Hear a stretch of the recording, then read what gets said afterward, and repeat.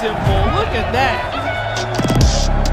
And there's like so many different things that you could talk about. We're gonna make a shitty f***ing tier list.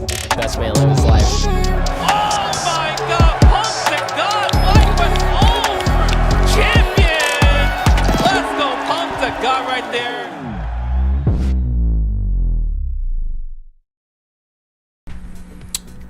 What's up, everybody, and welcome to the FlyQuest Fight Series. We are back on Street Fighter 6 today. I'm Jake Ryan, joined by the illustrious Ringe, one of the best analysts in the business for everything fighting games, and I'm happy to be sitting right next to him, because now I get to be a golden retriever, and he gets to tell you how everything works.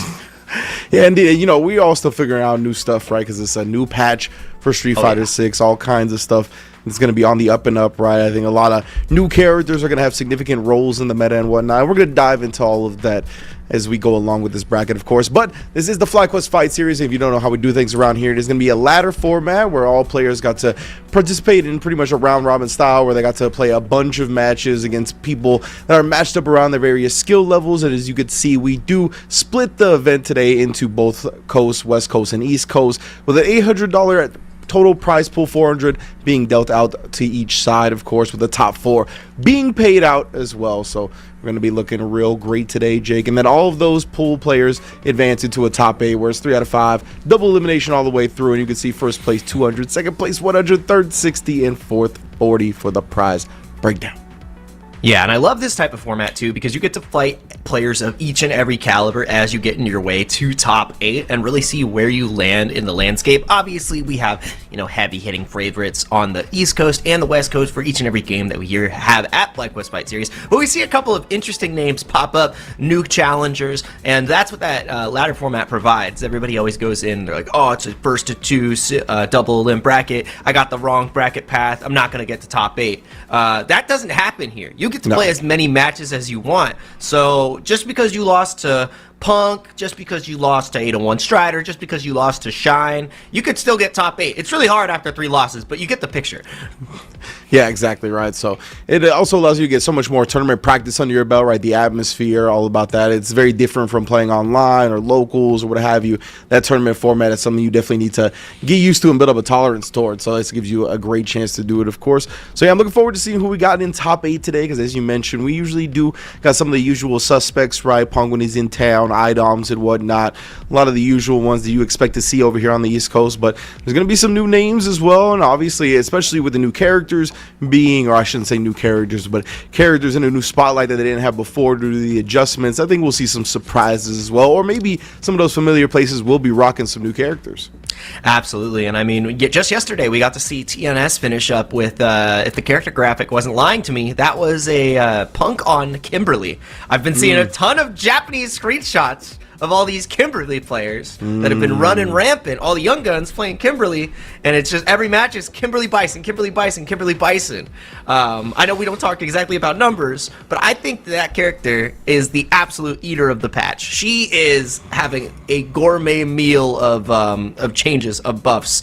And I think the only thing that would make her over the edge now is if they gave her DP back. But she is ridiculous now. After playing a couple of Kims in the scene in the West Coast, I have not been having a great time. Of course, I'm Ken. Once I get her to the corner, I'm like, all right, now I'm eating, baby. But yeah, that Stand Fierce is something quite fierce, I would tell you. And yeah, there's the graphic. Damn, production. They had the bracket up for TNS right there. Yeah, Punk getting first yesterday. Mike X, obviously another favorite of the West Coast. Chris CCH on, I don't know who that character is. That character, wow, they put that guy in the game. Oh, dude, Chris is down bad. His new Discord name is Shell of a Man. They cooked my boy Chris CCH. He said can't contain hopium. That's what the CCH stands for now.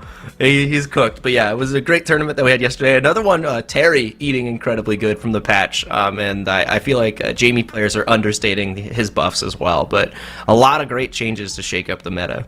Yeah, I think we saw it was Thunder to Lingus on the Ryu, I think it was. Yeah, so Ryu also another character that I think he got a lot of love last patch and was quite good already. But again, just he gets that underplayed buff, right? Where the devs are like, all right, want to see this guy in the spotlight a little bit, want to see him in the competitive landscape, and so he got some more love even after that. So I think Ryu is definitely going to be on the rise as well. And yeah, I completely agree with you about Luke. Like, I definitely think we're going to see the return of a lot of Lukes, right? I think Chris Wong already tweeted out some tech videos and whatnot, right? So, Chris Wong looking to start eating on that character again. Noah obviously very happy about that, Bubs, considering he's like one of the few people that didn't change once Luke kind of got, his adjustments that it brought him down a little bit. But yeah, so it's going to be a good one. It's going to be a fun one. We saw Jamie in there as well. And I want to see some Terry. Terry would be awesome to see for sure. Oh, yeah. Terry is eating good. I think the Stand Fierce changes that he got are also just really frustrating to deal with. Now that button is a little belligerent. Which is what people want, right? Because I think a lot of Stand Fierces in this game, like especially of the ilk of Terry, like he just looks like he should have a belligerent heavy button. So I think absolutely. I think because of that, like I think a lot of people are definitely going to be exploring him more just because that's something they wanted out of the character. I think a lot of people legit didn't keep playing him because of a lack of something like that.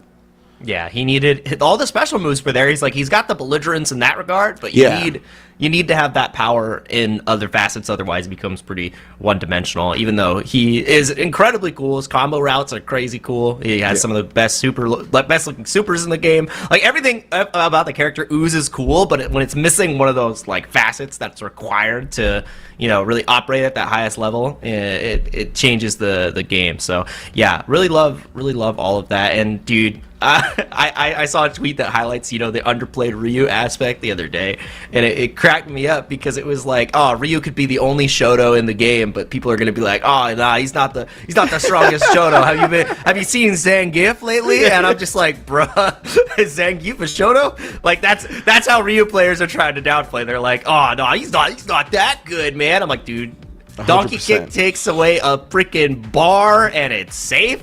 Bro, that's Geef headbutt, and it's you space that, you just a boom, boom, donkey kick, donkey kick, donkey kick. Obviously, you could. There it is. There it is. Wow. Thank you, dude. Production is on their shit today. How did y'all get this one so fast? The last one I understood. This one actually surprised me a bit, bringing this one up so fast. Oh my goodness! You can look up. He actually, I could see the tech right here. You see Shoto and Ryu highlighted. That man went to the search bar. He went Shoto, Ryu. I'm exposing production. I know their techniques. See, I thought it was like a Ryu Zangief search, but you're right. I seen the highlighted words now. Oh man, that was tech right there. The Ryu and the Shoto. But no, it's true. It's definitely like Ryu players, expert goalpost movers. That's one of the definitely strongest characteristics. But yeah, I think that character, along with like Honda, I think Honda already wasn't like super bad. Now he looks like belligerent, and I think a lot of people are going to be exploring that character more. Like, yeah, it's gonna be fun. It's gonna be fun watching this kind of like meta character roster definitely expand and evolve. Dude, every single Ultra David tweet about him trying to underplay how good OD Sumo Walk is kills me. I'm just like, bro is over there cheesing. He's like, geez, this real normal move, OD Sumo Walk, sure is doing normal stuff against really normal opponents. And I'm just like, David, you're like having the time of your life spending these 2 bars and mixing the hell out of people. I remember like all throughout the last patch, he would tweet about how good that move is, and like low key, or I would talk to him, and then they buffed it. So I knew as soon as I seen that, I was like, oh, David is like, I can't believe this is what's happening right now. We're gonna have so much fun. They said Christmas, it's not for you, but you know what, you're celebrating. Here's all your days. Here's Hanukkah. Have fun, brother. Oh man. Hey, no, I like the Ken changes. I'm not mad at them. You know what I mean? I don't like them in the sense that you know, they're definitely some stuff. Yeah, exactly. A little slap on the wrist, and I'm cool with the philosophy behind taking away Oki after like an invincible move and whatnot. I get it. You know what I mean? Like, no, I'm not saying I like it as a Ken player, but I understand where they're coming from. So yeah, I'm cool with that too. I'm just a little tight that I can't just do stand fierce and step kick on Jury 18 times and she has to hold it anymore. Yeah, that's kind of whack. I mean, Jury shouldn't feel that's $1 million character. Ken didn't win $1 million. I should be able to step kick her from any range I want. She shouldn't be able to punish me. But yeah, Jury getting a slew of changes as well. Better, anti-air conversions that are having cool. Jury players moving their goalpost to say, okay, maybe she is $1 million character, and be like, no, she is. She's a $1 million character. Already was. But now they give her a little bit more. And yeah, man, I'm loving it. I just want to see how the patch continues to develop. Zangief getting shot as well due to a bug fix. We absolutely love that. I know you as a Ken player, we hate that matchup. Geef can go rot. That character feels good. Yeah, feels good. Yeah, deserved. Stop headbutting, fellas, and trying to get out of the corner. That's not a DP. You hold that. Hold my buttons. Jerk. I'm done. But yeah, I'm interested in how like some of these top tier characters that obviously got some adjustments that are gonna hinder them a little bit, like the Camis, the Eds of the world and whatnot. I want to see how it's gonna play out, like, because I still think like they got a lot of strengths within them. So I want to see if these players continue and try to make things work or find new ways to approach certain things, or if we just switch on over and be like, all right, we've handled this. As the leader of the Cami Hater Club, I'm really happy about them taking away her cross up on her DP. But I'm really happy that our top 8 bracket is now available. SR Knuckledew, Shopify Rebellion himself, Santa Dew at this point, as he's been sending people money for their holidays. Huge shout out to him. Going to be fighting against Shine, a huge benefactor of the patch. Shine getting one of his characters, nerfed expeditiously in the form of Ed, but getting the Kimberly buffed up in a pretty considerable fashion. Hopefully we get to see the Kim there, and Kim can already do pretty good against Guile. We haven't even touched on Guile. He's just still top 5 or whatever. He's just really good. He escapes always the Guile, man. I don't know what's about that character, but he can't do no wrong. And then on the other side, Flux Waves and Luke SFH going to be fighting it out. Flux Waves was rocking the JP, the Bison. I'm really curious what they have. And then walk me through the lower side, because I see a couple of familiar faces there, and I think a character that you wanted to see is going to show up today, buddy. Indeed, it's looking like it. Carson is in the building, one of the finest Akis out the business, right? Aki, obviously one of those characters. It's been really showing out. Broski qualifying for Capcom Cup and all of that. It was a major benefactor. I think the biggest winner of the last patch, the one before this latest one. So definitely the character more than on the come up at this point. With crossover RD rocking the Akuma, that's another character, right? That a lot of people are talking about. Got toned down a little bit. We'll see how this character plays out going forward. Doc Morales 24. It's escaping me who they play right now, but I know I've seen them play before, but just blanking at the moment. And then, yeah, like you said, Liquid Riddles, who was on that TNS graphic in the top 8 with the Terry. I saw him tweeting about it too, so I'm excited. I'm excited to see the Terry in action. Dude, when I watch him play Terry in this game, I literally see the translation of his Smash Brothers Ultimate Terry into Street Fighter. The way that he just like spaces, and then it bleeds back over to Smash when he plays, because now he doesn't like dash; he'll just walk forward and like walk back. And I'm like, bro, you have more movement options. He's like, not playing footsies, which is crazy. I'm just like, bro, like, what are you doing? Also, Lauren, I didn't give production this information for it to be used against us like this, okay? Like, you didn't have to put the full Jin Rise on display like this, presenting when two Kens collide. It's Jin Ryan and Jin Renjin. All right, like actually lowering it at that pace was so much more genius than having it just like disappear. That was major props on that one. Major props. That was great.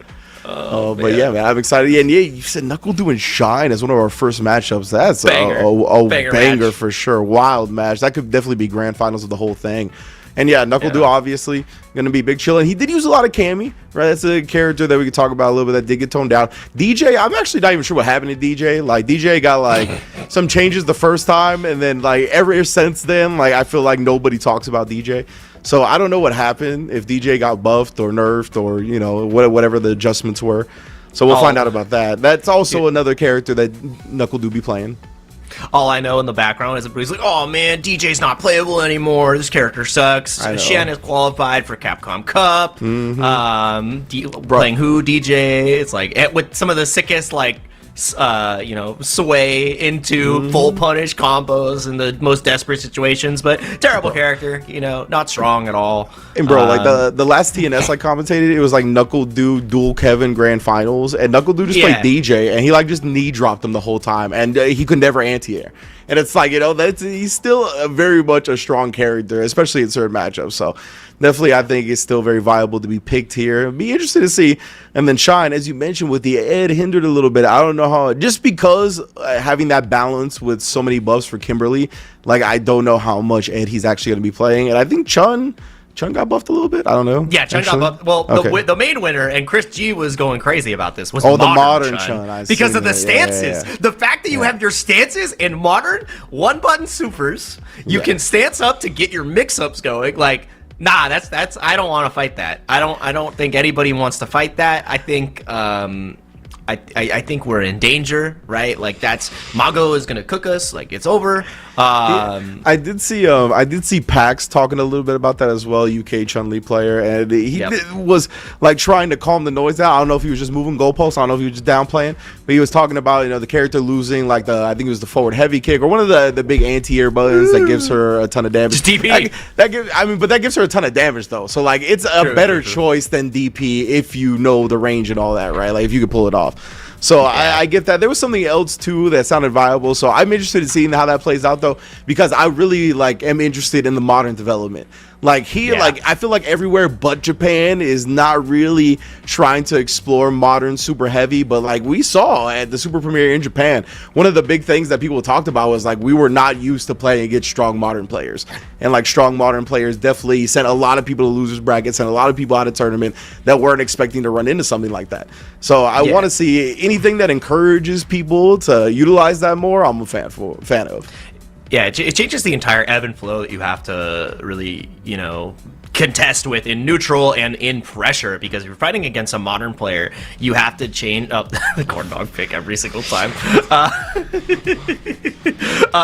You have to pretty much change the way that you play against a modern player and structure your pressure, because if you leave any gaps, they're prepared to utilize that one button super to blow you up and then win win in that regard. It's all about the drive gauge war and making them spend their meter in places where you already have an advantageous position. You actually, it's funny that I'm talking to you about this now because you literally brought this up in one of your latest videos of forcing your opponent to spend their meter in like a very easy to react situation, like a DI versus a super, to create a better situation afterwards is how you have to fight modern players. Like that's the blueprint. So when you made that video, I was like, oh bro, you're in my head. Get the hell out of there. That's a great point, though. I didn't even cover the modern aspect of that, right? Like the fact that like that is so important against them because they're always looking to bust out with something invincible, whether it be a super, an OD move, and that's always going to cost resources. So being able to exploit those moments and take away something that they actually like revolve the entire game plan around is huge. So that's definitely, hopefully we might see something like that tonight. Who knows if somebody's going to be rocking the modern, of course, but it looks like Shine and NACL are ready to duel it out. I'm excited. Yeah. Cammy on the screen, I can see. I'm very happy that the queen has been taken out. They took away her cross. They took away her side switch DP. Thank God. I'm tired of getting the hit and then having to guess it hurts. In that position. Nah, she deserves it, dude. Crouch strong, very punishable. Now, oh God, why is Jeremy on? Oh look. Oh no. Vicious. We gotta talk, brother. You can't He's just trying be to take our speaking job on the FlyQuest fight series, all right? I don't know where you're at right now, but this is a remote just broadcasting in like this. That's crazy. I can't believe it. This is the second time in history that Vicious has taken my commentary job. One while playing, and one while not even be here. People wish they could be in two places at once. Jeremy does it. Like, it's not fair, man. Oh, yeah. The dive kick's still not fair or neutral. Jeremy, I don't want to hear what you have to say about this match. Jeremy, you're not up to date on the changes of the characters, all right? These were recorded a long time ago, brother. All right, this is, you don't know what's going on. Kimberly is not what she once was. Oh, and look at the fierce in action. Oh, here we go. Oh, yeah, lockdown. You're not allowed to drive. I don't know if they viewed the stream, the game audio. They did. Or just us. Oh, okay. I was like, all right. We'll try to go in here. But yeah, as you can see, the dive kick now, you kind of have to go with a light after, even on punish counter, I believe. I'm not sure if you get mediums, you have to be maybe really deep. So, something that is a lot more manual to get those confirms now. So a big hurt for Cammy. Locked down in the corner though. This is where the pressure still shines. Like once she's on top of you, not much has changed. No comment. Yeah, that's a -3. -3 again. And you know, we're just gonna keep going to it. That's something they did not revert. I'm glad you feel the same way about that button that I do, because now that button is criminal. That's a criminal button. That's not. She should not have that. Yeah. Why does she have that? And I can't lie. Seeing that what NACL just got after that OD dive kick, like as you know, a defensive OD dive kick, kind of taking out the fact that they're gonna try to throw or whatever they're gonna do. Like I'm much more like happy with that damage because I still think that's good damage, and I like Cammy. So I don't want to see her actually just get completely murdered. But that still looked like good damage to me. So I'm pretty happy about the balance they struck. Yeah, pretty solid. And I like that there too. Shine going in with the crouching medium kick meaty after that setup, catching NACL jumping, which is why you didn't see a counter hit there. And now in Burnout, it becomes really difficult for NACL to get out of here. And the run stops, while they have been buffed, against a Burnout opponent, it's going to be even better. You're just dead here? This level 2 doesn't do the most damage, but it does enough damage. Good turnaround for Shine, getting the first round of game 2 here, and we're gonna get the game sound back on. Everybody in chat, it's we didn't sign up for Vicious to be on a TriCast with us, so he's like not on the same page. Like we didn't say if he's like driver, passenger, or like backseat, so we can't really work together right now. Oh yeah, it'll be back in a set or two or something like that, you know. But yeah, I really like the way Shine did that last round, just the like OD Tatsu, because the dive kick has so much landing recovery. Like it's been had landing recovery too. Like so, as long as you know that the character is gonna be within your range, like you don't really have to worry about the dive kick being too fast for you to actually get your move off. But nice counter hit confirmed. NACL. Nice. And equalizing the meter game here too, which means we're dead even. And I think the way this matchup really changes as well is if Shine is able to get the level 3, it allows him to play the shimmy game against Cammy a lot better, just because the walk speed Kimberly can't really. She is on the famine side when Cammy is walking at her. She's so dang fast. Oh, nice. He's kind of controlling this corner. Now try to let Shine escape. Oh, that crouch strong was out there, Shine. I seen you whiff punish it on Twitter. Oh, what in the... That ended up working out. And it's going to ride that to a victory as well. Had to be a DP input, but, you know, spiral arrow worked out anyway. Yeah, I've never seen a deliberate cross-cut spiral arrow, but we'll take it as a trip guard. That was ridiculous.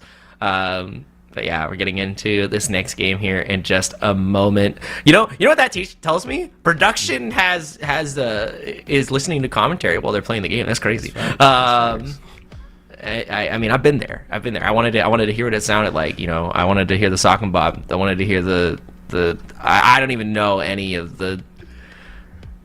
I wanted to know what it was like to be on that stage, is what the word of God just said into my ear. And he's back! Oh, Jeremy! Oh, it's nice. All right. So we got, not only is Jeremy back, but Ed also for Shine in the building. Exactly. All right, there we go. Nice. Counter hit confirm. And a couple of the changes here that Ed is going to be dealing with is he's a lot more vulnerable on the kill rush back. If you go for a DI read on those snatchers. See, that's exactly what he did for me. He had the right spacing. Oh. Shine was like, I'll use it against you. Don't think I won't? Think it's going to be that easy to DI from all the way over there? You just make it into a new mind game. You just stay over yonder. You're like, I'm not even close, brother. Yeah, I haven't tested it myself, but I saw Big Bird say like you can't just like react like you have to have a really quick reaction to actually get it on the back kill rush. But I gotta test it myself to see what's up. Exactly. Ooh. Oh, and this is gonna be pieced up Shine, a level 1 to do it. And now it's almost lights out here for the likes of Edward. If Ed loses, do we get the Chun-Li? Does he just play every character? I mean, this is his last game. He can't change. Oh, what? It's already... Oh, he played 2 games on the... Yeah. Wow, you know what? Kim got waxed. Wow, Yeah, all right, my bad. I definitely thought it was only 1 game. Jeremy commentated the first game, so we got in late. That's true. Okay. Oh, nice. Full extension here. Trying to send a perfect on the board. NACL going to be in trouble here, but not wanting to spend, saving that bar for the next round. That's exactly what Shine is trying to do. Looking at the game holistically, because if you spend the bar to get into that last round, you're fighting against a 3-bar NACL. You were in such a desperate situation, but now, even more desperate in the corner, you have to have a level 1 reaction, but the neutral jump doesn't find it in. Oh, no. It's falling apart. Hurts, bruh. Yeah, I don't know what button he pressed. It didn't look like he went with the crossover button. Maybe the crossover button would at least made NACL do block. It's tough. I think it's the jump medium punch.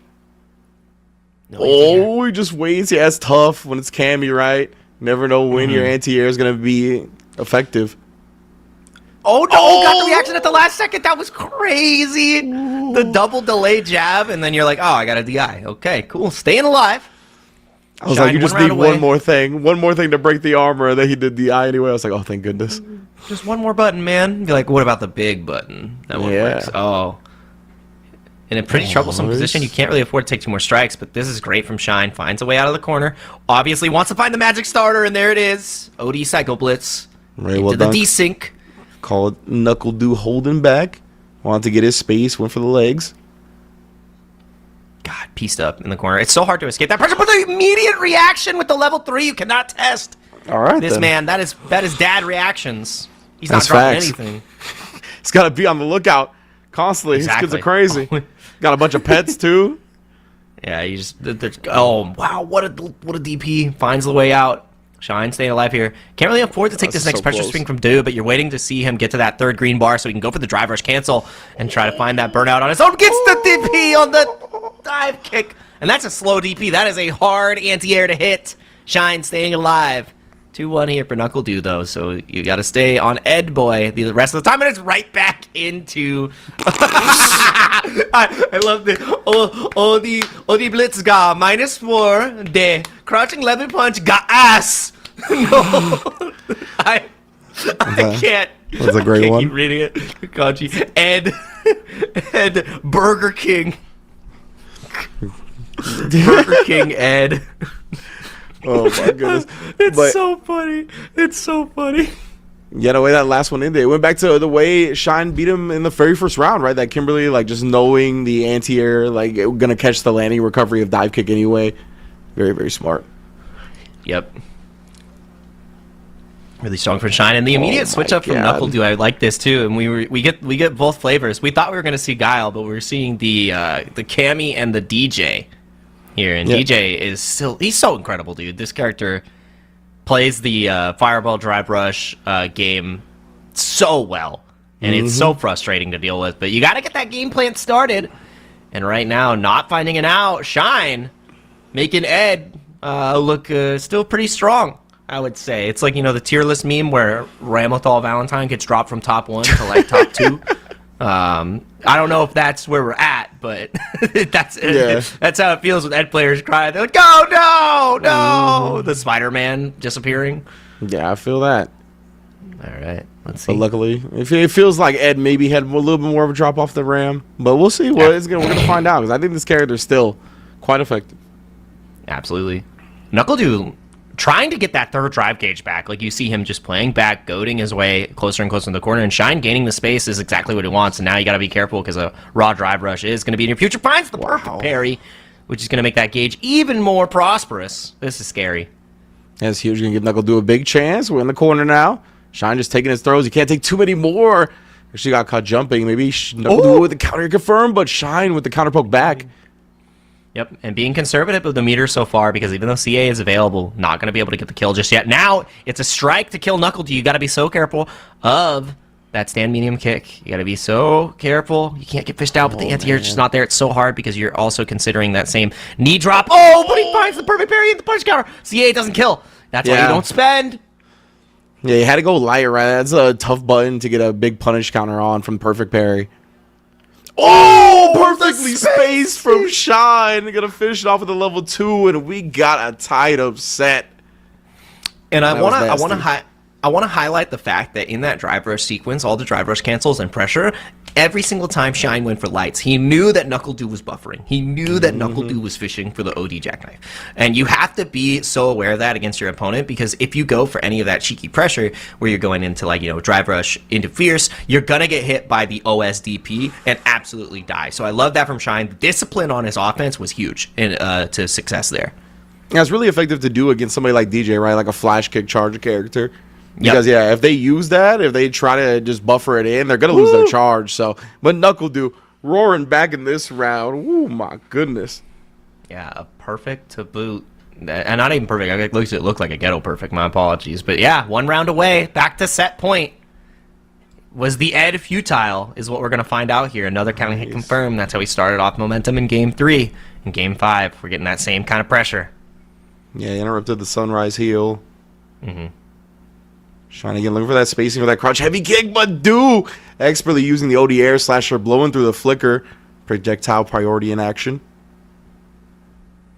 Nice. Plus frames off the slide is going to be a fantastic frame kill to keep the throw under lock. Lock down again. Oh, not able to get the fully confirmed, but finds the TP. Shine getting clipped low. The anti-shimmy wake up.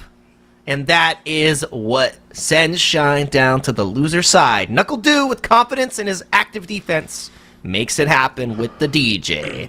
Yeah, OD Blitz got -4. The crouching light punch got ass. I love that. I don't even have to say the rest. Get the applications ready, bro. Get the applications ready. All right, let's go work at Burger King and McDonald's, because you're no longer going to be flipping your opponents straight into the corner, into the dirt. You're going straight to the loser side. Knuckle Dew making it happen with the DJ, and I like that too, because it wasn't like the Cammy wasn't getting work done. It's just that having multiple tools ready for whatever character your opponent puts up to you is key to success as a high level player, and that's what we got to see there. Knuckle Dew having multiple characters in his arsenal to challenge whichever character comes out, whether it be a newly buffed Kimberly or a old and busted Ed.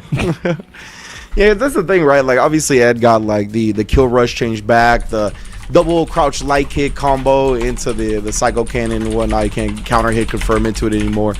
So those are definitely big changes for the character, but at the same time, like, in the matchup where it's like Cammy or just in general, what he does still really well is that space control at the neutral range, right? Because of the flicker buttons, because flicker is still strong in other ways. Like, you could still cause problems for characters that really primarily like to look around that ground game, have good walk speed, want to utilize that a lot, and has good ways to call out Cammy as well, right? We saw the DP even late for the dive kick recovery. If you want, you could play mind games with the heavy kick version of the flicker, which I'll be a little bit worse now since the back kill rush is nerfed, but nonetheless, I still think that poses problems, right? So yeah, as you mentioned, with having that adjustment, having another character in the bag, even beyond Guile to be able to go to the DJ, I mean, all his characters are so tournament ready at this point. Yeah, and that's what I love too. I mean, that's a Capcom Cup competitor that you're going to be seeing here later in the year. And we actually didn't talk about it before the match, but that was a FlyQuest versus Shopify Street Fighter League match that we just got to see right there. That's true. And unfortunately, Shine did not overcome. So good stuff to Knuckle Do, Shopify Rebellion, on the FlyQuest stream. I can't believe he went into his home turf. It's like a SmackDown versus Raw. You don't just go to Raw and whoop that. You don't do that. Like, you don't just what? I can't believe we just saw that. That was crazy. You came into my house and beat me on my stream. Invasion. Hit his turf double back like a deluxe, as Kendrick would say. But let's get to the next one. I forgot what it was going to be. Flux Waves, I think, is going to be stepping up to the plate along with Luke SFH. Going to be a good one. I think I've seen Flux Waves primarily play JP nowadays. I feel like since JP got those 1 buffs from the patch before this one, the minor one, I feel like Flux Waves has been a lot on the JP. Obviously, he still has the Aki as well, but I've seen him play a lot of the old King, you know? The old reliable old King JP. I mean, they gave him an Aegis reflector now, so he's gonna be he's eating pretty good. It's the ghost of Aegis past is what it feels like. You know, Christmas came early, so they're like, man, I just watched the Muppets version of A Christmas Carol. We need to give him the ghost version of mirror so he can reflect on his pressure on his opponents. And that's what happened, man. He just started throwing ghosts. He's like, what if he could throw? What if he could do everything that Urian could do he's wearing the suit? We just need the same outfits that Urian has for JP. I don't think anybody wants that. Actually, there's probably some people who do want that. But that's besides the point. I'm excited to see more JP as. Go ahead. I'll take whatever I can get for costumes at this point, brother. Yeah, me too. I'm just on the trying streets whatever begging costume for crumbs. it is. I'd be like, please, just one Chun-Li costume. I'll give you my house, man. Just let me. I only play Ken. Bro, like, give me a cowboy hat, bro. Like, can we inform the suits about what's happening right now? Filipino man is flying to London for Kings of the World. He wouldn't have the money for that if you guys put out Chun-Li costumes. Like, they would have, he would have spent that on that already. Like, I can't go to majors. I'm the best Chun in the world, but look how pretty my character is, man. Like, what? Bro, the UK scene should be the most mad. Now you guys got an invader going over trying to take a spot just because there hasn't been Chun-Li costumes released. That's messed up. Wait. What's going on with Honda right now? He's just in the sky. He's protecting JP's identity. He said you can't. Oh, and it's the JP mirror match here between Luke and the likes of Flux Waves here, dude. I love the Honda headbutt to protect the character identities. Yeah, I got myself good on that one. But Luke SFH already spending a lot of dry meter. He's in the Cowan, right? He's got his money management on point. Dude, this is from the mouths of JP players I have talked to, the most deplorable mirror match you could possibly find yourself in, because both characters are at threat range at all times. Yeah. Right? Like, it's like, oh, okay, so, and then the spike mini game of, I don't want to spike first because then I'm negative, but if I don't spike first, then he gets to start taking away my drive gauge. It's just dumb. It's just real dumb. It feels, I don't know. It's one of those matches that switches from offense to defense, like at the drop of a hat, right? At any range, like you said. So it definitely feels like it's just belligerent and a little bit chaotic. A lot of bit chaotic. All right, so I'm backing up. I want to stick his normals into the blender. I'm going to let Departure do a lot of the heavy lifting here when it comes to the neutral gameplay. You already know. The character gets down. And I like that, too. You see the adjustment from Luke trying to get in the OD spike and just not able to find the opportunity because you're too negative after blocking the first spike. So you just lose 2 gauge for the price of nothing on your opponent's side. And you can see the uncomfortability in this mirror match. This is not a mirror match you get to fight as often anymore. Yeah, unlike true. Season 1. Yeah, definitely a whole lot of that going around in Season 1. But now, Luke SFH knows he has to pull a big comeback out, right? So going into the CA, trying to build back as much drive as he can. Hopefully turn this one around. Oh, no, anti-air. But actually, I think that parry was meant so that the spike would pick up. That was smart, but didn't get a full conversion off of it. Yep. Oh, now caught the tap blocking parry attempt with the low. fake ghost. That is layers there. That was what was important, because you see that perfect parry attempt when you hear the ghost, but you have to listen for the sound cue of the fake versus real. All right, you got to let the ghost voices win in order to win on defense against this guy. That was good too, because it could have been the overhead ghost, right? So that's why they might have been blocking back instead of the down back, which would have protected them from the crouch medium kick.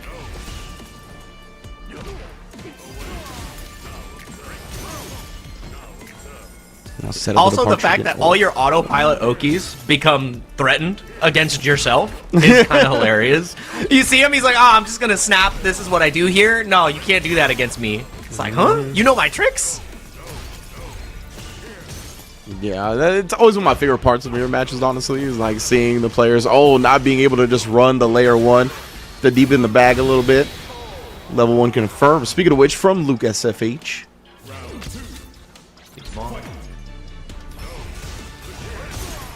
Again, oh, dude, this is how silly this matchup is, where you think you would normally find an opportunity to punish. You're just losing your own gauge because you're trying to take your turn. And the other side of the coin, where people are like, oh, the JP mirror is so frustrating. I'm always at threat when I'm fighting this guy. No, that's what fighting JP is like. This is what you're doing to other. This is what you're doing to other people. Exactly. Face the reality. Like you say, you need to get him a mirror. Oh, actually got caught canceling against the ghost. Flux waves. Still in burn. Oh, that was a reset. Yeah, that was massive damage. Oh my god! And you're burnout. You can't really afford to hold this spike because now you're in chip territory, and that's why you saw the dash, the desperate dash from Luke forward. That was sick. The low ghost reset with the high spike behind it. That was tough. And now we have Flux Wave trying to control, get that first knockdown. Yeah, but indeed, just chipping away with the spikes, faking out the ghost. The thing with Luke has been committing to parry a couple of times too without absorbing anything, so he's losing majorly on the drive gauge duel too. Yeah, and now Flux Waves, he's just baiting him out with the ghost, goading him with the fake ghost, trying to make him continue to press that parry. Random street bog. Yeah, I don't know if that was execution or like something to just throw out if it would actually anti-air the teleport in or something. Get the fade away. One of the more safer ways to deal with JP trying to teleport in on you. Oh, he actually did put out a button. Nothing behind it though, but just drive rushes in afterwards. And the drive rush cancel behind it means there's going to be burnout, but we are at level 3 and up. Trying to build some of that back up. Flux waves on the verge of level 2. Yeah, I don't know if I agree. Oh, the DI completely scooped up. Yeah, that was the best way to challenge there, because if you stop your offense in this situation, you're going to be forced out of gauge. Oh, this is guaranteed. You gotta block this. Gets hit by the overhead. Oh my god! No. Is it enough to kill? Is it enough to kill? Yeah. It is. Spike at the input. Exclamation point on the second game. Flux Waves up 2-0. Got a little scary in that one, but definitely clutched it out. Yeah. And I like the confidence to go into OD Ghost just to ensure that the level 2 gives you a true mix-up. Otherwise, they can go into parry, they stop your entire offense, and then you are fighting for your life in burnout. So really good stuff from Flux Waves. Yeah, definitely a really, really big bet. Paid off well. Get out for me. Put it all on purple. Safe bet most of the time. I would hope so. Bison, Jury, you know. Yeah. I have like $1 million character. Akuma. He also uses the power of purple. Exactly. Oh my god! Luke SFH had the level 1, but it was MIA. And now Flux Waves on set point. One round away from taking Luke to the losers bracket. And so far, the pressure has been pristine. The confidence and movement from FluxWaves has been great too. It's been just a spacing masterclass of how they're much more comfortable in the mirror match, and I feel FluxWaves was playing this mirror match a ton in Season 1. Yeah, I'm not 100%. sure if Luke had the same experience. Yeah, we even saw it on that just like sight walk back when the OD departure was still out. Got a big punish off that. Trying to parry up, does get the throw off. No combo this time. Ooh, level 1. First cancel all the way through. And that. Even with that big of a lead, right? It's just so scary to go in a burnout up against JP. It's one of the characters that I feel like you always got to spend it, even with a big life lead. And I like to hold it on to meter and letting them live for a little longer, but not in the instance where you're going to burn out against JP. Exactly. That's a death sentence, so you can immediately lose 45% just from the battle of attrition against this guy, so it's never worth it. Ooh. Little hezzy on that crouch medium kick from the drive rush. Caught him open. Man, he was swinging here. The wind. Oh, a little bit too far. Didn't commit to the jump roundhouse, which means you're not going to be able to get the connection. Drive reversal nullifies that 2-bar spin. Oh no, went for the autopilot ghost. That's the second time DI has smoked FluxWaves in this situation. You brought it up, right? You can use the usual tricks against me. I know them. Know how to expose them as well. Luke SFH took a lead with that, but kind of content with just using the level 2. Oh! Recovers from the crouch medium kick in time.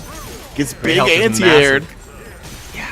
Burnt out now. Oh, and that's why you saw that was a actual repeat of the previous round where we saw Luke desperately trying to dash forward because of the burnout, and this time FluxWaves was the receiver of medicine. It was not how you wanted to go down. We got ourselves a set here. Luke staying alive. That was smart from Luke too, like having the wherewithal to still realize that Flux was on the verge of burnout while you're recovering from your own kind of game planning for that. Still managed to attack that and burn him out. It was really smart. We'll get back. Little spike out and Flux expecting him to swing into a button afterwards. Try to put a crouch medium kick out. Now we got the departure doing heavy lifting with such a demanding lead. Still goes in. Finds the down forward heavy punch as well. Yep. And now in such a bad position, a little bit too far from the corner, so safe from the DI. FluxWaves now in trouble though, not able to get out of the corner scot-free. Gonna spend level 1 trying to get one, strike away from burnout. You can't afford the perfect parry either. Becomes that much scarier, but finds the jab, not getting the full confirm. Oh no! Flush is dashing through his waiting arms right there, gets thrown out of it. Now he does have the corner at the very least. He has level 2 as well. You're gonna want to hold on to this one. Luke made a big bet with that OD spike. And that's gonna be really scary, and Flux, no betting here, just sniping, set point. Yeah, if you swing, you better aim for the head. And that was definitely an overstep. Oh my god, the OD amnesia on the OD amnesia? You're disgusting. Yeah. Well, holding it for a second. All right. No drive rushing in.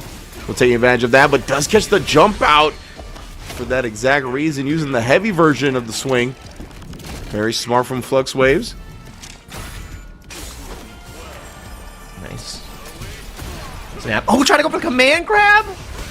And about to be burnt out. Gets the DI back. Finally finds the punish, understanding that his opponent has been going back to that well multiple times to blow up the pressure. You cannot DI the OD Ghost. And that is an OD finish right there. FluxWaves going to be moving on winner's side here to fight out against NACL a little bit later today. But yeah, great performance from Luke, getting a nice adjustment there in game 3 to get a game on the board. But FluxWaves looked a lot more comfortable. And the thing about 3 out of 5 that I like too is you get to see that adaptation really come into play. And the main adaptation at the end there was how FluxWaves sniffed out that typical DI defense from Luke. And his drive gauge management was a lot better than Luke's too, which really changed the pace of a lot of the set. So I really like that from FluxWaves, really showing his tenure in the mirror. Man, yeah, that was crazy too, because I was like looking up right now because I just want to make sure what I saw was correct. So JP's command grab counts as a projectile, right? Yep.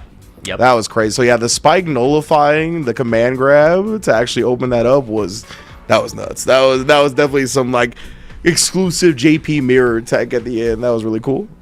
Yeah, you're like, you're not gonna scoop me. I'm gonna throw these ghosts out. Like, that's what's gonna happen. Another thing, it wasn't even the ghost. It was the spike. Like, it was a spike from departure. Yeah, it was crazy. Dude, yeah, that just went frustrating. Yeah, and that's something too where the spikes have a really good time against other fireball characters where like if you OD spike against an OD fireball and they're drive rushing forward, the OD fireball's just gone. And you're like, what do I do now? So it's very, very similar, but the fact that that's one of the weaknesses of the command grab, it hurts JP, but I don't want him to have a stronger command grab. I'm good. He can hold that. Yeah, he can hold that losing in that position. So yeah, that was sick. All right, but yeah, both of our JP players put on a nice little show there. Fluxwave's going to be moving on in the bracket to fight Knuckle Dude. That's going to be rough for them. You already know Knuckle Dude out of the way. Always one of the favorites no matter what tournament he graces. We got Carsonus and Crossover RD coming up next. All right, Honda, protect it. Oh, you're not protecting the identity. You're acting like an eyebrow, brother. Lower yourself a little bit. He said that's perfect. I mean, it's Honda above Aki. That's just the meme when she came out. She just, serpent slides right on under. That's that. We're just trying to, preserve history. Also, Crossover going to be rocking the Bison in this matchup. I mean, Ken can do a pretty good job. There have been the nerfs to Step Kick actually lead me to believe that this might be why Crossover has decided to play the Bison in this matchup. Just because you put yourself at much more risk going for the Step Kick into run DP situation where typically you would punish Carsonist, and receiving full punishment here is now Carsonist, the back throw incident. Oh no. Going straight into level 2 here. It's gonna be good damage. I don't know though. I can't call it. Oh my goodness, on a pixel. Oh, you drive reversal, but get it. Carsonist. My man was rolling that dice. Looking like 4 bats. Drive reversal into hold parry. That is. I'm afraid. Do not touch me. Yeah, I was afraid. Crossover RD able to navigate all of that effectively. Oh, big punish. This is gonna be Mondo big damage. They did nerf his damage with this patch, so he's only gonna be 3 touching you now. Okay. But the bomb is the big equalizer. That was a violent choice after a tech throw. Just overhead from Bison. Don't dash at me. Don't even think about it. Whoa. Really a lot of people will drive rush after the tech throw too, so I mean that is a sneaky option to, because nobody's dash. They're going dash low after the drive rush. They're like drive rush, crouch, medium kick into drive rush. I got overheaded. What do you mean? Another level 2. This one should definitely kill. Yeah, exactly. You can see the method to the madness, but it definitely felt like madness. Like it was just like, whoa, this is a very violent choice. But definitely, I want to see it play out. I want to see what he gets off that. Actually, I want to see the brain buster in play. That's what I need. I need the layer 3 to culminate so that I get a nice hit of dopamine for the day. Like I need to see the FAFO. Now Carsonus looking good here, but he did surrender some positioning right there with the jump back. We're trying to bait something out from Bison. Obviously got the things that move him across the screen. Scissor kick, Psycho Crusher, stand fierce, etc. Exactly. Nice check on the drive rush again. Pretty consistently, and that's one of the nerfs that you've seen. I mean, that anti-air is pretty good from the likes of Carsonist, but Devil's Reverse is a lot easier to deal with now. Wow, I actually kind of hit that button. Just out of range of the drive rush. Crossover RD gonna get the bomb implanted. How are we gonna work with it? Nice little OD slide out. Still got the bomb on him. Just blocks it out and takes the throw after. Yeah, just picking away piece by piece here. Oh, Carson is not able to get a full confirm to kill. Poison ticking, but it's not enough. It's not. Level 1 is available as well. Even if we can turn out. Oh man, the DI level 1 or perfect parry were the only options you really had. Yeah, precisely right. Any type of DI bag, any type of normal, immediately no health to survive. Yeah.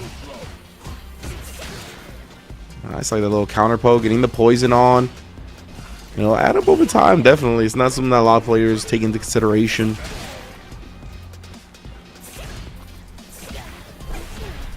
Ooh, stuffing both of those. Carson tried to get frisky after getting hit by the first one. Now Crossover's got momentum in the corner, plus frames from the bomb. You ain't going nowhere. Getting shots into the face. Yeah, locked down again. Still has the bomb, the overhead. But it doesn't connect just yet. Gets the plus frames off the OD stomp. Prairie keeps you safe. And the throw is going to be massive here. You want to save as much meter as you possibly can. Crossover only needs one more throw to kill. Watch out for the crouch medium punch. Watch out for the crouch medium kick. Oh, Yeah. but you gotta find out. Oh, that was a safe jump, a empty jump. That was a little too defensive. Like you had to go for the killer instinct attack. Just lock him down. Yeah, it was rough. Felt like just like some type of mistiming, but crossover already in the corner, locked in, loaded with the resources as well. Take the two. Yeah, I respect that, honestly. Oh, okay, well, we're taking 3 now, foe. No, tried the jumper backdash. Confirms off the jab, going all the way through with a crossover RD of 2-0. Like that. Yeah, and again, crossover, a player who has been to Capcom Cup before, incredibly strong, fighting against one of the newer aged players in the forms of Carsonist. So it's hard when you have somebody who's been playing the mind game for so dang long, especially on such a strong character as Bison. Like this character is still incredible. I don't want to hear anybody say that this character can't win tournaments. Yeah, he's looking very pristine right now. Oh no, Ding, didn't ding. recover from the crouch medium kick in time. You still got that bomb on you, bro. Plus frames. Bruh, you can't press there. Still more plus frames. Oh It's all my. plus frames. Jamilian Carson is trying to establish some throws right now, but crossover RD still being active defensively. Has enough life to kind of take some risks right now. Doesn't need to just go by the optimal risk reward management. And that is actually a huge error from Carson, is giving crossover all of that drive gauge back to work with. It becomes so difficult to stop the Bison because now look, you're going to be in burnout. The jump in doesn't work out. You actually survived. Unbelievable. It's going to be enough to kill with the level. Whoa, going to go to level 2. Spacing for the level 1 wouldn't have worked out. I like that. Carsonist with the awareness of his routing. Man, yeah, the gambit on the can kicks just long enough, right? Just long enough of a gap to get the player to do something. Call out maybe the fuzzy defensive timing. Either way, though, beautiful neutral jump. Again, we talk about that. It's a common strat versus Bison, but we're waking up with a level 1, tired of the pressure. Yeah. Doesn't have a DP, but the level 1 super kick work. Oh, God, straight through. I think Carson has actually recovered in time to get a rebuttal, but just did not work out. Yeah, it was strange because it like gave punish counter hit, but it looked like it caught dash. I don't know what was going on, but either way. Yep. Oh, now in burnout, this is lights out for this round. OD Cycle Crusher, immediate DI. You want to save the bar for the next round, and it is set point here for crossover RD. The crossover looking very dominant, very clean on the Bison. Lots of the drive rush jab has been very annoying to deal with from Carson's side. Just trying to Double hunt dash them. forward, Yeah, fearless, you see that? fearless. He says, "I smell the blood. I'm going in." Man. I don't even need the green stuff. I was going old school, raw dashing. When Bison dashes at you like that, like there's fear. Oh my God! 4 times, Rich. Whole step routine on them? That's not necessary. Oh my goodness. The spacing, caught him holding the parry. Carson is living on a sliver. Actually does parry it up and cancels it to the super. Somehow, some way. Definitely ready for the DIs. If you can bring this back, it's a legend in the making. I feel like crossover's gonna wake up jab or something. Oh, There's gonna be a press. There's gonna be a press or an OD Cycle Crusher coming out of this fella. The jump. I can't believe he hasn't done much pressing up until this point. Actually burned them out. Oh no. As soon as that happened, you knew it was only a matter of time. Avoiding a chip, a little single instance of chip from Bison, damn near impossible. So crossover R&D, closing it out, wrapping up that set 3-0. Then we moving on in the winner side of things of our top 8. Man, yeah, and at the end there, it was Carsonist getting a little desperate on the offense. Just had a lot of drive gauge to work with too after that CA, and just overcommitted to the DRCs to try to catch crossover. And I get it. You died in one jab. You have to make every moment count. But the fact that you had no bar, you had no health to really work with, you can't burn out. Like that's the one thing you're not allowed to do in that position. So that's how it ends. Crossover RD with the 3-0 finish, utilizing the Bison, which is going to lead us into our last game of winners round 1, winners quarters, which is going to be Doc Morales 24 versus Liquid Riddles. We're going to be seeing some of the Terry Bogard duking it out here. Obviously, we just got the other KOF representative trailer, the little teaser for Mai Shiranui. Dude, she looks great. already. I'm just so saying. scared of mine, bro. I always say that I'm gonna play a new character, but my game is actually bugged. Every time I pick a different portrait, it goes back to Ken. So we'll see if my makes that work. Like I hover over Rashid and it says Ken Masters, and I'm like, what? That's weird. I tried Ryu and it's just Ken. And I went over to Geef, I'm like, Ken. And I'm like, oh man. And then I was like, oh, let me try Lily as Ken. And it's I don't know what's wrong with my version. I don't know if you have that same issue, but every time I pick a character, same thing happened for Guilty Gear. Like I would be like, I'm gonna play Kai Kisk, and it says Soul Bad Guy. And I'm like, okay, damn. All right, I guess not. Verify the integrity of the files, brother. Of my game files. Yeah. I'm playing Ken Fighter 6. I'm not playing Street Fighter 6. I like be like, oh, how many hours do you have? I'm like, I have 1,200 hours on Ken. With that, you know, you're like, this whole Street Fighter 6. You know, I don't know about these other guys. I like Ken. I don't know about these guys. There's one dude. There's one like these character rosters are getting smaller and smaller every year, Ringe. Every year. I don't know what's happening. It's the same everywhere I go. I see his face. That blonde guy. Oh man. But yeah, no Ken gonna be on display. I think Terry is definitely another one eater of the patch that we're gonna be seeing here. And I feel he does pretty well against some of the top tiers. His ability, well, he had before the patch, he had all the tools to make him great, but his normals sucked, right? Like he had crouch, medium kick, drive rush. He has a DP. He's got great supers. Like he's got good meter dump. His damage is incredible. He's got one of the most useless moves in the game. Everybody needs one of those, like, you know, lane switch. Yeah, it's just absolutely. like, why is this here? It looks cool, I guess, but yeah, I want to see how Riddles navigates, because fighting against him online and playing just in the ranked environment and seeing how he plays, his fundamentals are incredibly good. You can't really jump on him, and it becomes really, really difficult. And Doc Morales, a Dawson character I did not expect to see today. That's what I'm talking about. Let's go Dawson. I really believe in Dawson, honestly, still. Like, he feels like always just one of those characters that takes a while to really flesh out. Yeah. He needs everybody else to know what they're doing before he can do his thing. Precisely, yeah. Oh, nice little press back, though, the crouch medium punch. This is going to be interesting. Because, yeah, like, this is not a character you run into a lot, and it really throws off the typical game plan. So I want to see how Riddles kind of approaches this. Oh, wow, even the cross of hitbox right there. Doc Morales looking clean. Yeah, and I like this, too. Punishing Riddles for his ability. Punishing Riddles for nothing. I'll be damned. Oh, that delay overhead off the frame kill. Terry, Bogard. This man, overhead merchant right now. Let him know.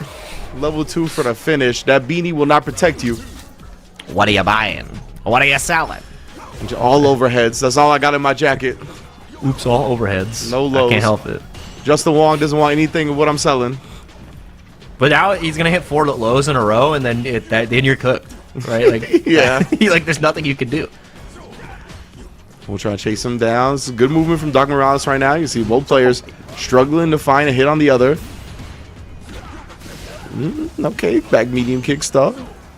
Nice, perfect parry, but not in the spacing to get the full jump in off the OS to potentially catch, you know, another utilization of the Yoga Flame, but trying to find a way in, and it's just Doc Morales playing lame as possible, but you recover in time. You cannot DI the power weight.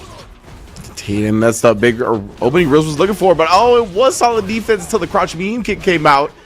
Caught Dog maybe trying to take to the skies. Oh, beautiful teleport out, but Riddles ready with a chase down. Oh my goodness, the counter poke on that button too now, ridiculous. Yeah, I'm really hesitant. I'm really worried for Doc Morales to put out, you know, this thin light punch or even like a heavy punch, because we saw the counter hit confirm from Riddles before, and we know he's looking for it. And most definitely wants to snipe it again. He'll build to that level 2 just like before as well. Now he's got it.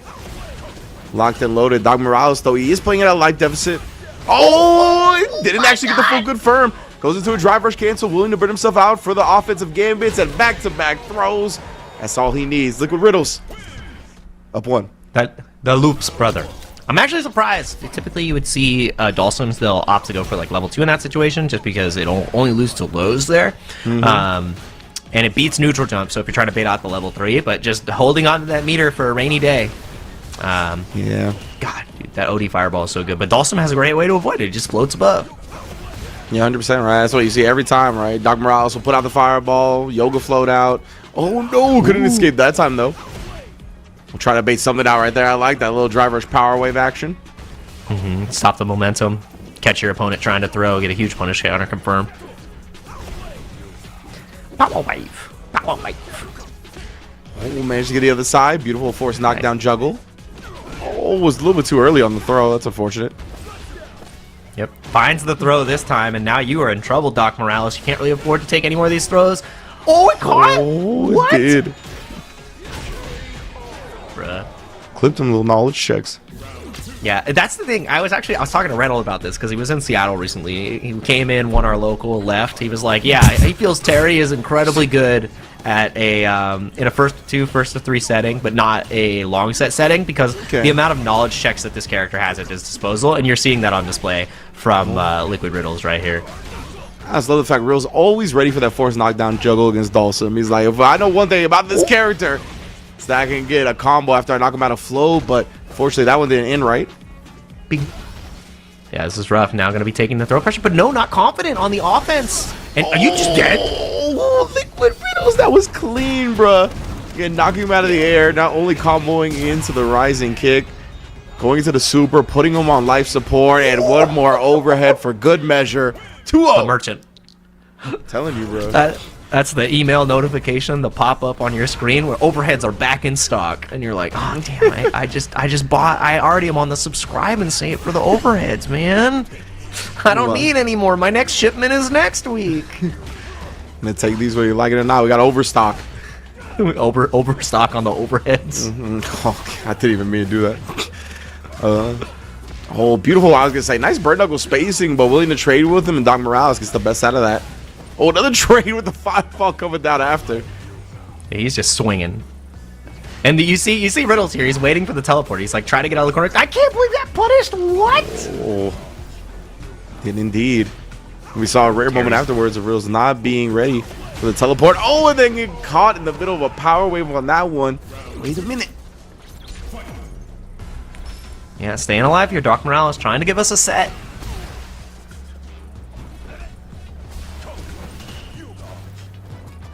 Come at the yoga. Oh, take the air to air. Again, Riddles just trying to kind of cut off the screen. Doc Morales wants to get to right now. Does catch him out of the sky, but yeah, too far for the rising tackle to actually connect. So they're going all the way to level 3. Doc Morales did burn themselves out after this.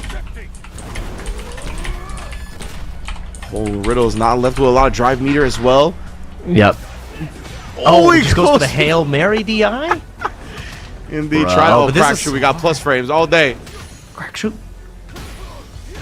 And now he has CA, so if he gets the right starter, oh my god, he didn't get the punish on the DI. He did it. Careful, burn knuckle.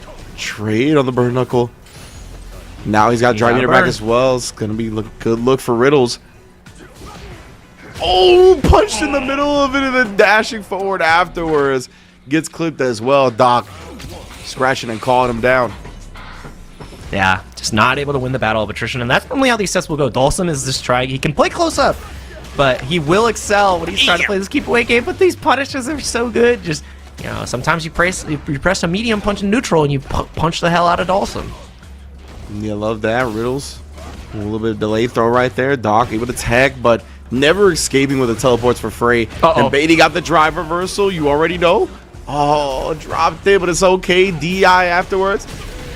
Classic little Angry Bird DI style.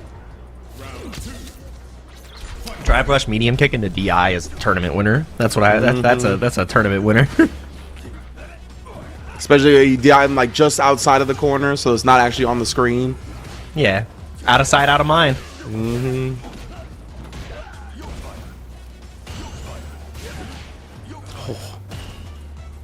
Just clipping him. Doc Morales is gonna feel good about this at least, right? Full screen, nice lively is exactly where you want to be as Dhalsim. Riddles, my man, he's just looking to get past the obstacle course. Gets the double dash in. Yeah, he used his fast pass in neutral. It took two OD bar, two drive gauge to utilize. Oh, what the Wow. That walk under was sick. To keep the corner into the full confirm. Yeah. That was awesome. But it doesn't matter because the teleport right back out gets Doc Morales to hit. Even though Liquid Riddles was playing like a bat out of hell, it did not matter. Doc Morales found the hit, taking us to a potential 2-2. Only that jab worked. But yeah, Doc Morales definitely has brought themselves back into this set. We've been faking out the teleports. Yeah, you gotta do that more because Riddles has been so on point with checking the teleport out. And this time goes with the drill. Oh, drill again. Usually left around +2, +3. It's tough to get an actual conversion off that.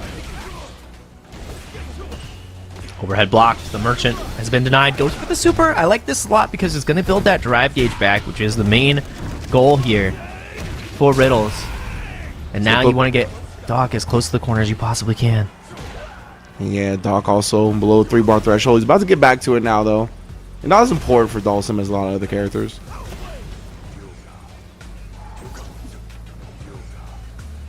Just so calm with the yoga. Oh, able to get past the power wave. Not a big punish, though. Yeah, taking that advantage, but he's just staying tight with the pressure afterwards. He hasn't been trying to throw Riddles or anything like that. Post drill, punish counter.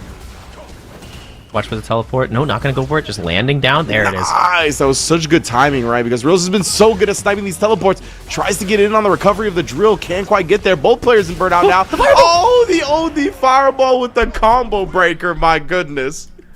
Bruh. Good old fireball. It's got my back. Call my own assist character. Taking us to game 5. This is one hell of a set. And remember what I said about, he's got a lot of knowledge checks and gimmicks, but when you go to the long set, it becomes harder and harder for this character to find the in. And I feel like Riddles has just not been able to contain Doc Morales. Every single time it feels like he's been able to escape, whether it be the throw pressure or whether it be, these neutral situations. He always finds a way back to the comfortable screen position. Yeah, credit to Doc Morales because that wasn't the case the first 2 games, right? He really took the intel, looked at what Riddles was giving him, has switched up his timing a bit, and that's an unfortunate drop. Didn't pay too heavily for it, but has been good adjustments from both sides. Riddles off to a good start in this round. We'll try to jump in. Now we see Yoga Anvil, anti-air, using all the tools in Dhalsim's kit. Oh, DI just completely whiffs Doc Morales. It's looking Riddles, incredible here. Level 1 doesn't... Yeah, it does not kill. You're correct. You see Nah. Yeah, it felt like in that round, Riddles really, the frustration got to him playing against Dhalsim, right? Like, you could see a couple of moments what felt like him just trying to force the issue, and now we got a perfect parry to throw you. It's going to be a tough spot being so behind on drive already. Yeah, this character wears down on the psyche, and it's one of those things, too, where, I've seen this happen a lot when you fight against Guile as well. You're not playing Street Fighter 6, you're fighting Dhalsim. And this character has been a menace for decades. Yeah, literal decades. That's the thing. And Riddles, still doing a good job, kind of sniping the teleports here and there.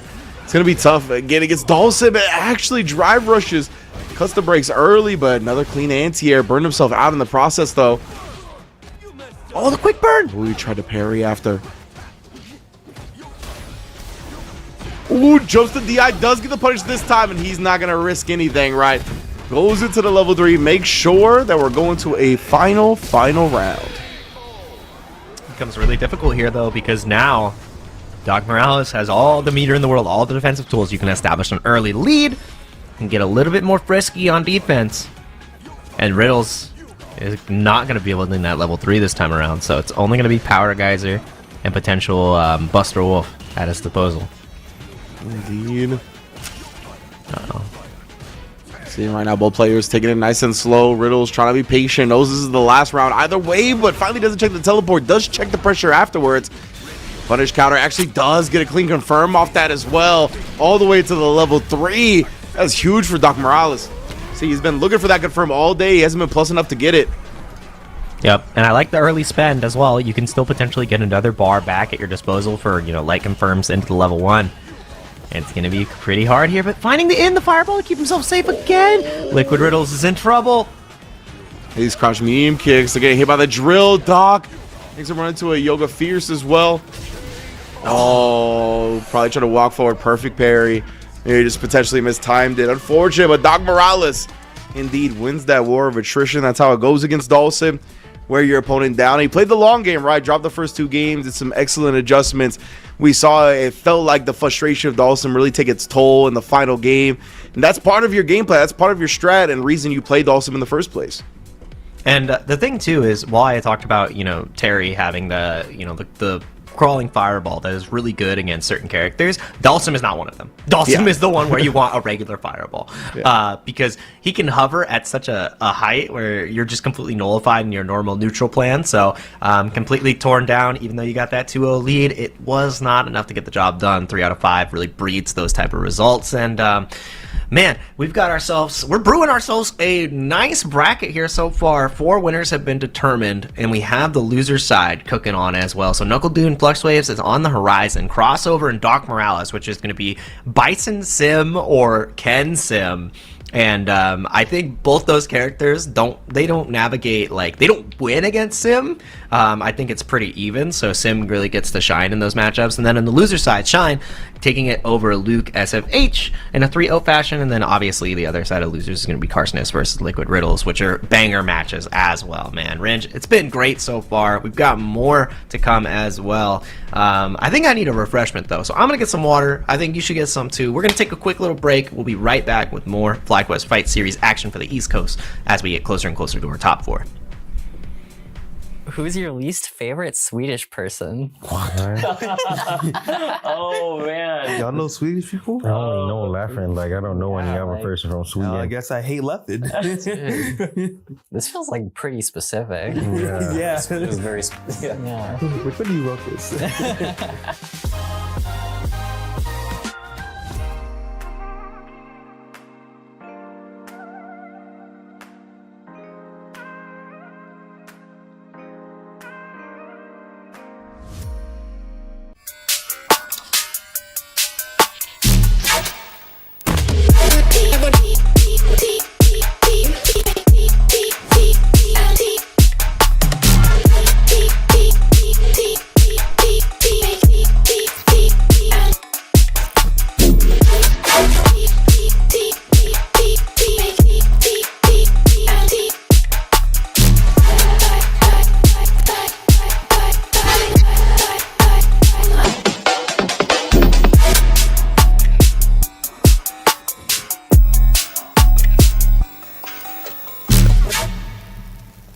What we need is combos. We need straight combos. Everything needs to do at least 50% and then land into a mix-up. We need mix-ups too. New players should play Echo because, as I mentioned before, we need a mix, right? And there's almost no better character to mix than Echo. And it's pretty easy too. Everything needs to be a 50-50. You can't have anything less. No 49s or 51s. Then you gotta get them assist calls. Assist calls. After that, nothing else.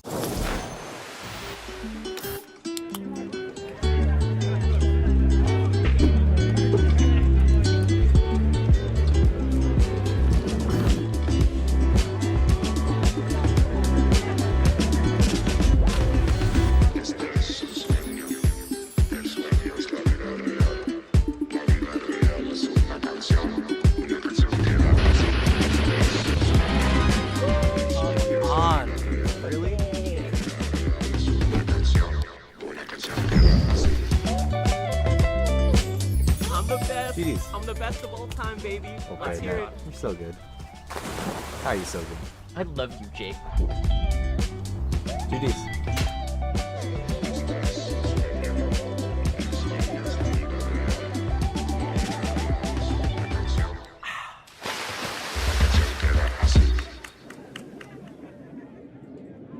For new players, I would probably recommend Braum for how easy it is to just swing and attack. If you like just being like a big reliable like support or like tank type of player, I think Braum does that for you. I also think that his moves are pretty big, pretty swingy, can hit from pretty far away, so you don't have to worry too much about movement. That's like the big thing with Braum. You know, just get in there and just hit them and just protect your friend.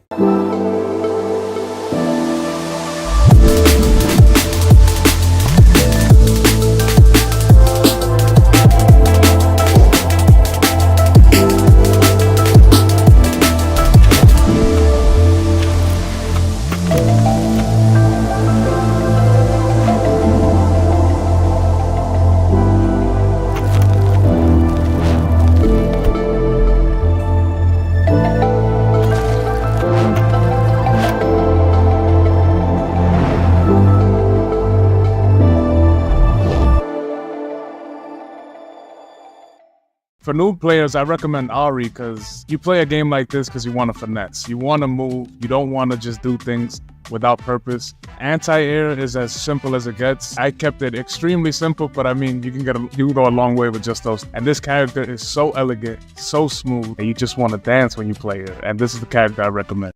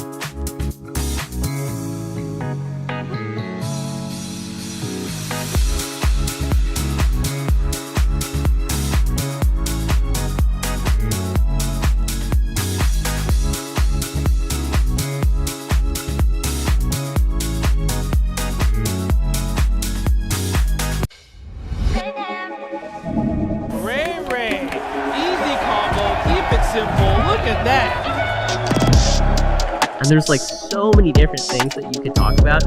We're gonna make a shitty f***ing tier list. Best way to live his life. Oh my god! Pump to God! FlyQuest over! Champion! Let's go! Pump to God right there!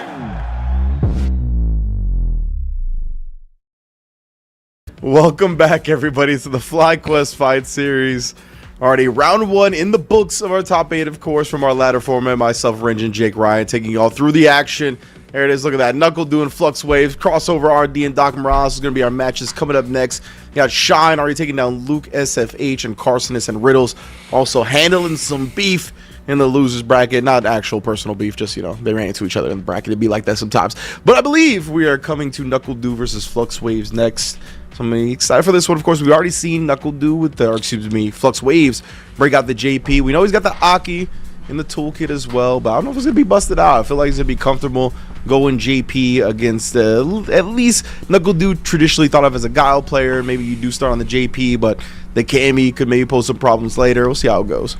Yeah, and I mean, Knuckle Do, from the inception of Street Fighter 6, has had a very particular relationship in the JP matchup.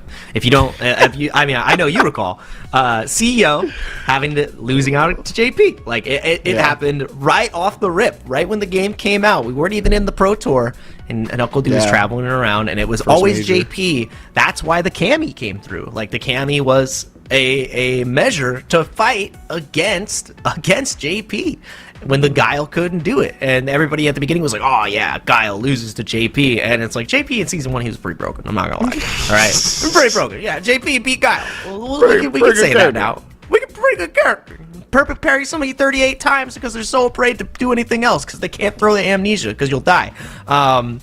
It's just the mental stack. So Knuckle Do has made strides, obviously, and JP is his former glory. The old man isn't cooking as much as he used to. Still incredibly strong. But I really want to see what Flux Waves presents here, because even if the history of struggling against JP, where he overcame that, obviously, is there, Flux Waves, that's definitely the character he has the most comfort on. So I want to see exactly how that boils down. And that's going to be a banger match, I think. I do think Knuckle Do takes it. In probably a pretty convincing fashion, because he's been practicing heavy for Capcom Cup, so Flux Waves has their work cut out for them.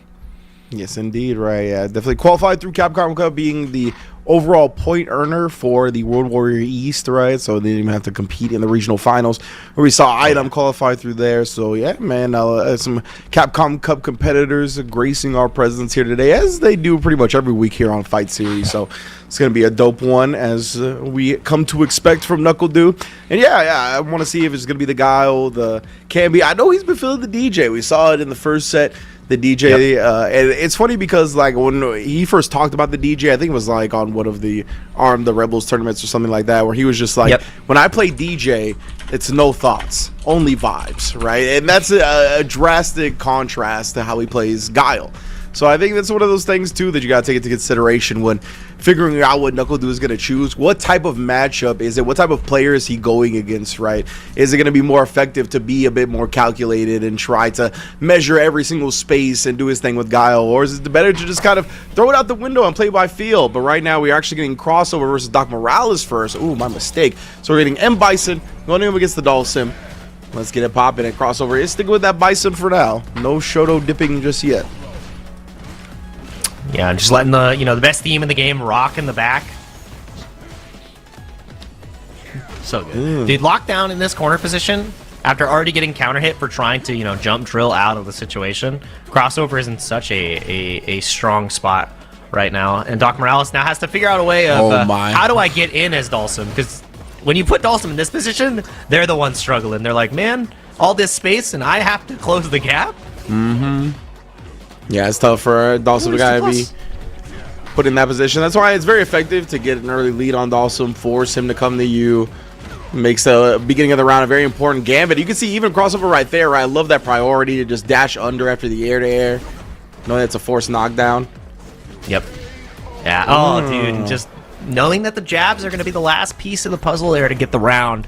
Crossover's movement and awareness of how he needed to piece apart Doc Morales is what got him that win. Pretty convincing fashion. Now we're just the stare down full screen. Man, Doc hearkening to Samurai. Just leaving his character at neutral.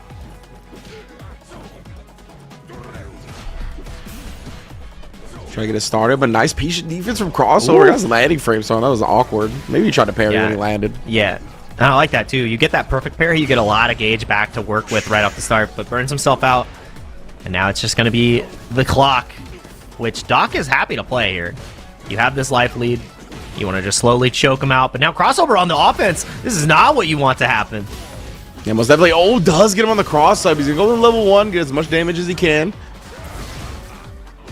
Ooh, just going in there, trying to bully his way in with the OD Psycho Crusher. Again, trying to bully his way in, but didn't have a lot of life to work with, so Doc snipes out that last bit. Overhead good block. That would have led to massive damage. Crossover fully loaded on drive and super. Nope. Seen the jump drill come out again just to escape that throw loop pressure. Big jab pickup. Closer and closer to the corner. Finds the perfect parry again. Doc Morales has been really good about varying up the perfect parry timings to stop crossover from connecting, and gonna cash out here. Get ourselves a life lead. Put him into the yellow drive gauge wise. Yeah, this is huge. This is a big opportunity for Doc Morales. Got the life lead. As you said, crossover can't be too liberal with the drive gauge usage. He only has a couple of drive rushes in, but he does have the corner now. Trading, trying to be active about it. Throws him upon landing. Oh, and he goes all the way in. Dodges the DI. Oh, so smart from crossover. Knowing where Doc was going to go. Countered it up perfectly. CA for the win. Yeah, a little bit of an overextension there from Doc Morales too. And you got to be so careful like that. I think that was the one way you guarantee lose. Yeah, exactly. It was you just was thinking about the win, right? Not really taking into account the risk reward of the scenario, because he was like, oh man, he can't actually DI me back. He can't even jab the DI. Like nothing will let him survive this. So unfortunate, but crossover ready. That's what's made him so successful, right? As you mentioned, as Grace Capcom Cup himself, extremely strong player. But now just going to play the space. Doc Morales is the one who has to engage, and that is exactly where Dhalsim is going to falter. But not able to round into the level 1, it doesn't matter. Hellrise into the stomp. Oh my god. The stomp hitting a throw tag is one of the most violent images in this game. It hurts, man. You reach and he just breaks your forearms. Just steps on you. Oh, snipe the leg right there. Keep the hands and limbs inside the vehicle, excuse me. The Dhalsim ride. You were not allowed to reach. Oh. No selfie sticks. These are my arms. Oh, the fears. Speaking of which, catching Dhalsim's arms that time. He said, bro, no foreign objects. Oh, wow. Gonna cancel into the OD fireball. Ooh. Gets the bomb set up too, which is becoming that much scarier. Doc Morales trying to go for the perfect parry to survive. Burnt out now. So and smart. You are cooked. 2-0 lead for crossover. That would quickly turned into a dominating set for crossover, and now he's one game away.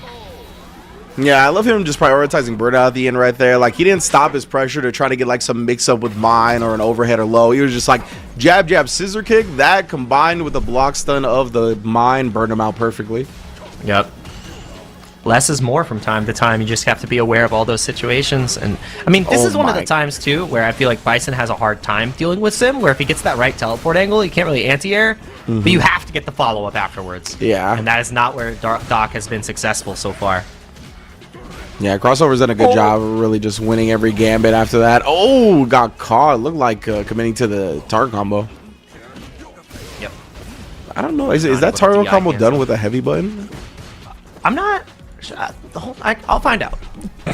Because yeah, I've seen that happen before where somebody like gets put in, or they get their first button of a target combo absorbed, and then they try to DI, but since it's with like a heavy button, they get the target combo instead of the DI. Yep. Let me find out. Oh, it is. Yeah, it's too heavy. Yeah, he probably tried to DI, honestly. Yep. Ooh, a crossover. Doesn't matter. Onto the level 2 to end it. And now is on set point. Yeah, both target combos end in the either heavy punch or heavy kick, so... Yeah. So yeah, he's probably trying to get DI and just ended up getting the button because of the target combo button getting absorbed.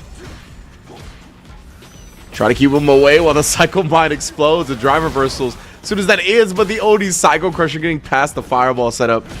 Oh, perfect patience from Crossover to get the landing for a punish. Overhead dealt with excellently because of the parry, but that's what becomes scary. We've seen the perfect parry get blown up multiple times here on the side of Doc Morales, but now burnout for Crossover. Doc needs to play slow and just goes to the air, but that's where Double's Reverse can still shine. You're not gonna be able to jab that as well. Yeah, exactly. Oh, the Devil's Reverse. That was an awkward angle. Give the cameraman a raise for that one. Oh, nah, Crossover. That was ridiculous. Snipes the full screen limb. The crouch fears directly into the level 2, sending a message on his way to the winners finals. Yeah, absolutely. Closing that one out in convincing fashion, and that's what we would expect to, just utilizing all of the tools in Bison's disposal to their maximum effect, which really makes it hard for Dhalsim to thrive. Even though you have those great teleport angles that can get you the in on Dhalsim, if you don't make anything out of it and get like a nice hit confirmed to take like 3k damage off the top, have a level 1 confirm, Bison he has more mileage. And we got to see that not only with Devil's Reverse, but the super utilization. And yeah, he wasn't afraid of the perfect parry. He said, I'm just going to keep pressing. Unless you can consistently perfect parry me, you're cooked. And we only saw one, really. So really good stuff from Crossover. Going to be moving on to the winner's side. Still, I think he's guaranteed the money now, too. So really good stuff to Crossover there. Indeed, yes, indeed. Top 4 payout here for FlyQuest Fight Series. East Coast and West Coast top 4 payout. Of course, we're going through the East Coast leg right now. If you're looking for more Street Fighter action after this, of course, West Coast will be immediately following. So we got Street Fighter 6 all night. Doc Morales and Shine, as we see down there in the losers quarters, has advanced into that. Carson and Riddles still got to handle their match as we get into the Flux Waves versus NACL winner semis. Oh, and it is going to be Cammy versus Aki. So it's not even going to be... It's not even gonna be the JP. Wants to stay on the Aki. Yeah, so we figured that. I think Flux Waves figured that NACL would go with the Cammy, right? So he's like, I'll just bust out the Aki, get ahead of the game. Yeah, blind pick it. Cammy is here. And let's see how this goes. Again, we're gonna see nerfed Cammy versus stronger Aki. This thing about nerfed Cammy, right? Though I think she really just thrives in the system that is Street Fighter 6. So I think she'll be still quite a threat. Take away all her tools, she's still top 5. I'm telling you, bro. You gotta cut those legs off if you want to do anything else. Yeah, the -3 stand roundhouse. Yep, gotta get rid of that. Everything revolving around her legs. Yeah, I mean, she's gonna be just fine as long as she has those. Yep, perfectly fine. Drive reversal on wake up right there, just to deal with the burnt out Flux Waves. It becomes so dang hard now to escape this corner pressure. DI comes through. The only option you have was level 1, and now you're level done. And I felt like those are one of those moments, right, where even if you level 1 in that instance, like, Do still has so much control that it's like an overall win for Do as long as he closes out the round still. Yeah, you're in such trouble. Like, it's not a guarantee. You're hedging your bet on a meme coin. Meme defense. You gotta spit on that drive reversal. Yeah, you gotta spend on that thing. I hate that. I'm sorry. I felt it. I felt it tear at your soul a little bit. There's a Horcrux now in the universe because I did that. A part of me is gone. Alright, so FluxWave is able to really roar back though in that second round. Saw him just get the corner, never let up. Beautiful snipe on the dive kick. Yeah, his plus frames all day off of a crouch medium kick drive rush.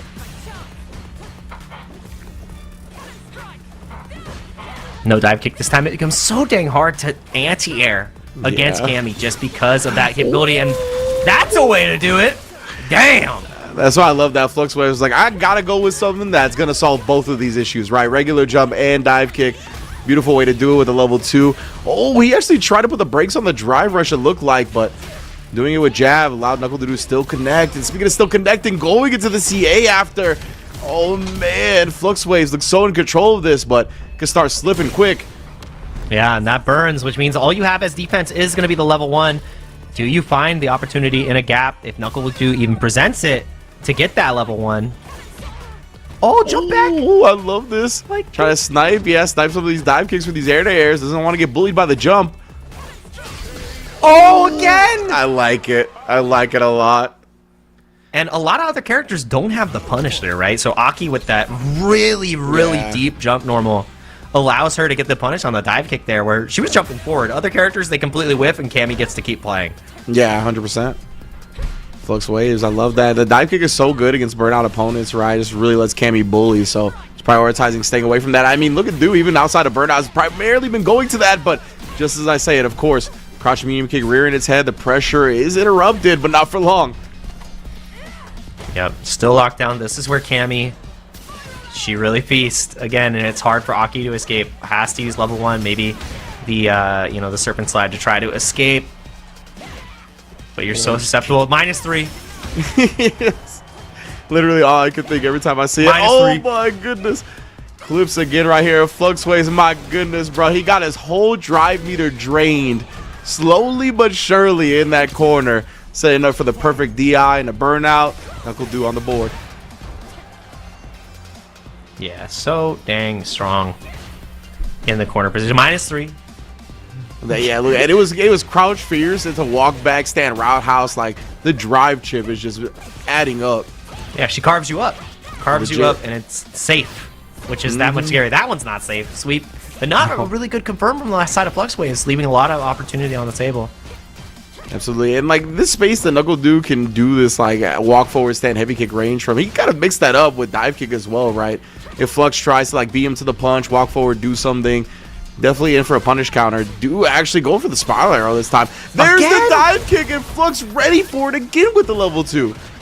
Yeah, and I like that, like you said, it's just such a good option. It's a blanket option because it covers the 2 things Knuckle Dew wants to be doing at those ranges at all times. So really good. You see her leave the ground, you are buffering. And Flux, yeah, look, he's not risking anything on the anti-airs right now. He's just trying to stay out of range. Yeah, even jump out if necessary. Just wants to combat Cammy as soon as she lands rather than try to anti-air. Oh, actually jabbed him out of the cruel fate. Are you kidding me? That's really hard. That's mad tough. Lockdown. You can't take any more throws. Barely Pixel alive and a here. dream. Flux is buffering. He was buffering that level 2. He built to it again. And that's the game plan right here. It's like, okay, build level 2. No! Knuckle Dew hesitated. You saw he's like, I can't DI. I have to be able to super. But super doesn't even kill there. So Knuckle Dew's like, do I just die? Oh man, yeah, that was smart from Flux. At the same time, right, could drain his resource potentially, or of course if he tries to DI back, if he tries to do anything back, he just dies because of the health. It's been a very close set so far. Yeah, the buffer is still coming through as well from FluxWaves. Not able to get it that time on the jump in. Now dive kick finally coming through to connect. Knuckle Dew's being really reserved about, layering in the throws here as well. So far, that might have been super. I don't know. I think that was super. I think it was super, absolutely. We haven't seen a lot of the Nightshade. Yeah, that Nightshade pulse was definitely a level 2. Oh man. Uh-oh. That's where it becomes scary. I gotta have that 3 gauge back. Jump in is massive. And now gonna be putting the burnout here. It's not gonna kill, but this is huge because FluxWaves has to take a massive risk to survive here, and all NuckleDu has to do is say, spend the meter, and I'll land a couple specials. Indeed, FluxWaves. He has to pick every moment so carefully now. Oh, and the spiral arrow. Also another great tool when the opponent's in burnout, ends up sniping him, trying to make a move. Yeah, big match that we have on our hands here. 1-1 on the board. And the thing about the ladder is, as you get through the end bracket with these 8 players, it gets better and better, and the reactions, you can't test them. That's dad reactions. Attack on drive gauge pays off as well. Great way to be dive kick. Stay in the corner. You deserve it. I was waiting for him to EXDP for the first time so I can pop off at his misfortune. And she is no longer baby. She does not put you in the corner, brother. NuckleDu sending him bird watching real quick. FluxWave is going to be able to recover his drive meter now. Yeah, the purple Aki, indigenous breed of the corner, trying to find her way out. In sparse numbers in this part of the wilderness. Oh man, can't jump back. That's prey. Nice shape pulse. Finally, like a one that's actually deliberate. Yeah, I know, right? The first, like the second one we've seen in the set. Yeah, Yep, first nice. one that was actually meant. Yeah, that medium kick has been working out nice in this matchup. It's been kind of keeping NuckleDu controlled after these jumps and dive kicks as well. Ooh, the check right there. Not allowed to turn green on my watch. Stand roundhouse, just such a bully button. Oh, actually got the perfect parry on the regular jump. Pretty impressive from FluxWaves. Yeah, it's hard to do against Cammy, man. There's so much to watch. Are you? Nah, you're cooked. You're cooked. Yeah, all the way dead, actually. Wow. Literally all the way dead still. He had a regular jump in, and it'd be like that. 2-1. One NuckleDu, dang. Yeah, low damage Cammy right there. I'm such a hater, dude. Cammy players make miracles happen. Also, the narrative of Punk's like, oh, I'm the only one who could do it. There are 8 Cammys qualified for the cup. No comment? 8! No comment? No comment? No comment. No comment? Look, I like Cammy. I know you do. It's all right. I think it's good that she's strong. Oh, but like even like when we saw the OD dive kick in like the game before this last one, like it still did a lot of damage when it went into level 3, you know. So yeah, it still seems quite strong. Character still seems perfectly fine to me. The crouch fierce meaty, you know what that grants. Meterless kill going into the potential final round. NuckleDu looking clean. Yeah, NuckleDu really found his stride now in this set. Doesn't matter how many buffered level 2s you connect on him. The dive kick is imminent. And go slam. Oh, checking the overhead attempt from FluxWaves. Yep. You got to earn the overhead in this matchup. And, I mean, you're about to earn another burnout. That's why you see the challenge out from FluxWaves. Stand roundhouse doesn't reach. It's just going to keep poking away. No drive reversal this time. Doesn't want to burn himself out, but gets the crouching light kick into the light confirmed for the level 3. That was incredible. I don't think you burn out here because it's not CA, though. Yeah, just barely any drive left. Maybe spiral arrow? Nah, just going to walk forward. You're gonna walk it forward. FluxWaves looking for opening himself. Actually, risks the jump in and catches dude trying to move after the Nightshade pulse with the Serpent Lash cancel. Now we got a CA on our hands. There's mad damage too. Look at that, the scaling. No DTP and baits the throw, staying alive. FluxWaves. That was Great so good from spacing. FluxWaves. Yeah. And just classic, like trying to take advantage of your opponent and the way people take turns in this game. Now you see lights in a fireball, you know it's your turn after. Not necessarily. Oh, first command grab of the set, and it does ring true. FluxWaves needed to find that connection because of how low they are on the drive gauge. Maybe potentially look for a perfect parry here just to stave off. And that's what happened. That's where the tap parry was after -3. Now you're cooked. This is so rough. Side switch. I don't need a DP. And yeah, I think that's a wrap. The dive kick was so deep into the level 1. NuckleDu makes it happen over FluxWaves. 3-1. That was a great finish. Absolutely. Big ups. Both of our players right there. Showing expert stuff on both sides. NuckleDu, of course, came roaring in with the Cammy. Going to be in winners finals. Going up against Crossover. That's going to be a banger for sure.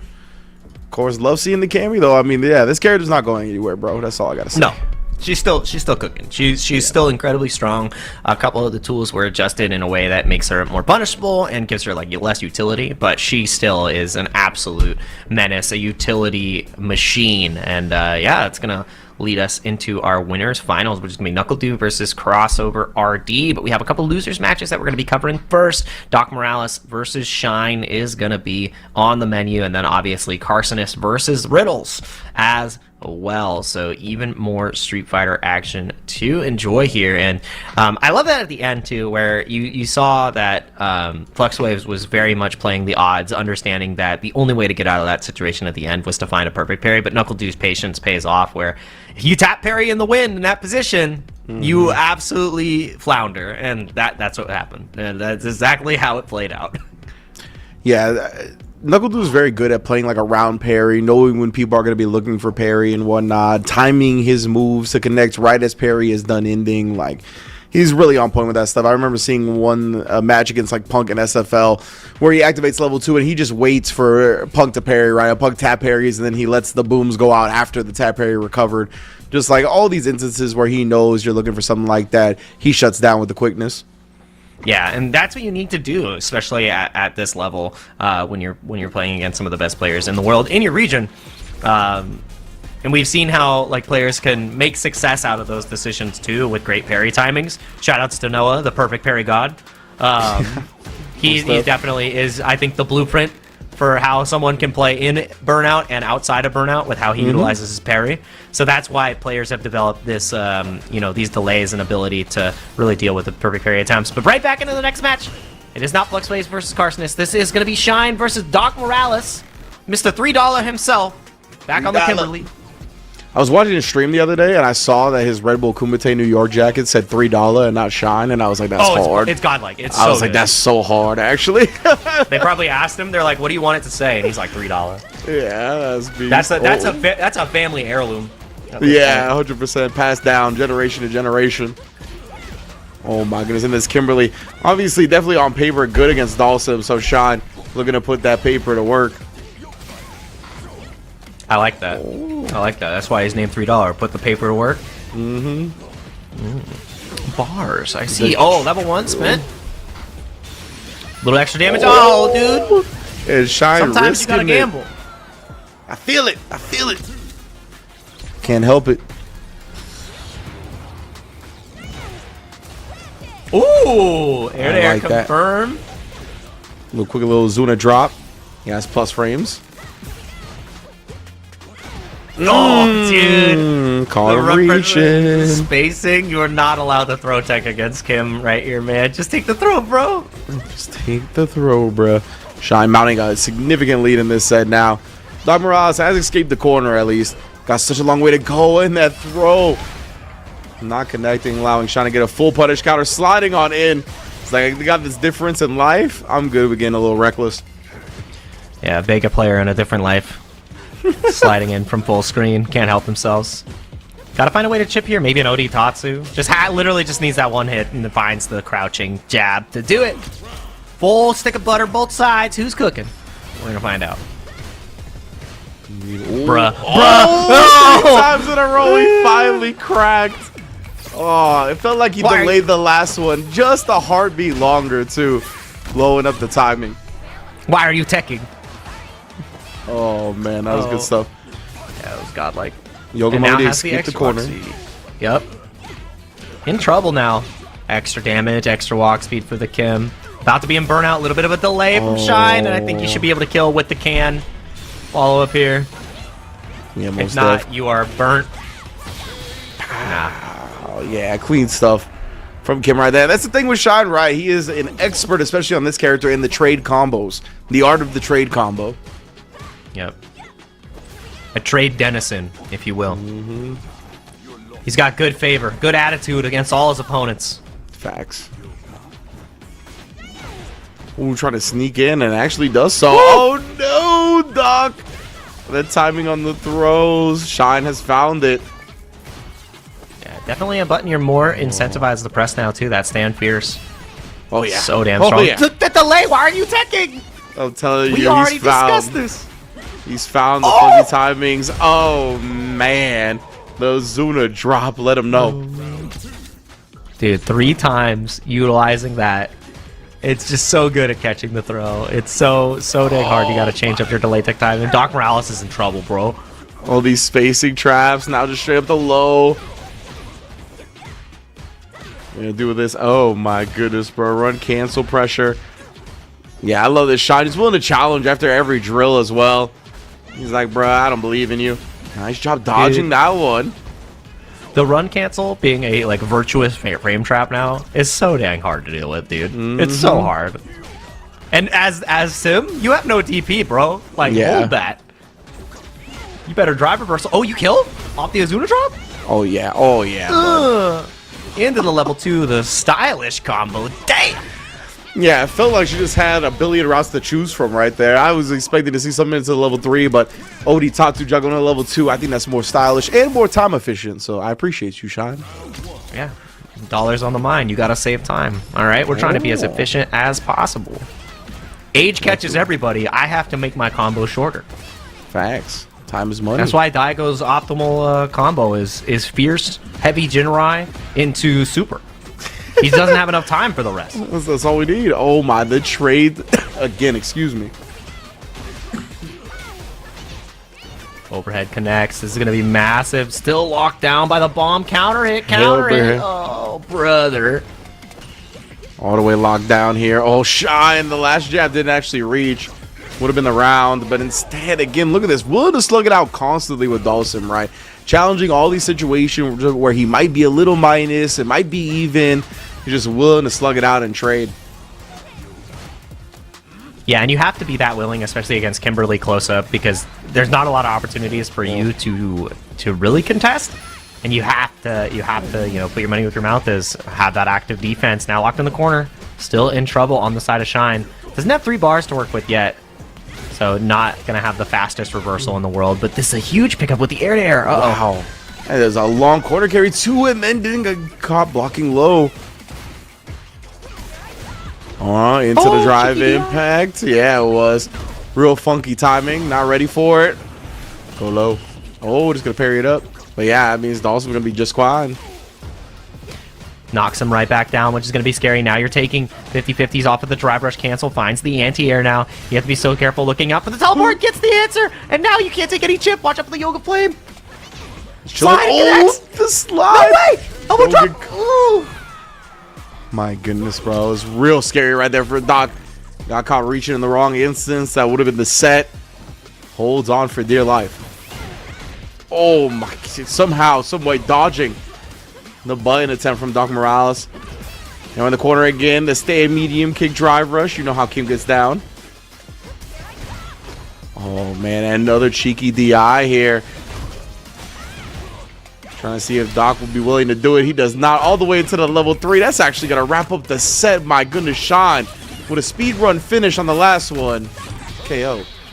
Yeah, it felt like after the first round where Doc Morales was really able to, you know, establish a cadence, bait out the level 1, and you know, feel like he had the momentum against Shine. It was all Shine. Like Shine turned around, figured out exactly how he wanted to play the game, whether it be with frame traps, with his ability to catch delay tech with standing heavy kick, and take away the confidence that Doc Morales had on defense. That's really it was the highlight of the show, because it always felt like Shine was allowed to run his game plan. He wasn't dissuaded in any like meaningful way, and that's where it becomes scary to fight Kim. You have to make her hesitant to run her offensive game plan, and once the flowchart gets going, that's where Shine really shines. And yeah, that's a 3-0 for $3 to move on to loser semifinals and guarantee himself in the top 4. He's in the money.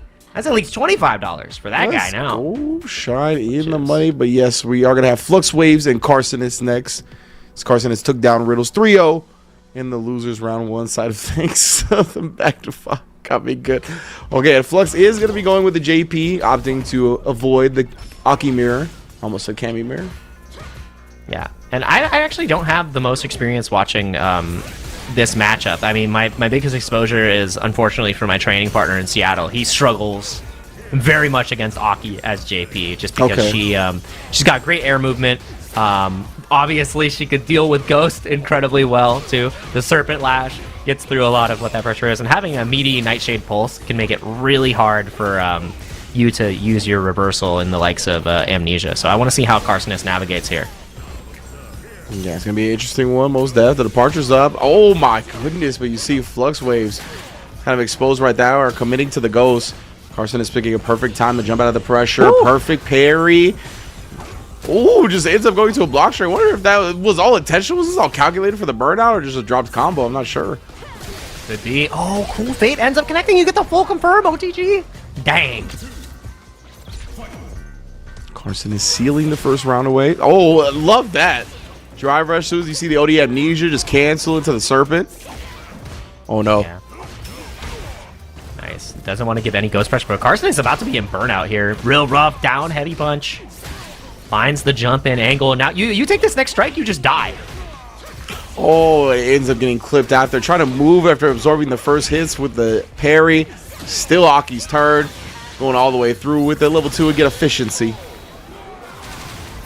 I wonder if we're going to see a change here from Fluxwave, because that was pretty brutal. I'm not going to lie. Another thing that makes it hard for JP is his anti-air getting nerfed. That crouch heavy punch makes it so much harder for him to deal with Cruel Fate, so much harder to deal with these really deep jump-ins, where Aki can just, she can go to the sky, she can play the ground game really well, and all the tools that JP wants to use, she can just circumvent them. She's like, I'm sliding into your DMs. I'm pressuring you. You're step kicked. You can't Amnesia. You forgot I'm the jump king. Is it still like that, even like post them buffing the crouch fierce up again a little bit? I think it's still rough. I think it's still tough. I think it's still tough. Yeah, I think it trades at best. You deserve that, which JP. is not what you want. That's what he deserves, though. That's all that I know. The Flux Wave's getting a nice hit early. Gonna be able to carry to the corner and just try to put that departure up. Yeah, kind of protect the advancement. But you see, as soon as that's gone, really, I feels unsure of how to kind of approach the Aki and run the offense. Then again, the Serpent Lash. Oh, and then just the maneuvering from Carcinus around the spikes. That was super sick. The backdash into the drive rush. Flux Waves, though, able to take to the air of his own. Nice jump. Again, trying to find the spacing. Flux Waves needs to preserve this drive gauge as much as possible and finds the in with the drive rush jab. Unrelenting on Carcinus so far. Ooh, got the punch counter. Now Carson is at a rough spot, right? Can't eat a single spike. Trying to figure out how to get through, holding, and yeah, just figured out the Ghost. Doesn't want to give Carson this meter to try to use something like this. He's just building to the OD slide while he wouldn't get burnt out. That was so close to being whiff punished. Nice air to air on the Cruel Fate. That's a huge way to do it. And Carson is got a little antsy there, burned himself out again. We saw that's how he lost the previous set, putting himself into burnout against crossover RD, which made it that much harder to duke it out against Bison. So really curious. I legit think he was going to do the telltale sign. I legit think he was going to do Cruel Fate into level 1, like after it was blocked. Yeah.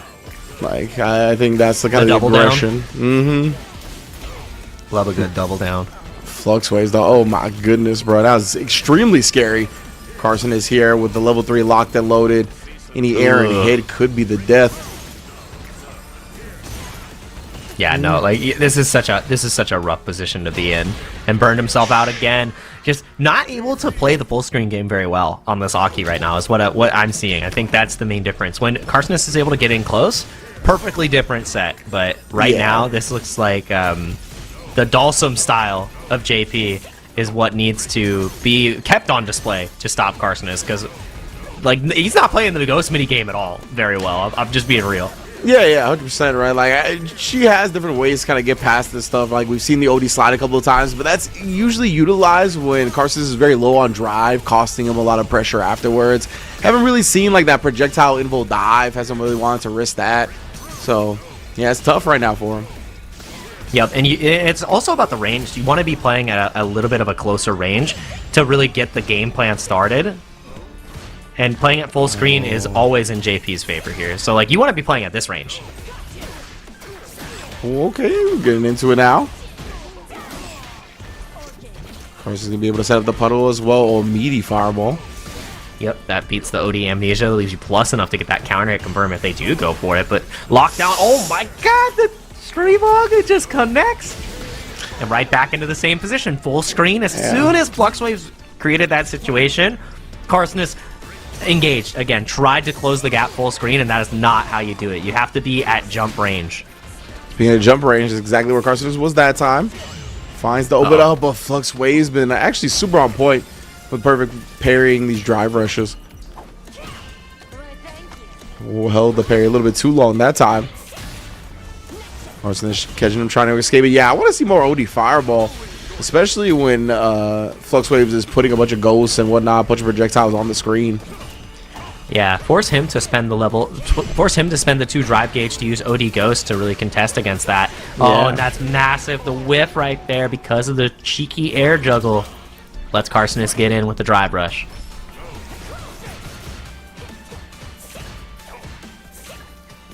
Here, mainly trying to snipe out with the Serpent Lash, right? Trying to stay at this range where Serpent Lash can be very annoying. You can see even there, FluxWave just looking to use the OD Ghost to get past the Nightshade Pulse. Right now from here, Carcinus, he's building a decent amount of drive gauge back up. Just trying to find a space where he can be effective. There we go. There's the OD Fireball, but didn't get much off of it. Yeah, and just bleeding out in this drive gauge war. These jumps are not paying off either. Not having any perfect parries on the spikes and the ghost is really making the difference in this set, just because of how, you know, low econ Carcinus is having to play drive gauge wise. Legitimately, I look right there. Oh, couldn't find the parry. Ends up setting himself up for burnout. Now full screen like this, so much life just being lost to pure chip. FluxWaves taking the chance on the departure to double dash forward, get the level 2 going. Goes low, dropped it, and that's gonna open the door for Carcinus to get a CA off. Always be buffering. Abday makes its way through. That's massive damage on the CA. Nightshade pulls, chasing him down. Getting very close to getting burnt out. Drive reversal. Carcinus spends so much of his drive gauge so quickly, and FluxWaves finds the corner escape regardless. Beats him to the punch on the scramble. 2-1 lead. Yeah, I honestly, I need to see Carcinus feel a little bit more comfortable just walking, blocking, and trying to perfect parry the ghost. To get into the range where, you know, you can jump, go into that jumping down heavy punch to really stop anti-airs coming through, because we're not seeing a lot of that. It's a lot of, you know, drive rush to try to get through and not finding the perfect parries on the ghost. Yeah, 100%. Finally finds it in. Now we got to keep this in though, right? You know, try to keep that corner by any means necessary. Great stuff from FluxWaves though, already knocking Carcinus away. Drive rush in. I don't know if it was off the perfect parry. Might have been. Yep. Gives you that extra little time to find your way in. It's, yeah, you need those perfect parries. And there's another one on the DI, which is massive. Locked down in the corner now. This is going to be scary. This is where Aki just feasts. D is exactly what she's doing right now. Carcinus, seen him in this instance before, willing to spend it. I'm assuming we're going to see it to end. Yes, indeed. Level 2. Man, her combos take a long time. It's just Mondo big damage, and it takes a lot of time. Really nice shade again. All the plus frames.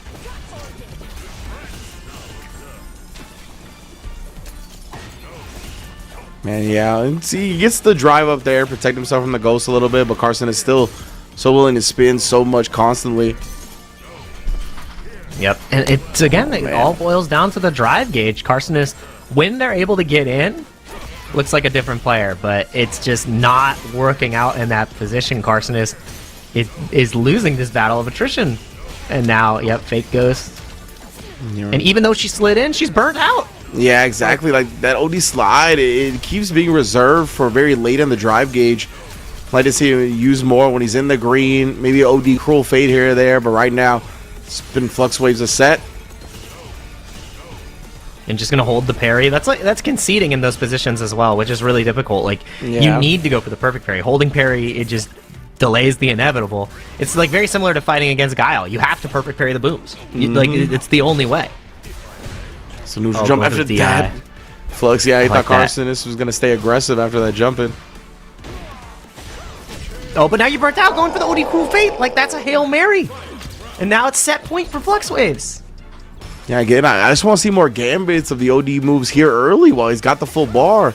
There we go. Oh, no! but the spacing! It's what I talked about in the beginning of the set. You cannot be full screen. You gotta stay in that jump range. You have to be closer. You have to be comfortable to stay within JP's crouch medium kick range. Otherwise, your OD gambits are gonna lose. You don't win this full screen war. You can see Carson is so comfortable playing full screen against other opponents because he'll do fireball drive rush, get in, he'll go and try to play that game plan. But JP eats better there, bro.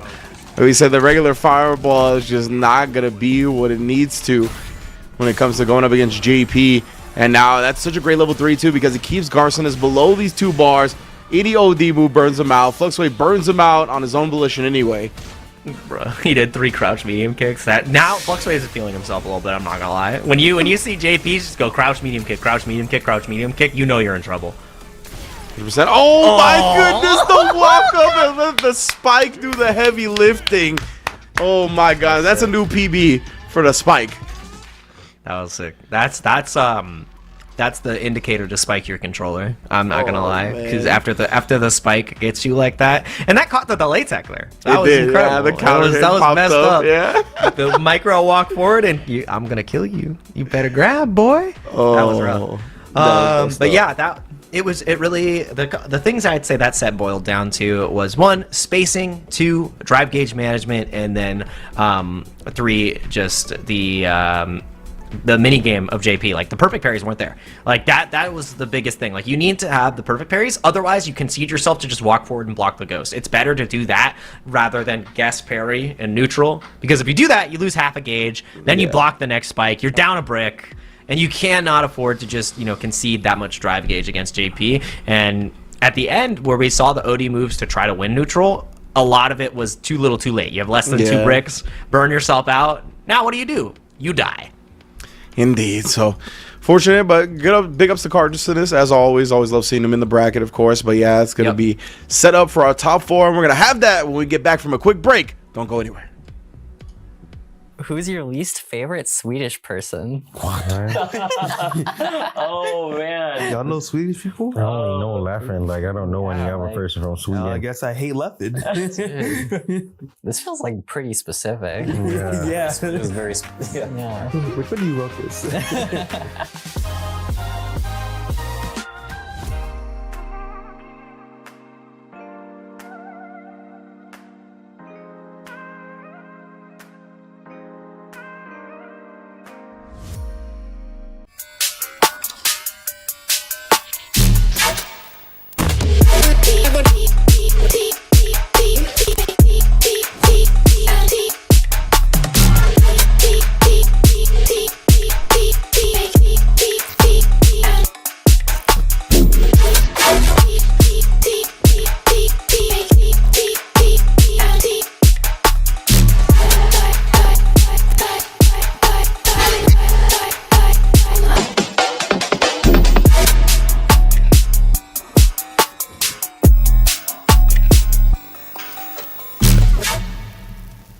What we need is combos. We need straight combos. Everything needs to do at least 50% and then land into a mix-up. We need mix-ups too. New players should play Echo because, as I mentioned before, we need a mix, right? And there's almost no better character to mix than Echo. And it's pretty easy too. Everything needs to be a 50-50. You can't have anything less. No 49s or 51s. Then you gotta get them assist calls. Assist calls. After that, nothing else.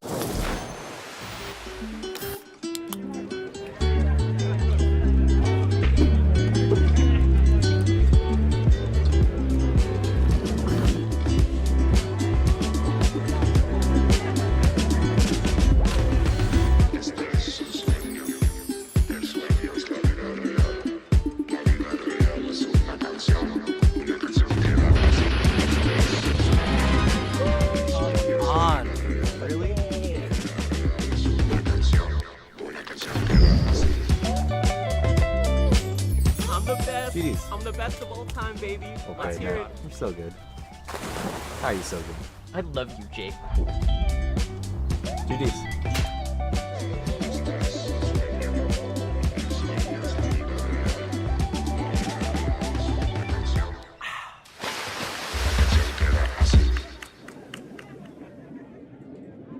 For new players, I would probably recommend Braum for how easy it is to just swing and attack. If you like just being like a big reliable like support or like tank type of player, I think Braum does that for you. I also think that his moves are pretty big, pretty swingy, can hit from pretty far away, so you don't have to worry too much about movement. That's like the big thing with Braum. You know, just get in there and just hit them and just protect your friend.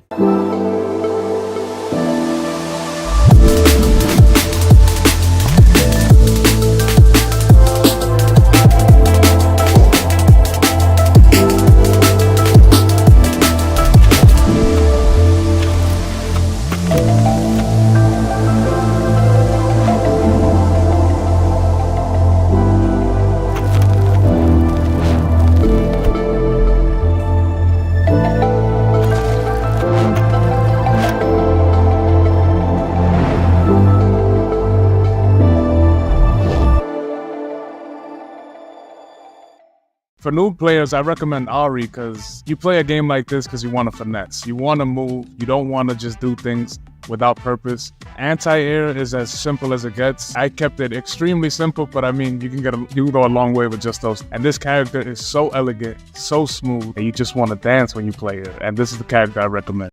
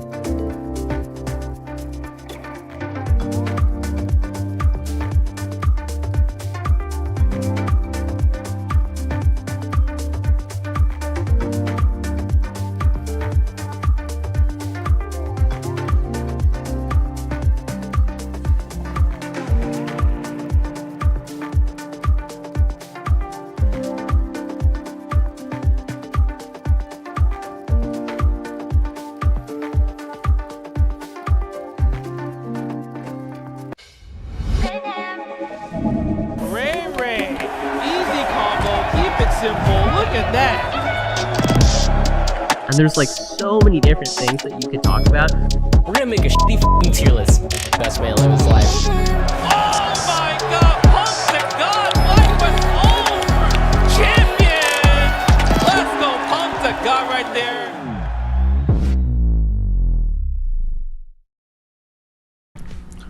What's up, everybody, and welcome back to the FlyQuest Fight Series. Jake, Ryan, and Ringe here covering the action of top 4 to determine who our East Coast champ is this week. We only have a couple more matches here for the East Coast. The West Coast is going to be coming up right afterwards, so hang tight if you want to watch some more Street Fighter as we get into our winners finals. This is going to be a banger match, Ringe.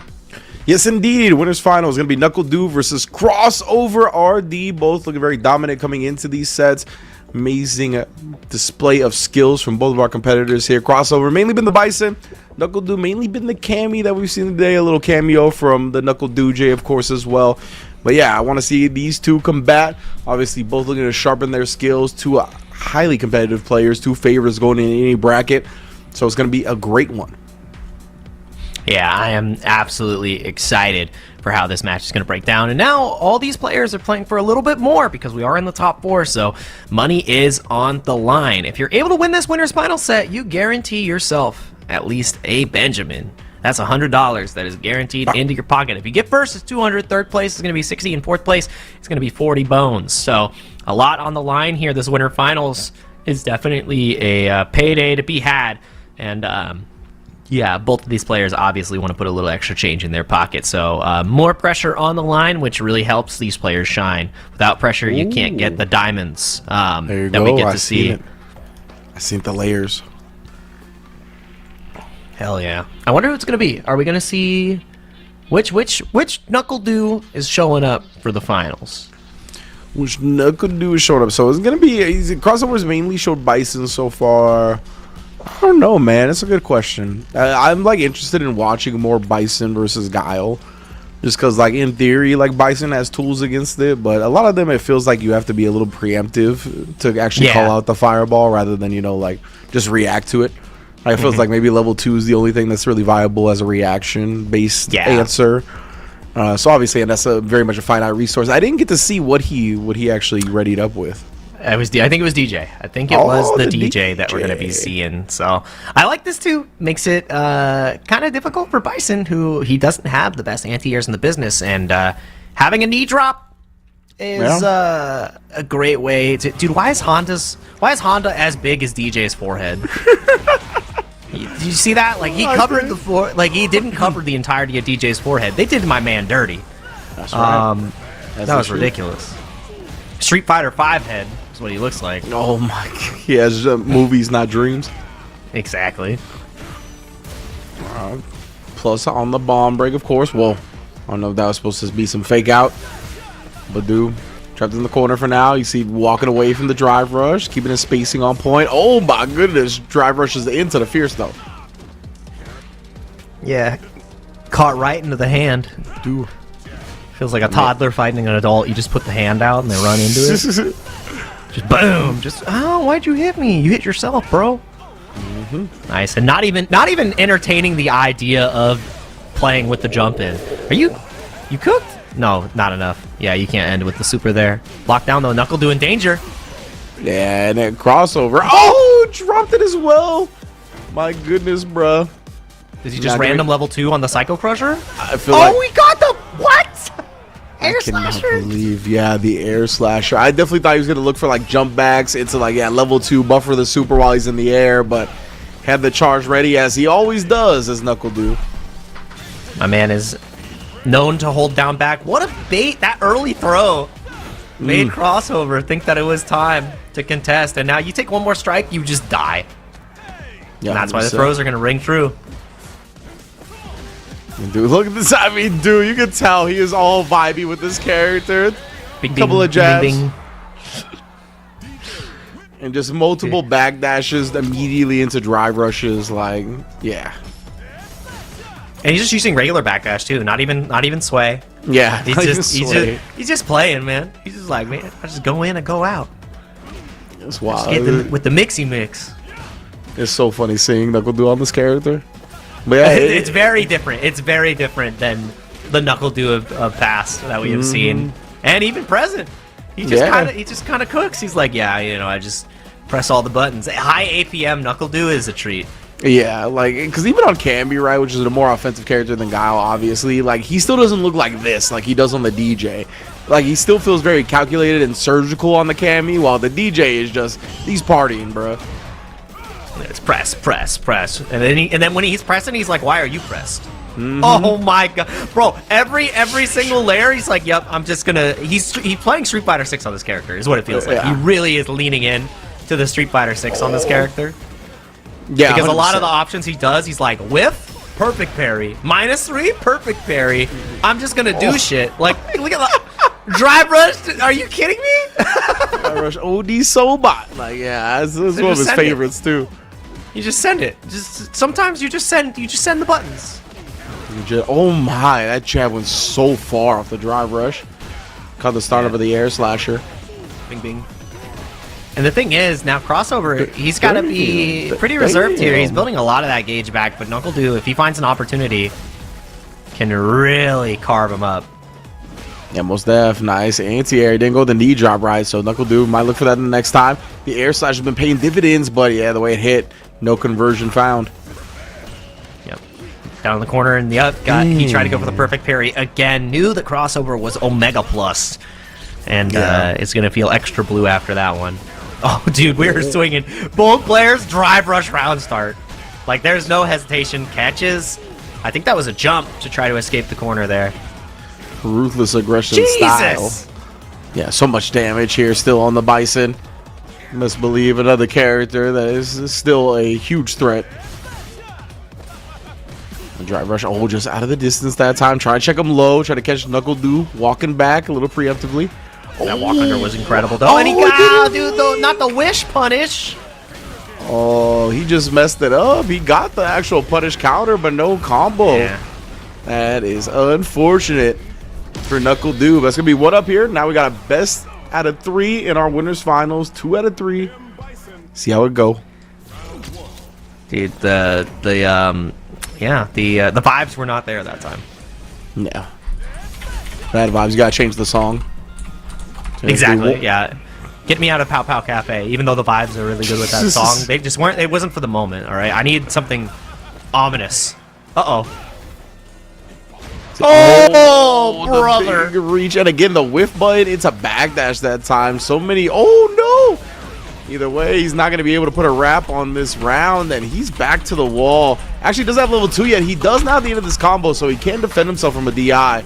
But still, that'd be a win for Crossover, at least getting those resources. But right now, he's actually getting the kill threshold range, and he's going to be able to do it and bring it all the way back off that drop combo from Dude, just the way the last round ended. But never mind, what's happening? 1-800-Jake and Ridge, 1-800-Jake and Ridge, call now for your commentator curse.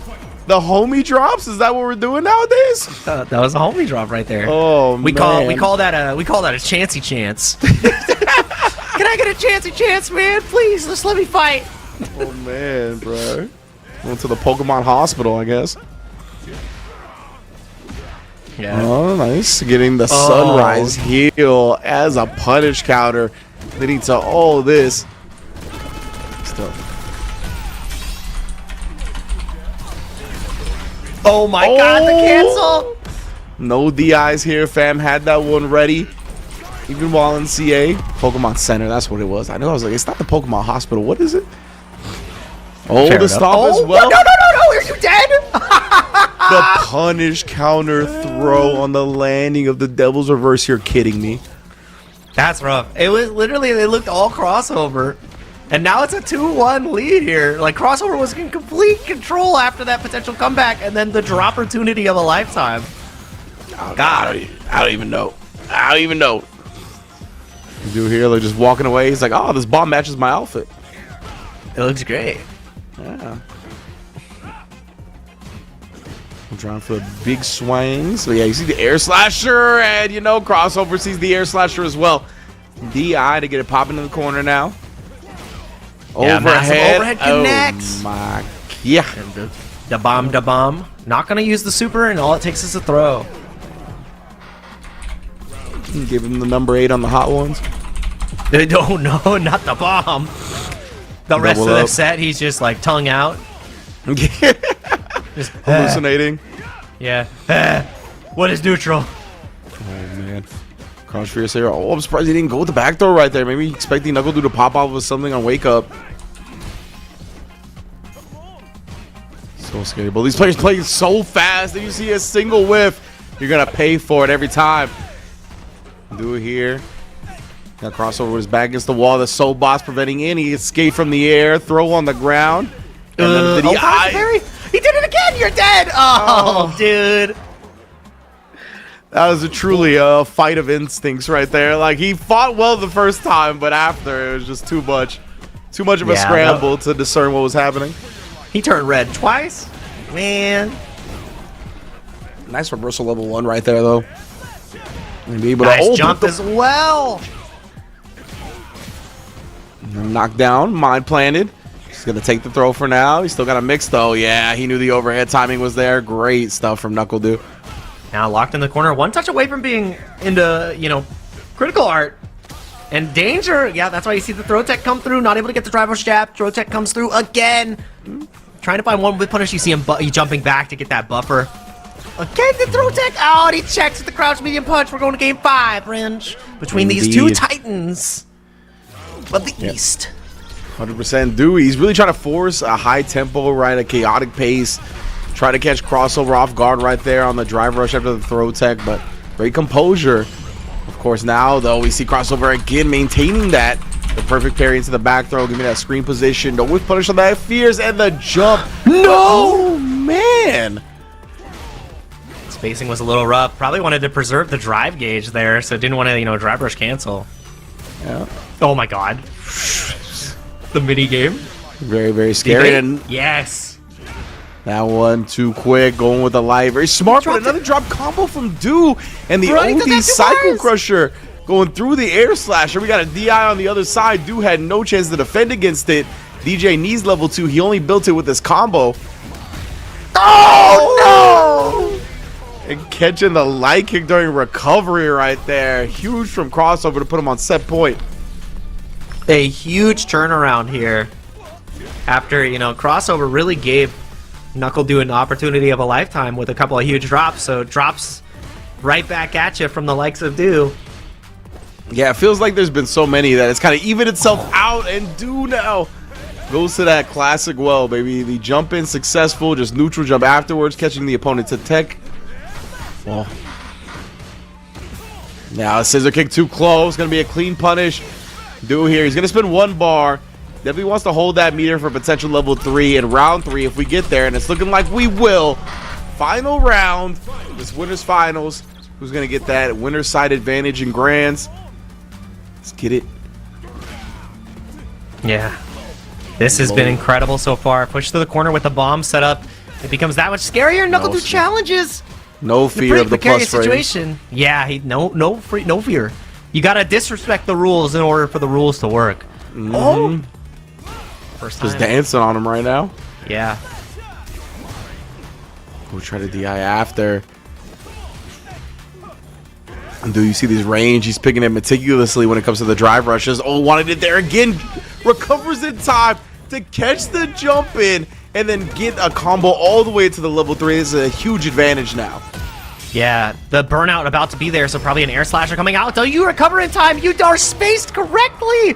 That level 3 is not going to get you out of trouble, not going to get you into grand finals. It's only going to knock you down to losers. NACL do with the awareness. And I feel like that's another one of those Punk versus NACL do clips where it's like, oh, you can't do that. Can't do that. Yeah. You can't do that, do. And you're like, huh? What? I can't do that? I really thought that he could have potentially got punished on that slasher, but it just was too far. Bison, unfortunately, maybe he could have level 2'd, but I don't know if he would have gotten there in time because of the OD recovery, maybe.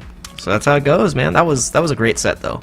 100%. And the way Do closed it out, I mean, it was classic, like, high-level fighting game space trap where he was standing at a range where he would either throw air slasher or do drive rush, right?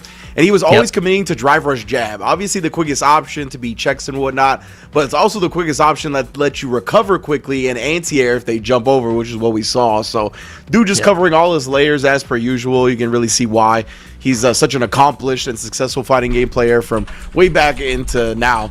He's still one of the favorites every time he enters the bracket. And of course, now we're going to be dropping down to the loser semifinals.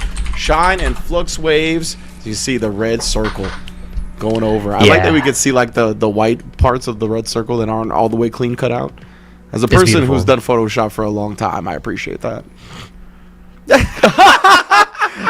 Ringe is like, I love that you could see a human created this, and then the human says, I hate my art. It's gone. I don't want it anymore. God. Put the circle back on the screen, man. Give it to us.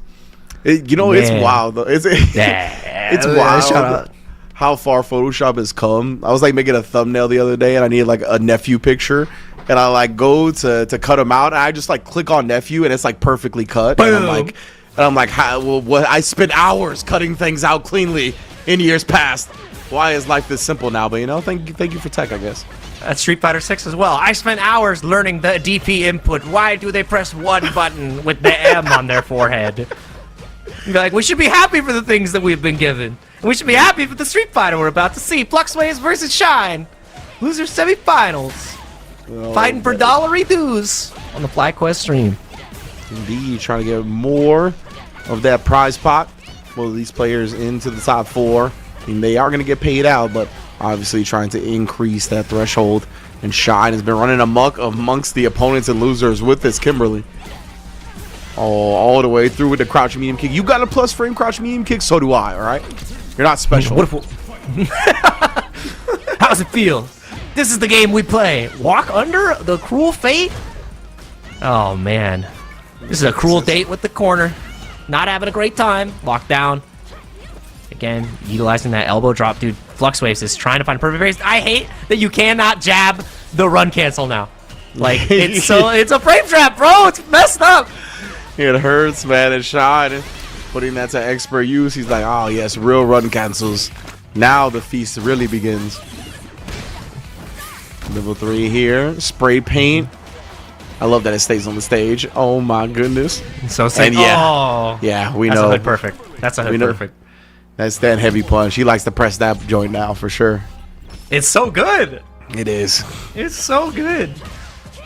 We have a Kimberly player in Seattle, and I was just like, bro, I just need you to play more like me, and you need to play. I need to play more like you. And now all the belligerent options for Kimberly have been buffed. The universe did it for him. No drive reversal from the likes of Shine, though, to stop the OD Cruel Fate, though. Wanted to preserve the drive gauge, but now it's time to party in the corner.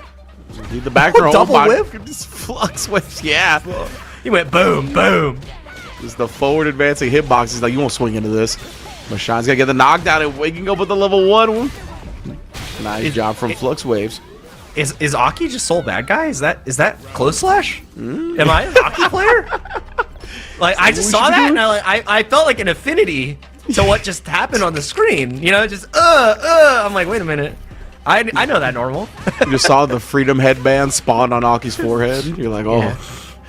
I just started hearing heavy guitar in the background. I'm like, Daisuke Ishitari, huh? Driver whistling away. Oh no. Okay, that's not Burn that himself bad. out though. That's kind of bad. That's Yeah. real rough in this situation. I think you just die here. Does this Okay. fade? Nah. So level 1 at least works for now, but that means no more super, right? And it's still got to go through all this time and burnout Shine, sending it behind the stand medium kick. Gonna use the level 3 now. I have a chance to build some more meter back up before this potential round 3 as well. Oh my! I've never seen Shine smile ear to ear like he did with punishing Cammy crouch medium punch with stand fierce. Like, that's how you know. When you look at like the character specialist and they boot up their character after a patch and they're just absolutely cheesing, you should be worried. You should be worried about 100%. those characters. That's why when I was just like, I think she might be really broken. Like, with more time, I feel like she's gonna be, tournament winning character. Absolutely. And with how close the balance in with this game is now, top 5 is like an arbitrary thing. It doesn't matter the number, because when the players are this good and they're playing a strong character, that's all that matters. Precisely. All right, let's see here. About to build that second bar to get even more damage. Oh, dude, you're getting harassed. Shine not being afraid to jump in either is terrifying. Like, bro. 100%. Uh-oh. And they like made it so you don't get the error on not. Oh my goodness, he tapped parry, wasn't blocking afterwards. Just ate the DI during recovery. But you don't get the elbow execution error as much anymore, right? Like the air elbow.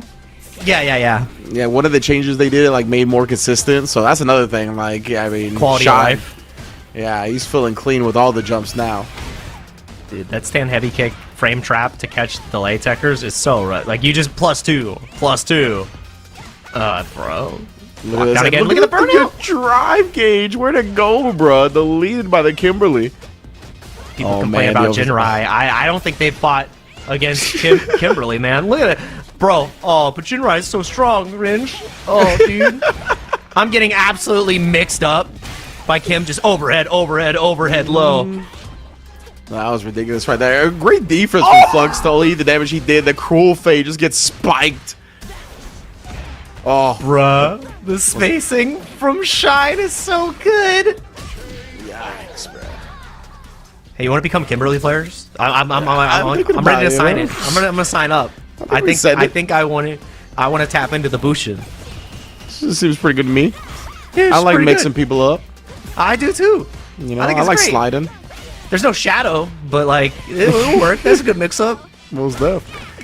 Level 3 as well from Shine. Oh my goodness, already cashing out on this. Gonna be unlocking the full potential for this round. Finally finds the anti-air here too from the side of FluxWage, which is a huge part of stopping what Shine wants to do. FluxWage has to stay on the offense here. Like, you cannot really afford to let Shine wear down your drive gauge any further, or else you're gonna fall apart. Oh my god, the footsies, air footsies! Do you spend? Oh, you're dead with the can! Unbelievable from Shine! Bing! Bong! Shine going up 2-1 just like that, taking to Aki's body back contorted on the ground too. It's just messed up, dude. Literally folded like a chair. Man, you mentioned the spacing, the air footsies from Shine. My goodness, again, shutting down the cruel fate with that elbow drop. That was ridiculous. But yeah, even in that last sequence, right, like bypassing that stay medium kick, which has been like one of the ways Flux Waves has been primarily harassing, that was so good. Also, like the full screen random, I'm just gonna slide after doing 8 different run overheads is just, it's such a deplorable thing to do. True. Yeah, great spacing from the likes of Flux Waves, gonna get a kill here. And yeah, spend all the green. That's pretty sick. I like seeing those indoors. Just bing, bing, bing.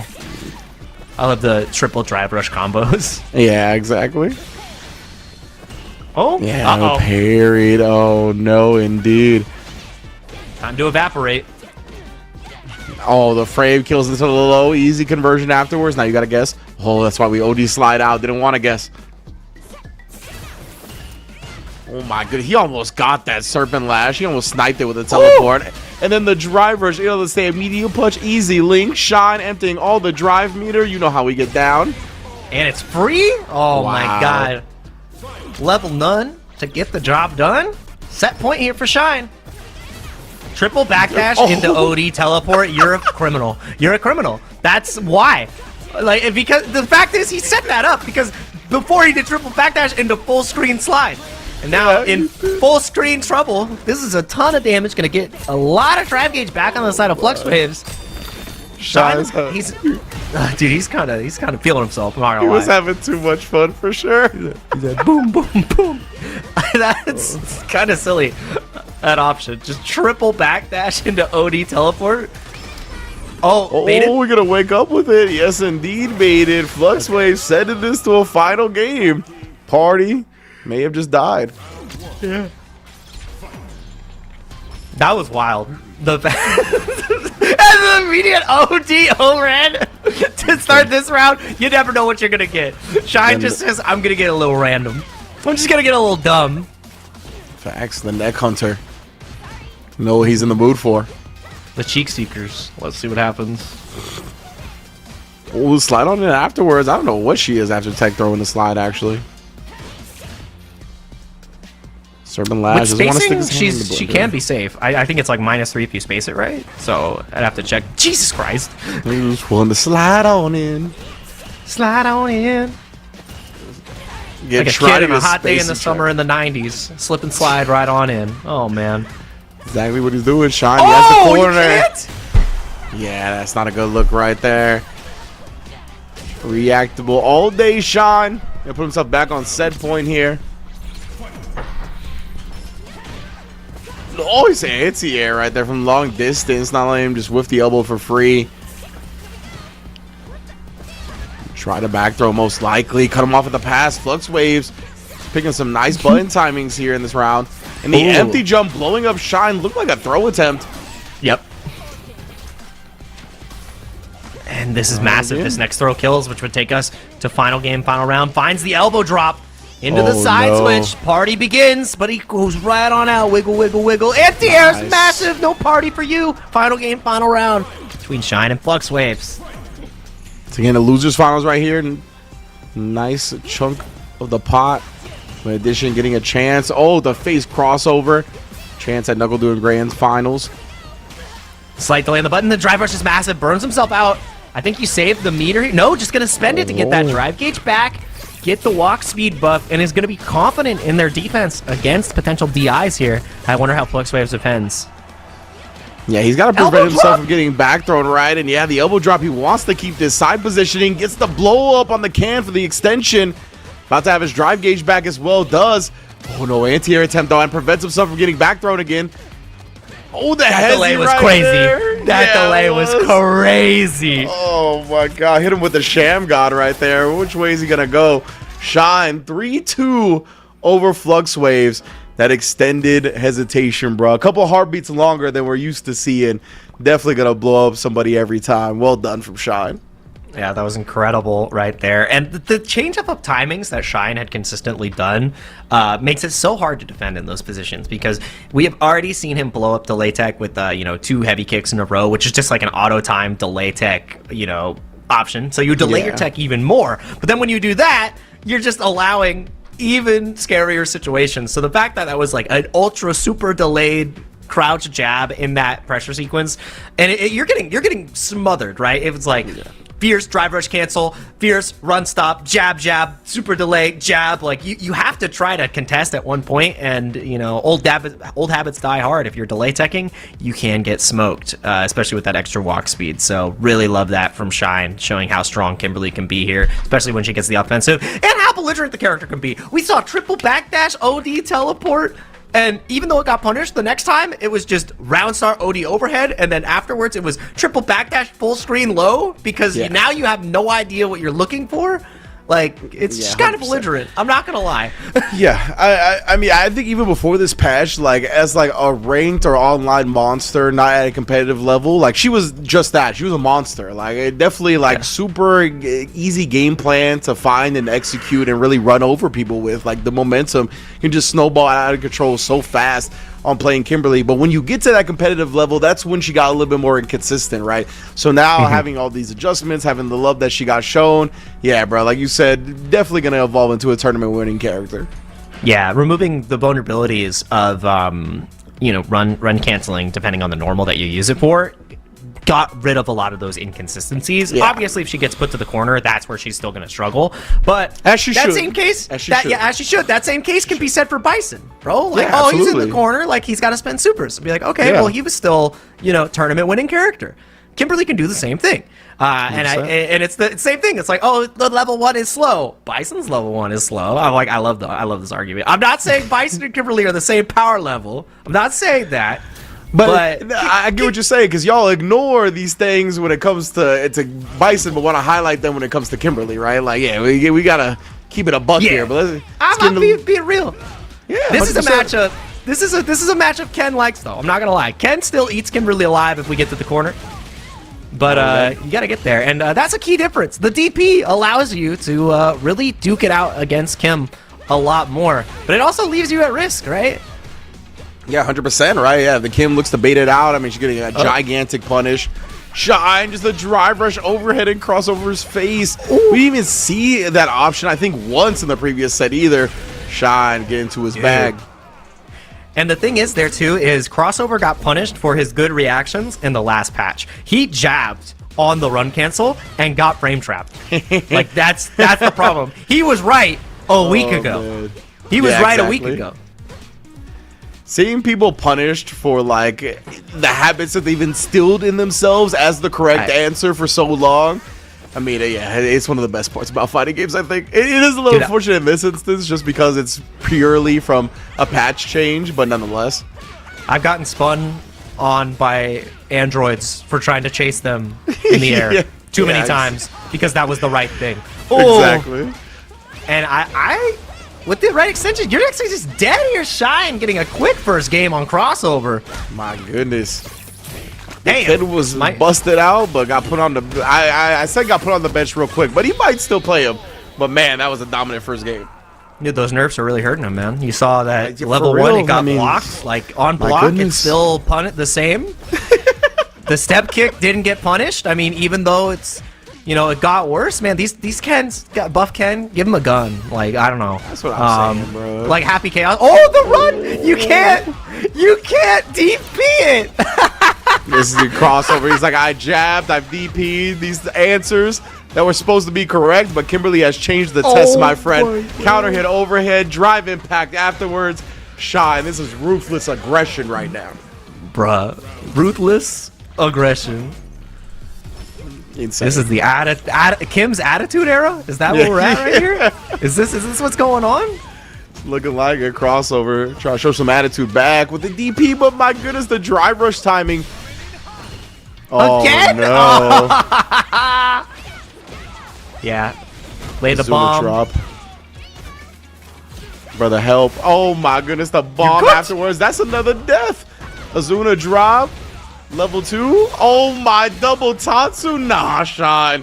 Showing off all the cool stuff in a 2-0. Yeah, so I'm going to say the argument that all the Bison players said, be like, oh, if you had a DP, you'd be the best character in the game. Case in point, Kimberly, if you had a DP, would you be the best character in the game? Maybe. She's kind of good, man.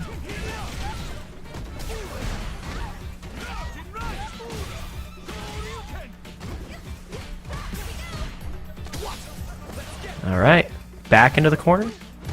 Let's see, crossover, fighting for his life.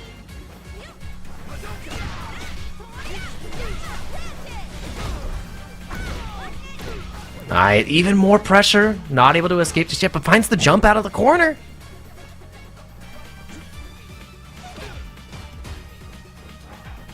Yeah, random slide. Gonna be playing this patient neutral. Run stop finally gets checked. A little bit of a delay button from like but he misses the confirm. Now in burnout, the only thing he can do to contest is level 1. Do we see another bait is the question. Trade combo in the stand like does find its mark. All right, I should be back. My bad. Yeah, I had some mic issues for a second, but crossover staying alive. Nice. Dude, the stand fierce. The willingness to press that button is so different. It's so Through different. the roof now. Yeah. That's the hard part. Yep, it's super baitable. That's why you go for the jabs on wake up. But like you said, we saw that up against Bison too. Same exact thing, right? The drive rush jab, recovering in time, bait the reversal out, and crossover. Not giving up on the cannon is paying off as he's roared back into the set. Yep, gets a perfect of his own. Maybe a preview for the rest of the match. That's why it says PV at the top. Oh. We're gonna see here. Into the training stage. Sorry, I just love this theme. It's a good one. Oh man, When you listen to it in training mode for till the end of time, it really sits with you. And prints on your DNA a little bit. You're not allowed. Oh, but he mistimed the follow up. Oh, able to parry that at the very least. Drive impact, but yeah, he had so much screen freeze because the drive impact happened at the same time as the drive rush. Easy reaction. I don't think you burn out. Oh, no, you don't. It wasn't enough. Which means a perfect parry could potentially save you, and I love that jab attempt to try to preserve the drive gauge, the art of getting hit here. Indeed, crossover. Oh my goodness, the dash forward afterwards, try to chase down, but too close for the Jinrai, able to punish. Oh, swinging with that fierce. We talked about it before. Crossover, able to swing with the DI with players super low on the drive. Yeah, and that's why we see them playing a little bit further back outside of that medium range, but the fierce connects again into the reset.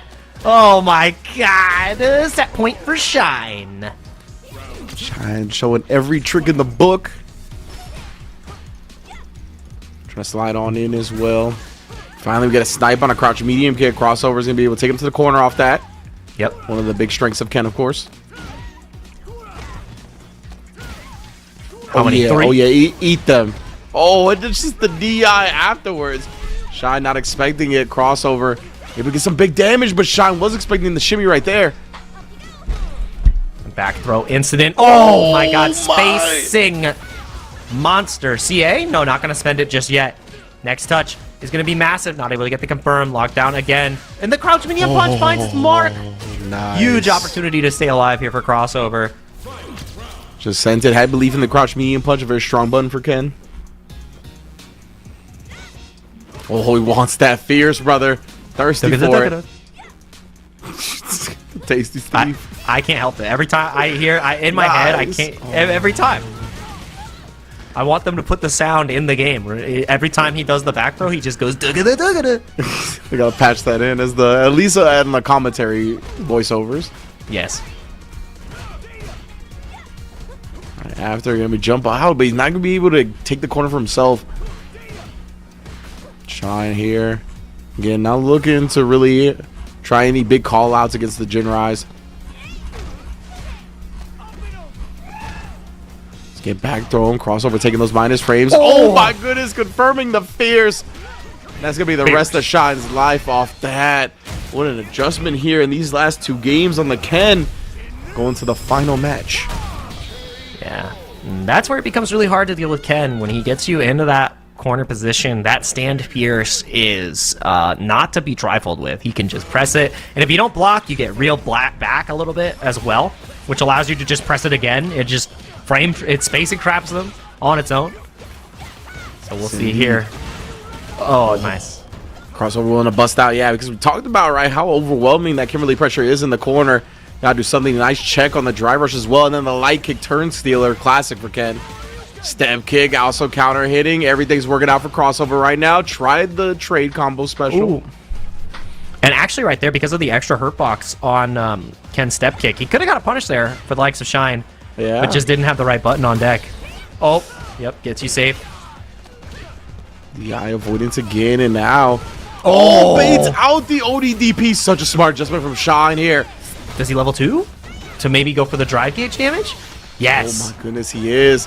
Send a crossover very close to death as well. A strike throw away. What's he gonna do? Oh, just goes up and tries the jab again. The DI forcing the issue. Shine, set point. Yeah, and that was a sand light kick, which means you couldn't have really canceled into anything. You had to get enough time to recover into like level 1, and I don't think you could have. Oh no, run nothing. Nothing to see here. Not a counter hit though. Shine could have blocked. Indeed. Now crossover. Oh, did reach, it looked like, into a throw. Shine here. Oh, does reversal on that one. No more fierce run games. But the drive gauge is actually in a really rough position, and that's why Shine is, slowly walking forward, trying to hunt down. Crossover here. Interrupting with the crouching strong, though, just so consistently finding the right spacing. That was such a great wall he put up, but Shine finally found his way past it. Oh, the that back was dash! sick. I think he's cooked. Like, he can go into level 2 here. Odi He Tatsu. can indeed. Shine closing it out with that one. Run cancel into the backdash, baiting out crossover into some action, and closing the set. Amazing stuff from Shine. That option got so much better as well, because we saw how crossover was consistently trying to cycle his defensive options, and he was losing. The throw puts you in such a precarious position there, and you have to try to go for the tech, because you just will flounder. And the fact that Shine just layered it up that well was so good. And I mean, you got to see how strong that tool could be. There was a lot of moments where the only option for Ken was to ODDP, and it wasn't even a counter hit, right? Yeah. Shine could have blocked. So the fact that he probably got caught backdashing and going for that same setup is really rough, even if you have that invincible reversal. And the DIs too, they weren't working as well. All the defensive options, it just felt like they were less impactful now, because Kimberly gets that for real. That's what's scary. So that was the defining factor of the set for me, honestly. Man, oh man. So great stuff from Shine. Excuse me. Like we said, he's going to be moving on to the grand finals of the FlyQuest Fight Series East Coast Edition. Remember, if you're just tuning in or it's your first time catching the Fight Series, we do have the West Coast leg of the tournament coming up after. I'll be switching out myself and Jake Ryan for some two new fellas on the mic. Of course, you can see the region lock, West Coast, East Coast. Even with these games having incredible netcode, obviously North America is a gigantic region. So giving everybody the best chance possible to have nice, stable connections, smooth gameplay, splitting it up via East Coast and West Coast. Make sure we get all the pristine games that we can get our hands on.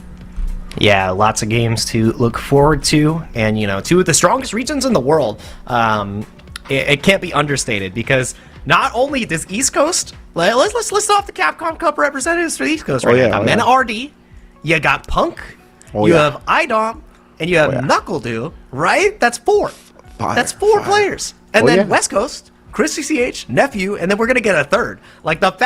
The fact that both of our coasts have a combined seven. Don't forget, Noah's qualified too. It's gonna be four. Yeah, Noah the Prodigy, dude. West and East Coast both are gonna have four on four. Dang, we're kind of cooking. All right, I'm not gonna lie. And I think a lot of it comes down to how strong the netcode is for this game. We've all been able to really evolve and play with each other. When before it was I would never have the opportunity to fight against a player like Punk because the netcode wasn't good enough. And now I can play all these players in the world, get better, and the information is available.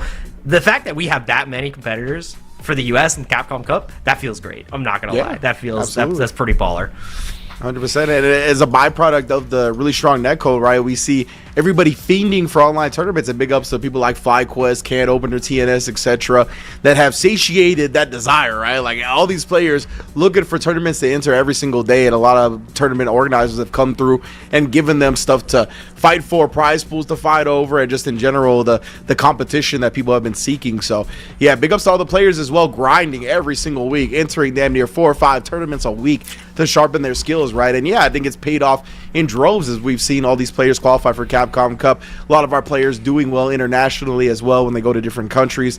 So it's a beautiful day, beautiful day. I'm definitely a fan of the way the NA scene is progressing. When it comes to tournament play, social media discourse is a whole nother can of worms. But yeah, man, we'll talk about that another time.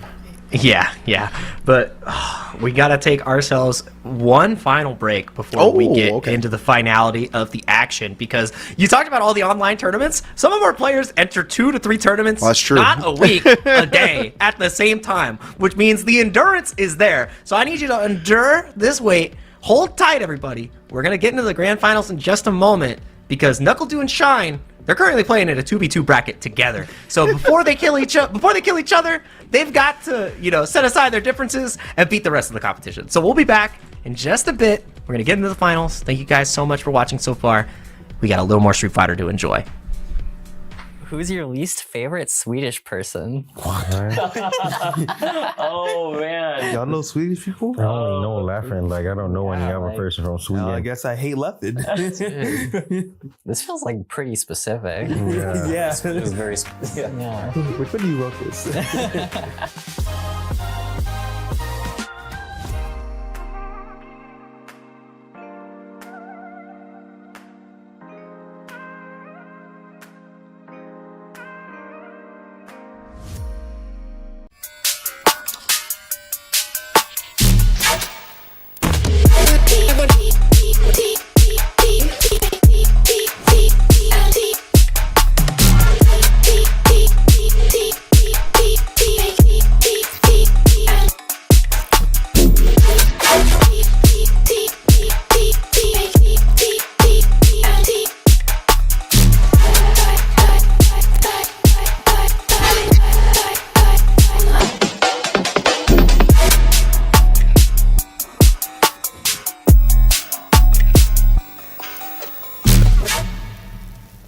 What we need is combos. We need straight combos. Everything needs to do at least 50% and then land into a mix-up. We need mix-ups too. New players should play Echo because, as I mentioned before, we need a mix, right? And there's almost no better character to mix than Echo. And it's pretty easy too. Everything needs to be a 50-50. You can't have anything less. No 49s or 51s. Then you gotta get them assist calls. Assist calls. After that, nothing else.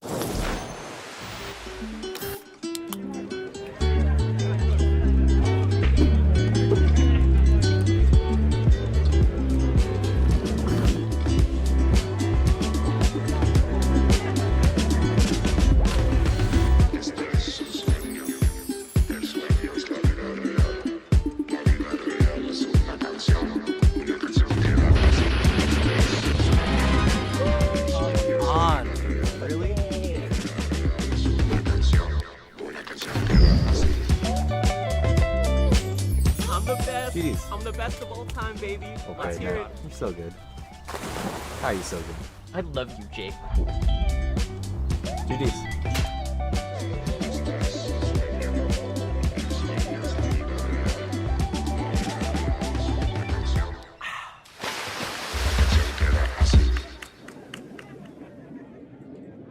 For new players, I would probably recommend Braum for how easy it is to just swing and attack. If you like just being like a big, reliable like support or like tank type of player, I think Braum does that for you. I also think that his moves are pretty big, pretty swingy, can hit from pretty far away. So you don't have to worry too much about movement. That's like the big thing with Braum. Just get in there and just hit them and just protect your friend.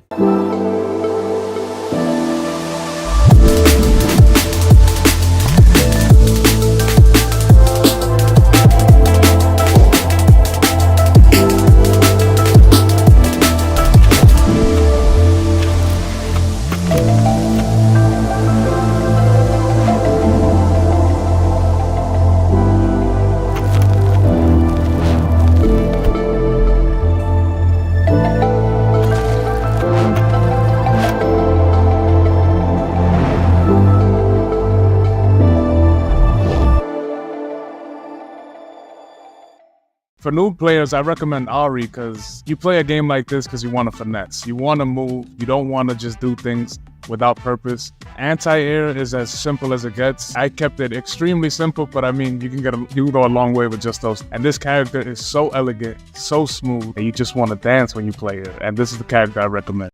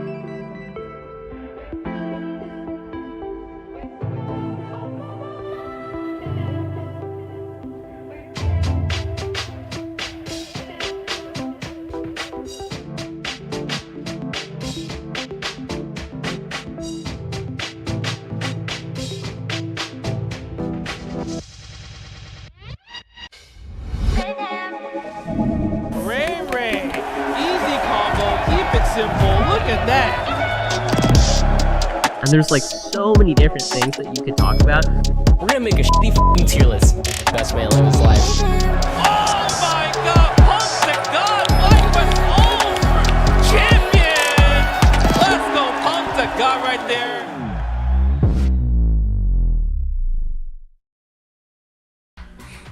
What's up, everybody, and welcome back to the FlyQuest Fight Series. We are returning from our break as we wait for our grand finals to begin, and we're going to tune right in to Knuckle Dew to get a little content into our veins because we are waiting for our grand finals to begin. Dude, is he? Oh, I thought Knuckle Dew had just like a VOD of him sitting in the chair playing like on a loop.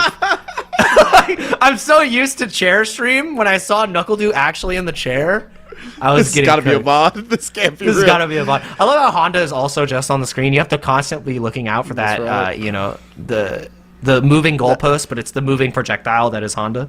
That should be a game mode where like Honda just randomly comes on the screen and headbutts from a random angle. Like not even just like headbutt traditionally across the screen, like from random. It's extreme angles. battle, extreme Yeah, battle exactly. with Honda headbutt. He's not the Ox. He's the Honda that's just on the screen at all times. It's kind of scary. Put them in But yeah. different situations, you know. Oh, okay. So we just got an update that apparently. So yeah, this is I believe on the Casa Bunch ladder as a 2v2 tournament tonight. So Knuckle Dew and Shine, who is our grand finals for this tournament, are teamed up as you mentioned before we went to break, Jake. Right? And it seems like Dew has already won his set, and Shine was 1-0, I believe, now 1-1 in his set. Yeah. So Shine is about to win his set, which is you know, Maybe. great news for us as we get into this. A perfect. Goes it out. Also, we get all the inputs, so we don't even have to guess about what's going on. I love that too. Like this is great because Knuckle Dew is spectating, so we get the Knuckle Dew spectate view, and we can see exactly the thought process behind the gamers. Indeed. Always gotta love keeping the inputs on. Oh my goodness, the reset as well. Man, Stays doing that.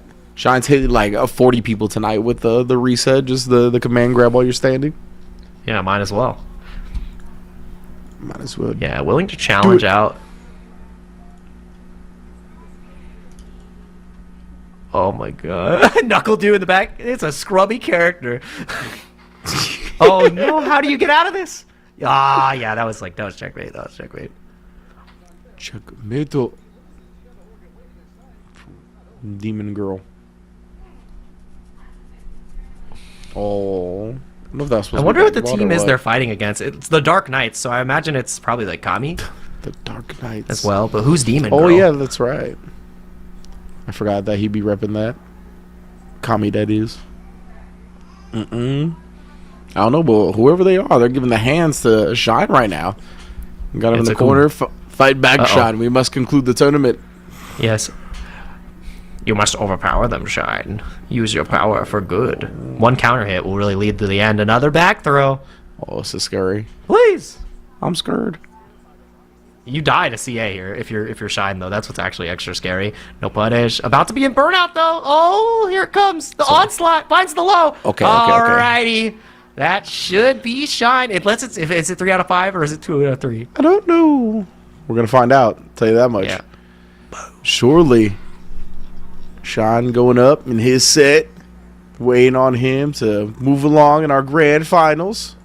Oh, I think that was it. I Seems think like that was it. Seems All like right, it, yeah, they left the indeed. custom room, which Alright. looks like they have won the team tournament, and now only one of the teammates gets to come out on top for the FlyQuest Fight Series. So, yeah. Oh, Exactly. So that's Demon gonna be Girl is interesting. Sigma male, if I remember correctly. Okay. We've seen I Sigma don't- Male around these parts. We have seen Sigma male.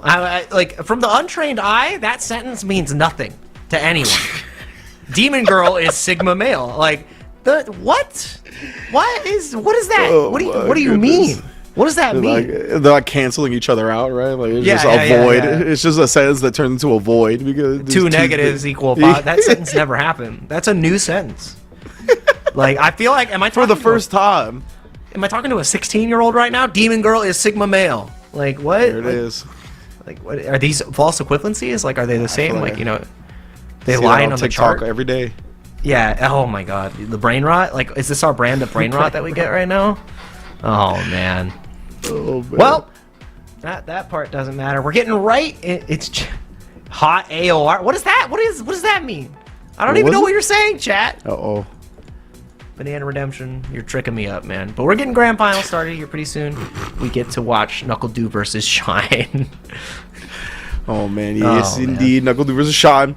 It'd be interesting, right? These two did not play, or did they? That was our winner semi. Oh, yeah, that was our first match of the actual whole tournament. I forgot about that. So, yeah. So, NuckleDu and Shine was our very first match. So, now Shine has earned the right for his run back, right? We saw him start with the Kimberly, right? But eventually go to the Ed, try to get the job done. So, I'm interested to see how this one starts, since it ended on Ed DJ last time, but definitely did not start that way. Yeah, exactly. And, I mean, the Ed swap-up paid off really fast, because the first game was lost as Kimberly, immediately switched to Ed, lost the second game, and then got the turnaround. So, I mean, we could go the distance again. NuckleDu has obviously shown he's capable of taking down both characters with either the Cammy or the DJ. But without further ado, it looks like we are going to get started here, and it's starting off right on the Ed immediately to combat against NuckleDu Dangs. DJ to start off grand finals, and a perfect parry to start us off here. Yeah, interesting. So this is how we're gonna end it, with the NuckleDu J, or I should say start the end, because this is how we ended the last set with the NuckleDu J versus Shine. Oh, OD Air Slasher, we already know. Great starter for DJ. Ooh, the shimmy coming out. No perfect parry this time on the anti-air, but finds the DP to stop NuckleDu's approach. Even giving them more air slashers here, trying to just careful about the approach. You can see swaying outside the range. That was sick. Trying to win this battle of attrition on the drive gauge once again, but Shine finding it out, getting closer and closer to those 3 gauges. Uh-oh. Again? So consistent so far, but it doesn't matter. Waking up. And again, just pairing up, Shine trying to keep his drive gauge as healthy as possible. Oh my goodness, the drive rush from DJ though. We always know how he gets down. Level 2, rhythm. but No rhythm. NuckleDu, what happened, bro? The vibes were awful. Drop that. Oh. Rough one. The rough vibes one. were terrible, Wrench. Indeed. Man's hit the side of the DJ, song skipped. Now we got him in the corner though, trying to get back on track. The combo timing looked like Drake in LA, out of place. Oh boy. You see they're doing, Kendrick and SZA are doing a second concert in Toronto because of demand. That's wild, honestly. It is in wild. his hometown. Man, Level 2, Shine, here we go. Yeah, it wants to drain the rest of NuckleDu's drive meter. It does drain on the final hit now though, so see, he's building some of it back up, and it actually doesn't drain at all because of that change. Oh no. He drops all the desyncs. That's rough. Yeah, that hurts, because that would have burnt NuckleDu out, and just because he didn't actually get to the final hit of the level 2, now NuckleDu's drive is intact. Oh my God, save him though, but he actually doesn't combo into it. Now both players burnt out. He's going to send the level 2. He's got level 2 back at him. Oh, he's just going to take the chip, but it's so much. Nice stuff from Shine. Yeah, did not have the life to do that. I mean, you had to go for the Hail Mary to try to win out there too, so I think it was on Shine to make the mistake. I also don't know if like DJ level 2 is like a true string all the way through. Like, because I was wondering with Shine's life if it would have been enough to chip him down. It might not have been, but if he could have interrupted before he got chipped out, then, you know, there was no point in doing that. Oh, swinging. Nice spacing.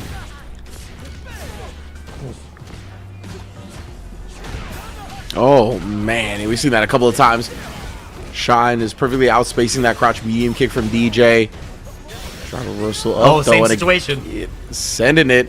This time, NuckleDu gonna choose to parry it exactly, and then letting go of the parry, but he tapped it as he thought it was gonna get close, but Shine sneaking in a dash throw before it could connect. Yeah, that was massive. Shine is off to the races with this one. Definitely looking good. Nice. Oh, swinging outside of the range. My goodness.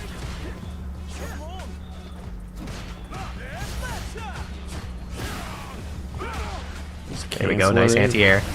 Oh my god, OD air slasher just contained in the corner. Sobot not gonna find its mark, but it's just chipping away at the drive gauge, and now in burnout. Yeah, Shine, I think you concede this round. Pretty much. Do always having the charge rate. You saw the air up kicks. Gonna shut that down. As soon as Shine looked to escape via jump, and now, my goodness, putting the brakes on the drive rush. Catching Shine's check attempt. Beautiful adjustment from Do. Oh, but you already know how we get down. Ed corner, that means the desync is in tow. Again, keep an eye on that drive gauge. You can see what I'm talking about here towards the end. There it is, that final hit. Able to drain that chunk of drive gauge from Do. Yeah, but the ability the fact that you build a little bit back as you're going, it's such a, it's a hurtful change to Ed. It is. It makes the desync, it makes the desync more of a, I'm gonna get more damage rather than attack the drive gauge, which is kind of hard. It's a hard sell. It is for sure. Now Shine, you're threading the flicker. Trying to be careful about it. Do obviously putting a lot of air slashes on the screen. Oh, and then catching the jump in from Shine. Walking away. Doesn't get the full kill punish, though. Now Shine has a chance. Burning himself out entirely. That's to show him so much. Turn up the aggression. You know, again, people just go to their security blanket type choices in situations like that. Great stuff from Do. I love the security blanket defense. It's You're true, like, I gotta man. do it, man. It's my comfort choice. It's the comfort choice, exactly. When you're trying to discern what's happening, when it's going a higher pace than it usually does, it just tends to be what people fall back on. Nice, the sniper. Straight up. Hit him in the loafers, but we immediately make him taste those. You see Shine just inching back, being careful the whole way through. Sunrise Heel comes through on counter hit, though.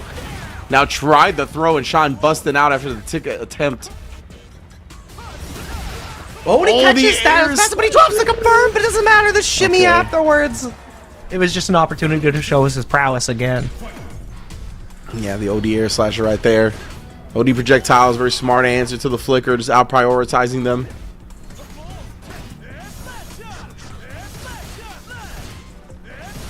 What he do is just again, and he set him up perfectly to respond with something. He just can't find the combos off these OD air slashers. Rare drops, honestly. Oh, double Sobot whiff. Lockdown into the level 2. Let's see if we get the full desync. No, we're just gonna. Yeah, just ended up getting a standard level 2 combo. As you said, at least that does keep the drive gauge lower than it would otherwise. Yep.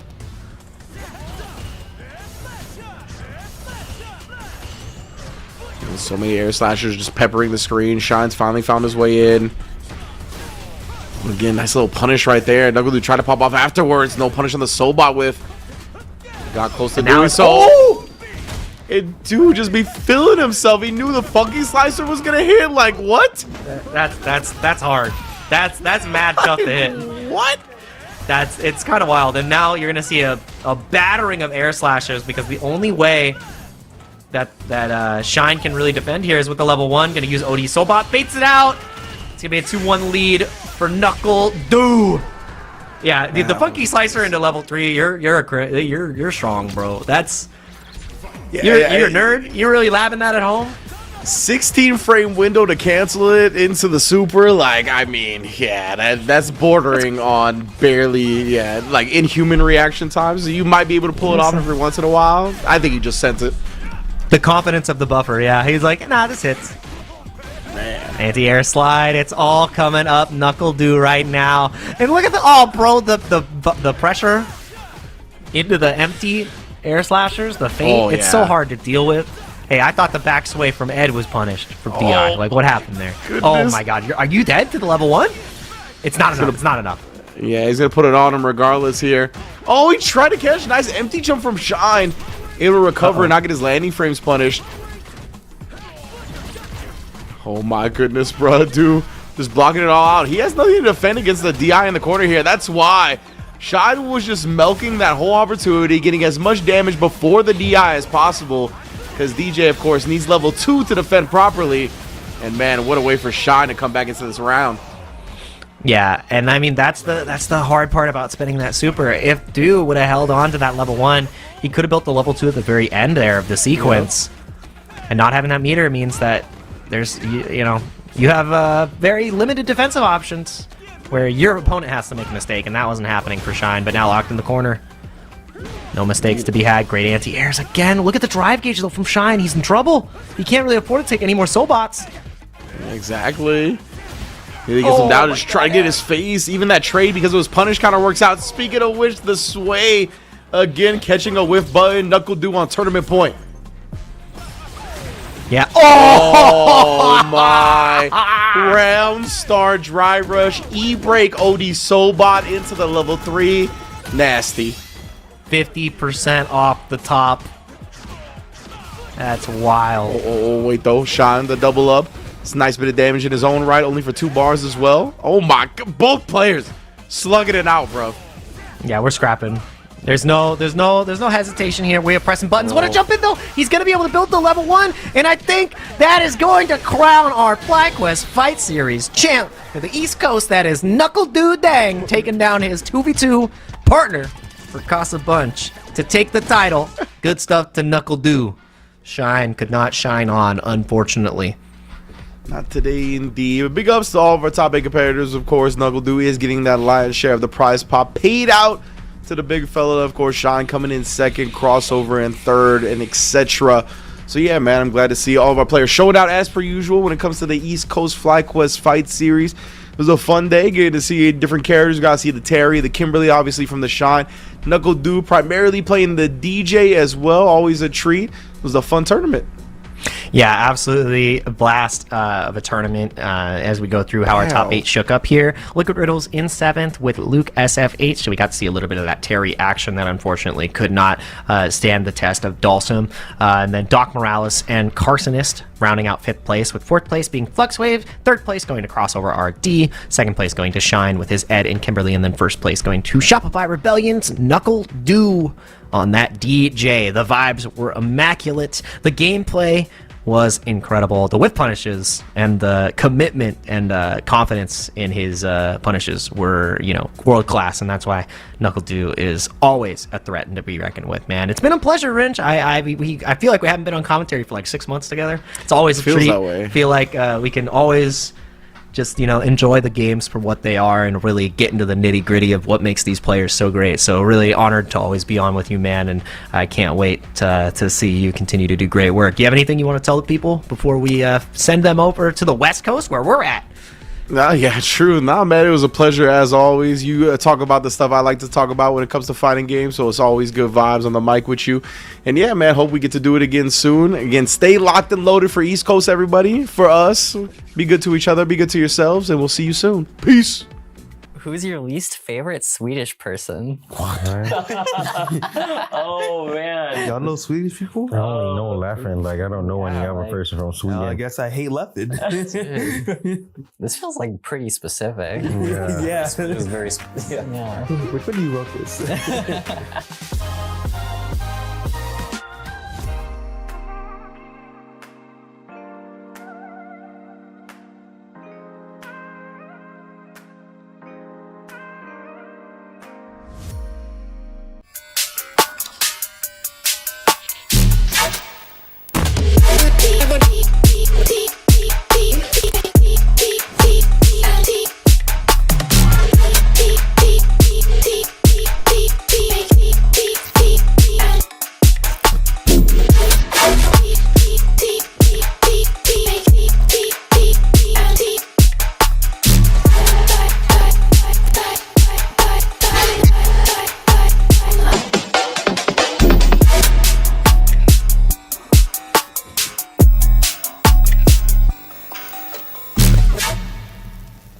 What we need is combos. We need straight combos. Everything needs to do at least 50% and then land into a mix-up. We need mix-ups too. New players should play Echo because, as I mentioned before, we need a mix, right? And there's almost no better character to mix than Echo. And it's pretty easy too. Everything needs to be a 50-50. You can't have anything less. No 49s or 51s. Then you gotta get them assist calls. Assist calls. After that, nothing else.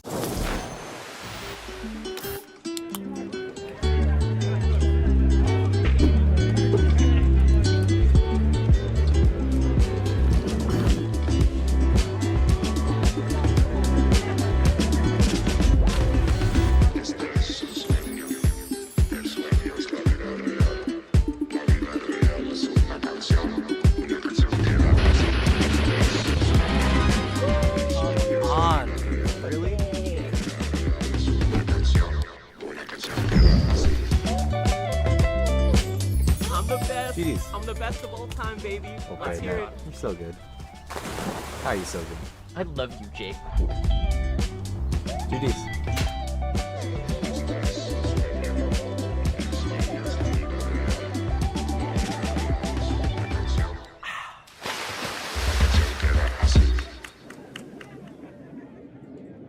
For new players, I would probably recommend Braum for how easy it is to just swing and attack. If you like just being like a big reliable like support or like tank type of player, I think Braum does that for you. I also think that his moves are pretty big, pretty swingy, can hit from pretty far away. So you don't have to worry too much about movement. That's like the big thing with Braum. You know, just get in there and just hit them and just protect your friend.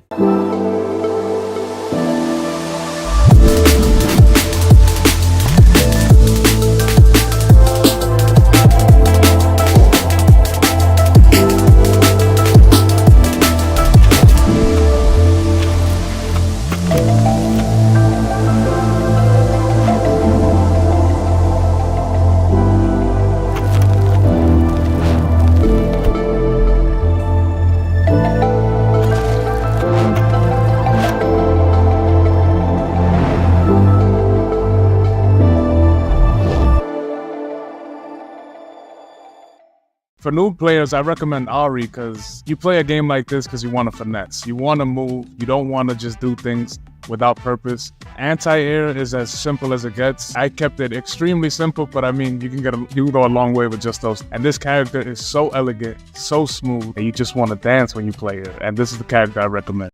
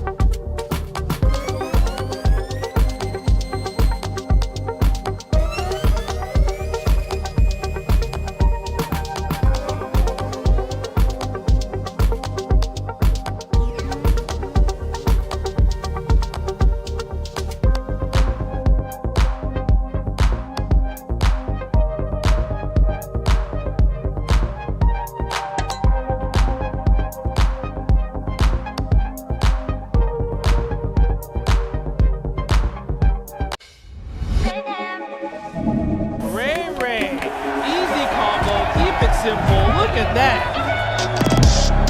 And there's like so many different things that you could talk about.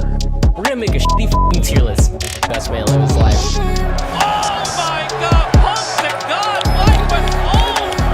Champion! Let's go, pump to god right there.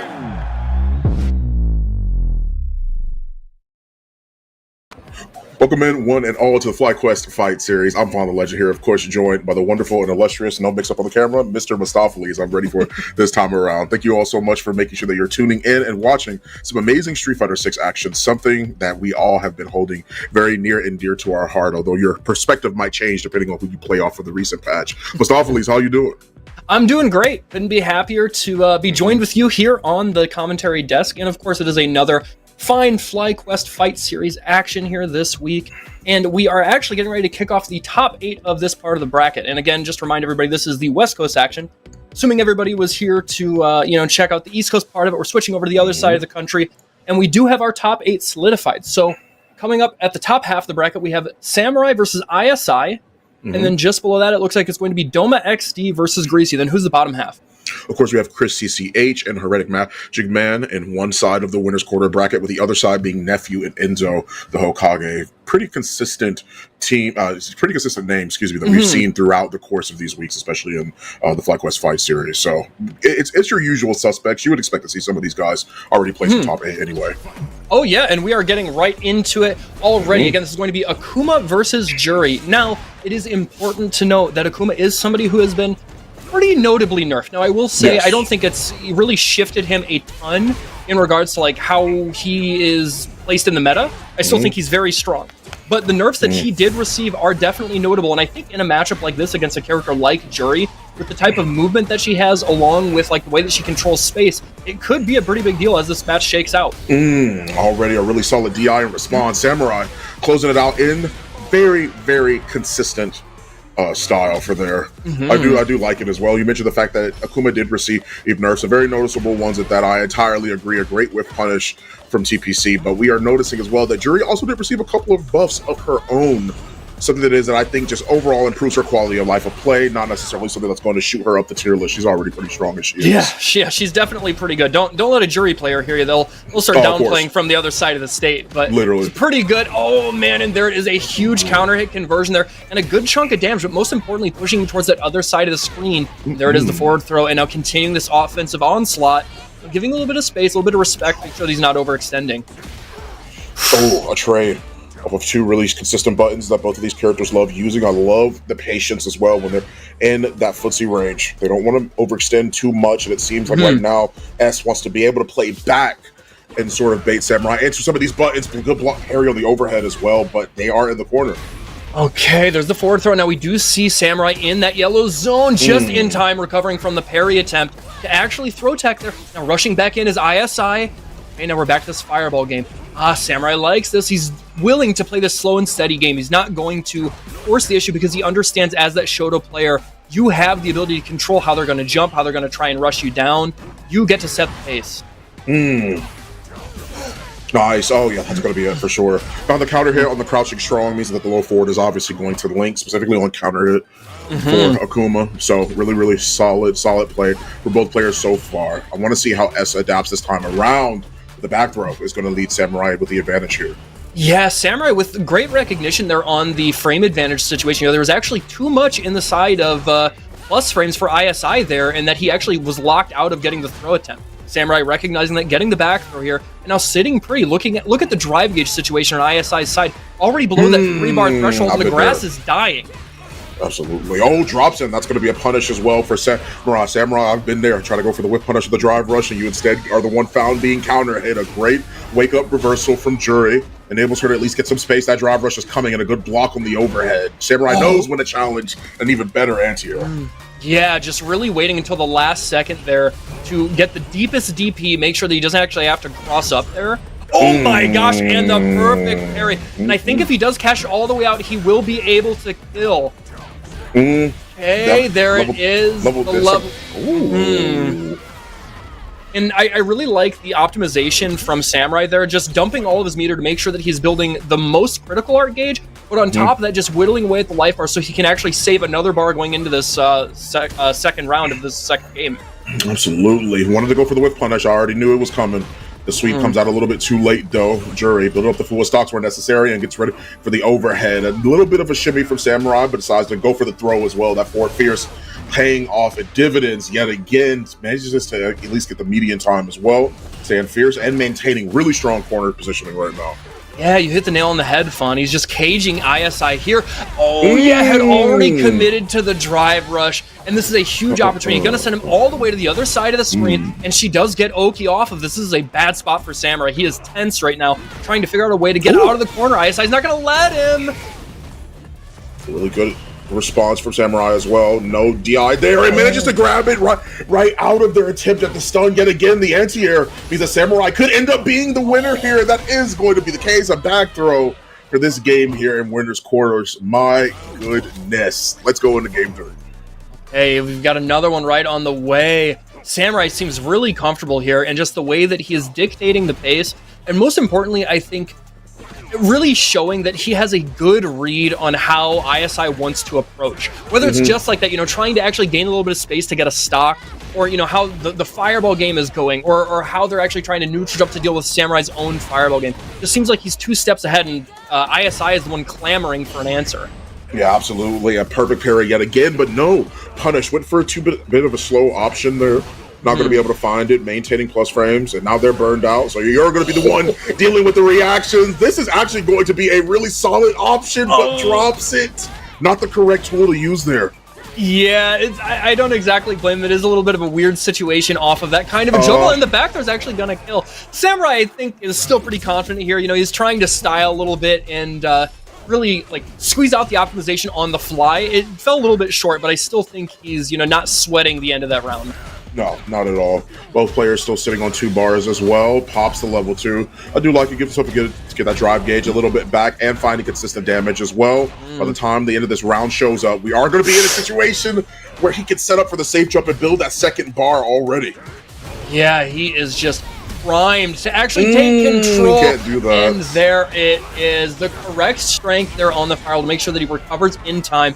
Can counter with his own DI, and now there it is. Samurai staring down the barrel of maybe a 3-0 in this set, just really sitting comfortably fighting ISI's Jury. Yeah, it seems like right now, ISI's not doing too bad of a job of maintaining as much pressure as they possibly can. Right now, all they're doing is looking for an opportunity. The drive rush, pretty typical. Well, from the Jury and blocks, this is going to be a very big punish. Oh yeah, god damn, look at the damage.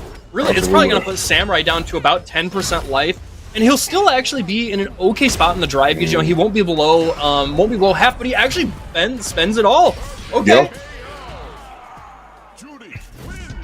Yeah, that's just something it is that I like completely understand as well, is the fact that that's one of those situations in Street Fighter that you find yourself in so consistently, especially when you're on the back foot. You don't know if you want to, do you want to leave it up to chance, a 50-50? If I'm going to die, I'm going to die, right? A throw can kill me here. So might as well go for it.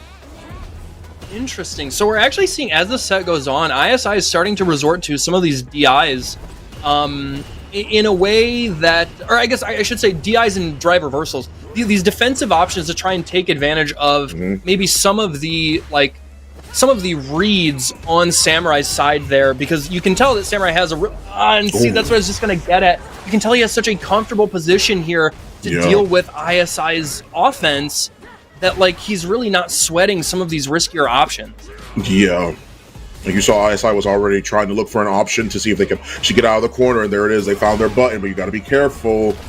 Will they have the reaction necessary? Absolutely not. This is going to be death. And Samurai is going to proceed right on into the next round. ISI has been fighting back from this specific position for like every match we've seen them, right? Like literally, they've been in the same spot every time. And I do think this is a matchup that like Akuma does pretty okay in. I think the nerfs have helped out Jury, but Akuma is a character that doesn't really have to respect her fireballs in the same way, has good ways to like whiff punish her, to counter poke, and he actually has the advantage when it comes to damage. So it's like, it is something that she is fighting out of, but right now I think there's just a lot of pressure on ISI's side, because he is down. Oh man. The rank tactic. Okay. Not the biggest punish, but I think that speaks to Samurai's comfort level here in not feeling like he has to press the issue. Right. Oh, yeah, caught the backdash, actually. A situation yet again where this is sort of the blessing and the curse of Street Fighter 6, right? When you are in the driver's seat, you feel unbelievably good about what it is that you're doing. And in some situations, you feel like you've played pretty optimally or played pretty well. But at the end of the day, that's what it is that you have to be concerned about. The aspect of the 50-50 guess off of strike throw is something that's so prevalent and so prominent in Street Fighter 6 that sometimes one of those rounds, you just look at it, you're like, it really do be like that. Like, I can't really do much about that. Sure, and especially too, we can't shirk away from the notion of like just how strong Akuma is, right? He is a character that, like, despite even the nerfs that he got, he is still just by design so strong at like, taking an inch and running a mile and just snowballing that offense in such a way that it does feel like you don't have any room to breathe. Every decision you make is the wrong one, and you can find yourself on the bad end of a 3-1 before you know it. But it is important to note that everybody does here start on the winner's side. So that means ISI is not out of it yet. They just move on down to the loser's side of the bracket, and they've got another chance to try and fight their way through the rest of the tournament. However, we are moving on to the next match, which is going to be none other than Doma XD versus YN Greasy. Now, these are actually a couple names that I am not as familiar with. Greasy is one that I think I've seen before, but if we're talking in the realm of like the FlyQuest Fight Series weeklies, I don't know that I've ever seen these guys make it into top 8 before, so I'm really curious to see, who it is they play and what they bring to the table. I know that, if I remember correctly, Doma plays Kimberly. Doma XD, I believe, is an actual Kimberly player. Yeah. As for Greasy, I'm not sure. I'm not super well versed on them specifically. It could be I don't know why like Bison standing out in my head. Okay. Or maybe it's even like Ken. Maybe I'm not sure. I could be entirely wrong on that. But I do know that that Doma has played Kimberly. Doma is a Kimberly player. Yeah. Well, we were talking about it a little bit before the broadcast started, but something that obviously is the hot topic for everybody right now is the most recent balance patch. And if there was ever a moment to like bring out the Kimberly, if that's who you played in the beta or early parts of the game, now is the time. That character got 100%. juiced to the gills. The way that she can deal damage and the way that she can apply like mid-screen mix, it's maybe never been better for her. So I suspect we are going to see a lot of people, maybe they're disgruntled with their other characters. Maybe they wanted to play Kimberly, but felt she was a little too weak. I think things are going to change over the next few months as we lead up to Capcom Cup. I agree. Yeah, that is one of those things that we'll probably see an influx in those players as well. I mean, like the changes it is that she received are not only incredibly good, but we're talking about like her slide being buffed to the gills, her forward her forward roundhouse being buffed to the gills. Like I mean, like it's she got some really good stuff, and not only just on like normal. Oh, it's DJ. It's DJ he plays. Oh, okay. This is another character that actually also got some buffs, some nice quality of life changes here in the most recent patch. But things are starting off quick here for Kimberly. This is such an advantageous situation, getting to set up that safe jump there and just painting a character like DJ to the wall, just not giving him any reprieve to actually get space to breathe is a really good position to put yourself in. But that huge punish counter whiff is just disastrous for Kimberly, now already back to midpoint in the screen. Yeah, both players not afraid to check where necessary, as that has been shown. Greasy trying to play at his own range by making sure that they're walking back consistently enough. A forward throw will at least allow them to be able to bait something out. A badly timed drive rush would allow Greasy to get a lot off of this. Oh, it doesn't opt for the safe jump off of the short hop knee, and actually catches him mashing the Abare, putting him on the short end of the stick. Doma going down that round. Greasy looking to take first blood. Oh, good check. Really solid reactions as well from Greasy. An immediate wake-up level 1, I understand. DJ is one of those characters you do not want to let them continuously have the momentum for rounds to come. Good, perfect parry. Oh man, you talked about momentum. What a way to stop it after that perfect parry. Just such a huge momentum shift there if you have the right read afterwards. But now things have actually gone back to neutral. We're back to that midpoint of the screen, and it seems like DJ's a little bit on the back foot here. But with that kind of zoning, you don't mind it on. There's that slide buff. Oh, yeah, that's going to be it for this round. Whoa! No! I've never seen that one before, actually. I really like the awareness there, the optimization on the combo, just recognizing, okay, I can actually squeeze a little bit more damage out of this. I don't have to spend my level 1, level 2, whatever it is. And now going into this next round with that level 3 locked and loaded, that means that your next confirm can actually be so much more deadly, and then you get the buff on top of it. See, nice. A really solid forward throw as well. You saw that Greasy actually delayed the throw just a little bit. He didn't immediately go for it as soon as it actually came up from the drive rush. And this pressure is going to be a lot, but that's what's important when you're in burnout, finding those gaps where you can take advantage of something. Oh, he actually caught him, and he still doesn't opt for the level 3. I cannot believe the brazenness with which he is playing. He is just, really running a risk here of letting this Kimberly come back. Yo.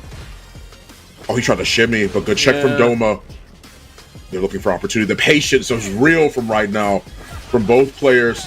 The drive rush, yet again, there goes the patience. Everything that was fought for just those past few seconds is now being gotten rid of yet again. Two characters that love to drive rush. Yeah, that wheel kick there from DJ is such a good option against somebody that does like to take up a lot of space. It moves him forward a decent amount, has a really big hitbox. So if you're fighting a character like Kimberly that is constantly rushing down, constantly trying to jump, constantly trying to make you like second guess how you're approaching, that's just a big stop sign that if you get the counter hit, you get to confirm in a big way. Oh, punish coming right on through. Going to be able to set up for the next mix as well. Safe jump. I like it. Oh man, things are looking rough, and immediately that chip out sequence. The great awareness there on the damage calculation, recognizing what the drive bar was like. Just really great awareness. Damn! Yeah. On the hip.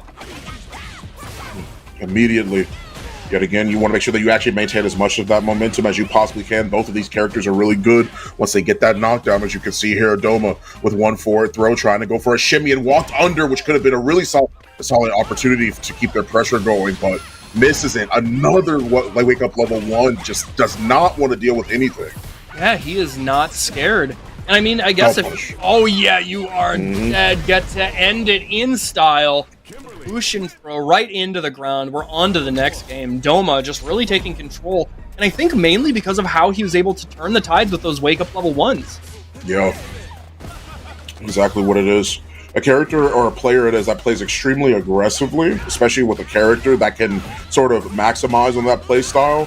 It's really, really hard to get them to change. So you sort of have to really rely on your wake-ups and your reversals to make sure that you can change the pacing of it. And it's working for Doma a lot, as we can see here. Ooh, the perfect parry. Immediate back here. Not a ton of damage, but the most important part is the positional exchange. Now with the cage on the side of Greasy here, that was a huge check. You know, just really trying to get something going in that time. It worked out. Listen, the timing, got to be careful though. He has level 2, so DJ does have a reversal available to him. Tries to go for the sway. Greasy has been playing a lot for these shimmies, for these whip punishes, and they just have not been paying off. But right now, the projectile, you cannot rely on too much against Kimberly. No anti-air, which could have been huge. And he caught him sliding in from downtown. That is a home run. And putting around on the board in honestly kind of a demoralizing fashion. Not in any sort of, you know, disrespectful way, but it's just like, it was such a tense moment that if you lose that, like, you know, this could have gone either way. To be on the losing end of it feels especially bad because of how tense it was. Oh, nice. Still, the patience from both players at this distance is something that we saw in the previous game. But even still, after so long, both players are only going to want to wait for so long. And that's something it is that we have to see. That buff that we see from Kimberly with the extended hitbox, excuse me, on her stand fierce, it's just like, my God, you know, they're stand fierce maxing. They're doing everything they can to just get the most out of that button. I don't blame them. Right. Good parry. Burnout. Force the situation here. Put yourself in a prime position to actually just zone Kimberly out. She actually doesn't deal with fireballs particularly well, especially if she can't parry them.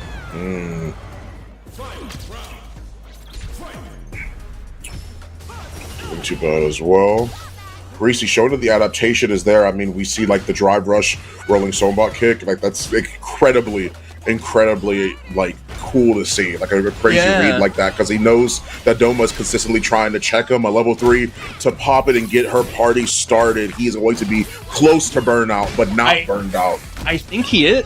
Okay, yeah, there is a sliver. He delayed it just for a second to see if there was going to be a wake up level 3. No such luck, and now it is looking dire for Greasy. Things are getting worse, and there it is, the perfect to seal the deal. That's another game for Doma.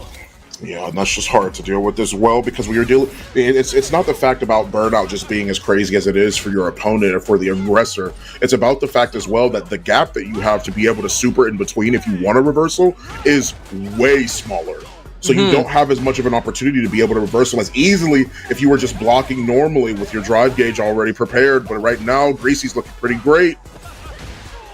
Oh, that sweep was huge, but unfortunately a little too close there for the shimmy. The defensive back throw works out in the favor of Greasy, but this could not be worse. A huge opportunity, catching him with the fuzzy low. There it is. The mix isn't over. He's getting put in the blender. How will he survive?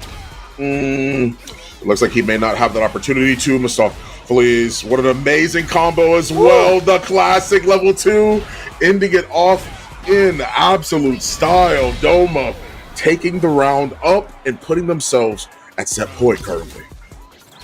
Talk about a style combo. That was, you know, look, she was like in Barnum and Bailey's doing backflips. You know, she was like a trapeze artist. Oh, a huge punish counter. Big opportunity for the corner carry on the side of Greasy. There's just a basic light chain there just to make sure that he's not getting out of dodge for free, but that buffer paid off. There's the forward throw mid-screen, and now trying to bait out something, and we're back to neutral. Oh, That was the whiff punish he's been looking for the past several games, and he finds it yet again in the form of Crouch Fierce. Going to be able to draw rush, no anti-air available, so Doma makes it out. That Sobot kick playing a huge role here. Stand Fierce leading into more pressure from Doma. This could be something really special for Doma here, but it's not going to matter at all. Drive reversal just to maintain pressure. And we have to pay attention to the drive gauge. It's low for both of them. Who's going to crack first? Are we going to see a perfect parry attempt? No, the drive rush, spending it all, putting himself into burnout is greasy. Now he has to really make this count. We're probably going to see more of those, you know, the heavy Sobot trying to come out, trying to find something, but ultimately the stand roundhouse falling short at that awkward angle. Doma able to steal it away 3-1. Yeah, and that's sort of what Kimberly's good at doing, if anything. It's just maintaining a lot of that pressure. It can be kind of hard to deal with her once she's on you because she's so efficient at mauling you, right? DJ's one of those characters that does that really well, but I think that if we look at the matchup and look at what it is that we just witnessed, I mean, I think Kimberly's way better at doing that than DJ a lot of the time, like without question. Yeah, and especially, too, another buff that we have to mention for her that has really helped kind of catapult her, if we're being honest, into this higher echelon of strength is namely the change to the Vagabond Edge, or whatever her run step is. So they shortened the startup on it. So that means now off of Stand Fierce, she gets to naturally frame trap you with it. So like if she does run stop, it's -2. It's not a real punish situation. And if she decides to actually go into the arc step, it will frame trap you if you're mashing. So she gets real ass mix mid screen. That suddenly, like beforehand, it was like, you know, they're just kind of hoping you're asleep at the wheel, not paying attention. But now you are actually guessing correctly or incorrectly, and if you're on the wrong end of that, it's going to be bad. Absolutely, yeah. It's something it is that she that at the end of the day, it used to be something that she wouldn't necessarily always be able to utilize in such a way as Chris CH and Heretic Magic Man are being pulled up now. It's something that back to the point I was making was the fact that Kimberly didn't always used to do that. Like she used to be able to use her run stop, and what it was that if you were able to react, you could mash on it, even if it was an EX, if you were fast enough with a 4 frame, right? But now that creates a situation where, like you said, you have to respect her a lot more. All right, let's get into it. And we do see Chris CCH swapping over to the Ken pick. We do know that Ed was maybe the biggest loser of the most recent patch. He got hit in a big way. Somebody who keeps getting away with murder is Ken. He did receive some notable nerfs, but not really to like the problematic parts of his kit. We see that Stand Fierce coming out. We're going to see the Jin right here in a second, I'm sure of it. And as long as those remain untouched, he is going to be just fine as far as Shotas are concerned. Right. So something it is that you have to keep an eye on for sure. Probably was looking for a conversion there, if anything, to be able to drive rush, whatever it may be. She was now on the other foot for at least Heretic Magic Man, still playing as patiently as they can. 2 perfect parries back to back. The patience is obviously there because neither of these characters can really afford to mess up. Good whiff punish with the crouch low forward. Yeah, and you talked about it, Fawn. You literally just said it a moment beforehand. You can't afford to mess up. And we do have to note that Jury is, I still think, the #1 character in the game when it comes to length on her crouching medium kick. I think it is the 100%. Farthest in the game. So if she's positioned right, she's going to get the better part of that exchange as a whiff punish, and you can't really afford that. Exactly. Gets the back throw. Setting up as well with her projectiles. The patience is there. Heretic Magic Man, even though they have the lesser life, I like how they're trying to control this space by just being there, right? They're not hitting buttons. They're just trying to force Chris CCH to actually hit a button here. And this should be... no level 3! Oh, man. That drive reversal was huge for Chris CCH. Look at how... And honestly, you have to be pretty careful soon to worry about the level 3 chip out. Hey, it looks like he is going to recover his drive gauge and be able to actually... He blocks the overhead. Now things are tense. Drive gauge is looking good, but he just walks into it. And I mean, from that range, why not, right? He had the stock to back it up, make it safe. Just take up as much space as quickly as possible. Nice. Holding onto the fireball for now, if anything. Just those stocks. But once again, there it is. Heretic Magic Man playing that sort of wait and bait play style. They're really just waiting for CH to try and close that gap, look for any opportunity for a whiffed button, because they understand how solid Jury's buttons are. You can play this defensive play style, but a better low forward from CH is going to enable them to at least try and get the corner, but the Heretic Magic Man makes it out. Yeah, and he doesn't bite on the shimmy there. Chris tried as he might, but the delay crouch strong came out from Heretic Magic Man, allowing him to take his turn back, but still, Chris is on the hunt. He's bullying him. He actually finds the buffer there and gets a little bit of breathing room. Heretic Magic Man lives again. Ooh, he didn't believe. Oh. Low one, yep. Yeah, huge. Making sure you can close it out there. You do not want to leave a character like Ken alive. Make sure you get another round on the board, potentially looking down the barrel of 2-0 up over somebody like Chris CCH. Yeah.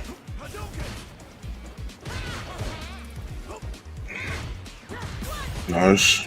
Look at what he's doing to the drive gauge, Fawn. Yeah, it's just dying yet time and time again. One of the biggest changes it is across the board was the fact that each of these hits are playing a huge role, because you get a lot more recovery on your drive gauge when there actually makes contact on normals, a change that we saw for characters across the board. That's going to be a hit. That made contact for sure, just to give him a breath of fresh air to get that drive gauge back. Yeah, he'll be up at just about 60% here, and a little bit of breathing room to get himself out of the corner. And now we're going to see him try and bulldog his way in to just not give any moment for Magic Man to actually set up. And we do see the recovery of the drive gauge. Chris CCH immediately busting out with that OD reversal. But the most important change, he no longer gets Oki off of it. He had to be respectful after he got the knockdown, and that gave Heretic Magic Man the opportunity to actually set up a little bit and play a little more comfortably as Chris was playing off the back foot. Less Oki situations for Ken overall. Something it is that I believe that was like more so the icing on the cake, and not necessarily trying to take away some of the calories, right? Yeah. I think that it's something that's really, really important, is the simple fact that he no longer has that ability to have Oki off of what feels like anything now. Yeah, right. Man, another conversion. Heretic Magic Man playing really comfortably here. It really seems like he has a lot of confidence in the way that he's pressing these buttons, the way he's instilling offense and actually getting things started. Right, back to this neutral game, just dealing with these fireballs. Does get clipped low for his troubles, though. Heavy Tatsu to get the knockdown, trying to bait out something. There was no reversal on the side of Heretic Magic Man, but he does find that crouching strong buffer at just the right time, and he is still just wailing on that drive gauge. The meter discipline on his side to make sure that he is actually, you know, just forcing Chris CCH into these disadvantageous situations. Oh no. No side switch, just decides to go to mid-screen instead. And already carrying him pretty nicely over towards the corner. The bait was taken, but a crouch light punch isn't enough to try and go for a whiff punish. How Chris CCH tried to. Good anti-air as well, maintaining as much pressure as possible to make sure that H&M stays in the corner. A back throw to seal the round for now. We're tied up 1 apiece. And now, as we actually see a little bit of wind in the sail of Chris CCH, I think it's important to note that one of the things that really started, well, it might have just shut my point up, but one of the things that started that that decisive victory for him right towards the end to actually seal the deal was a poorly placed jump on the side of Heretic Magic Man. He hadn't really been doing that much. He'd been jumping from these ambiguous angles like that.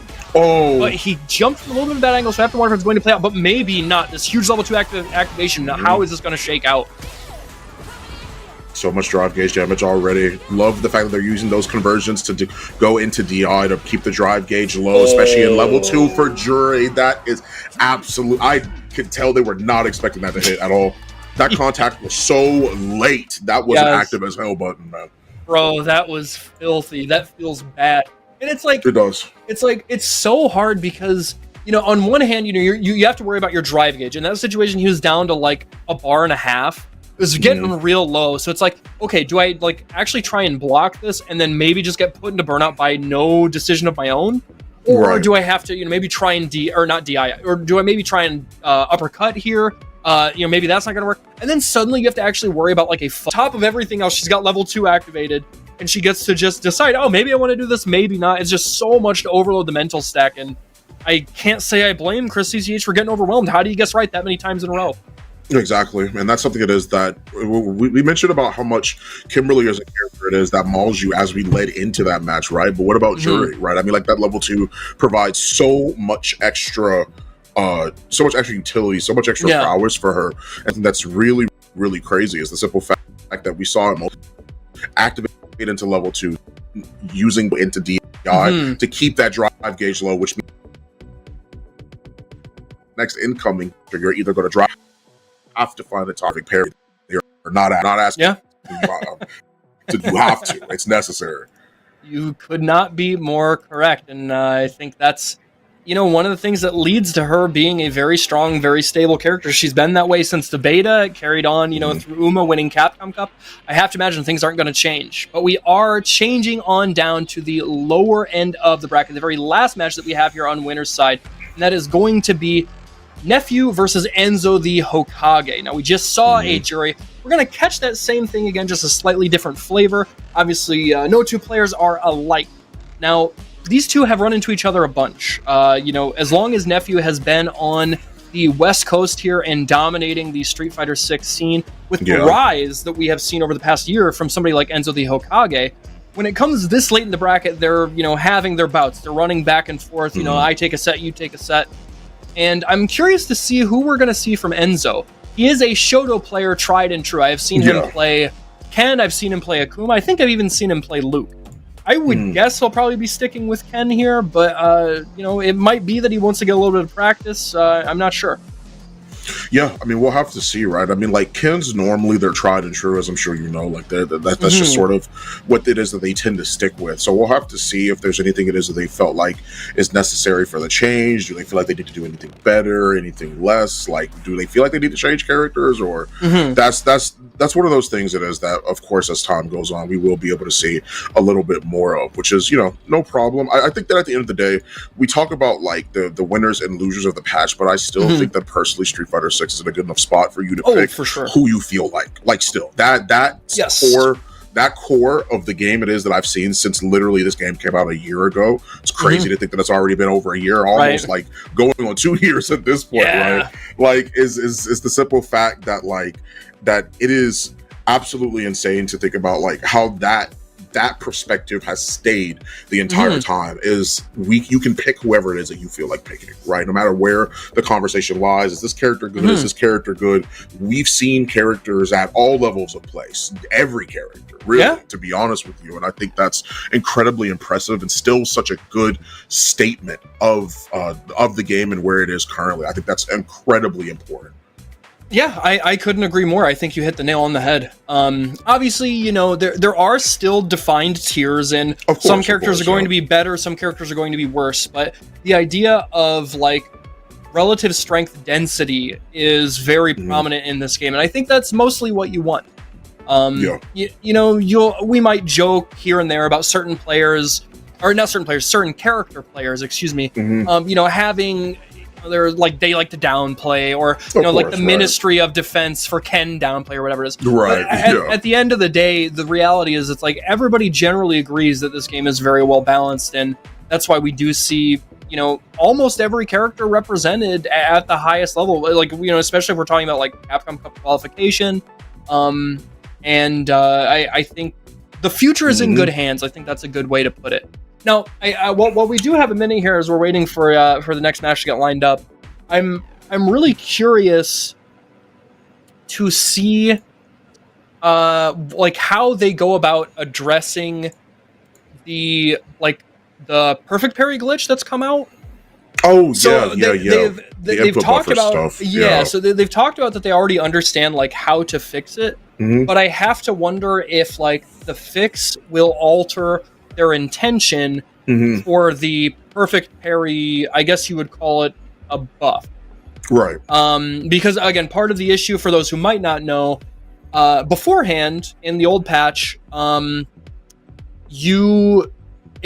say you got a perfect parry on the first hit of OD Psycho Crusher from Bison. It's a 3-hit move. In the old patch, if you got the first hit of perfect parry, you couldn't get a guaranteed DI punish, because they could still cancel into level 3. And that worked for all multiple hitting special cancelable moves. But now they changed it so that it is a guaranteed punish. You can't buffer into a super. Well, because of that introduction, that meant that there's this weird issue that if you get perfect parried into a knockdown, it basically just deletes your input buffer on wake up. So trying to do like an input reversal when you're like getting up was like had to be manually timed, which if it weren't for the input buffer, everybody would realize that's significantly harder than we take for granted. Right. But I'm just curious to see if like the proposed fix will change their intention on like trying to manage perfect parry, like, and how it can deal with certain special moves. I don't know. And I mean, like, in general, like, that's still the conversation is that people are having, like, scratch the patch that just happened. Like, people are still talking about, like, how effective perfect parry is, right? How somebody can be doing so well in general, and then, oh, there it is. Like, I mistimed one block string where they tabbed perfect parry, and now I got perfect parry back throw into GG's, right? Like, I'm like, now the shoe's on the other foot, literally. And I think at the end of the day, I don't know if it's something it is that's going to change their thought process too much, even when they do fix it. Because at the end of because like even still like the real thing it was that they were fixing or trying to fix with the most recent patch with perfect parries was the fact that like if a multi-hitting attack is perfect parry, it can't be canceled for the second attack on anymore. Like and that's something it is that was a universal adjustment. I don't necessarily think that like I absolutely hear what it is that you're saying. I mean like that's of course like a good point it is to be able to make too. I just personally for me, I don't think that that's going to change too much about what their intention was when it comes to actually changing up how like when it comes to the changing up like what they wanted, because I feel like they've already accomplished that. I think it just this was just an unfortunate thing that ends up happening, because it is, to be fair, it is like pretty game breaking, so it's like something it is that's like it has to be fixed. That's not really a discussion.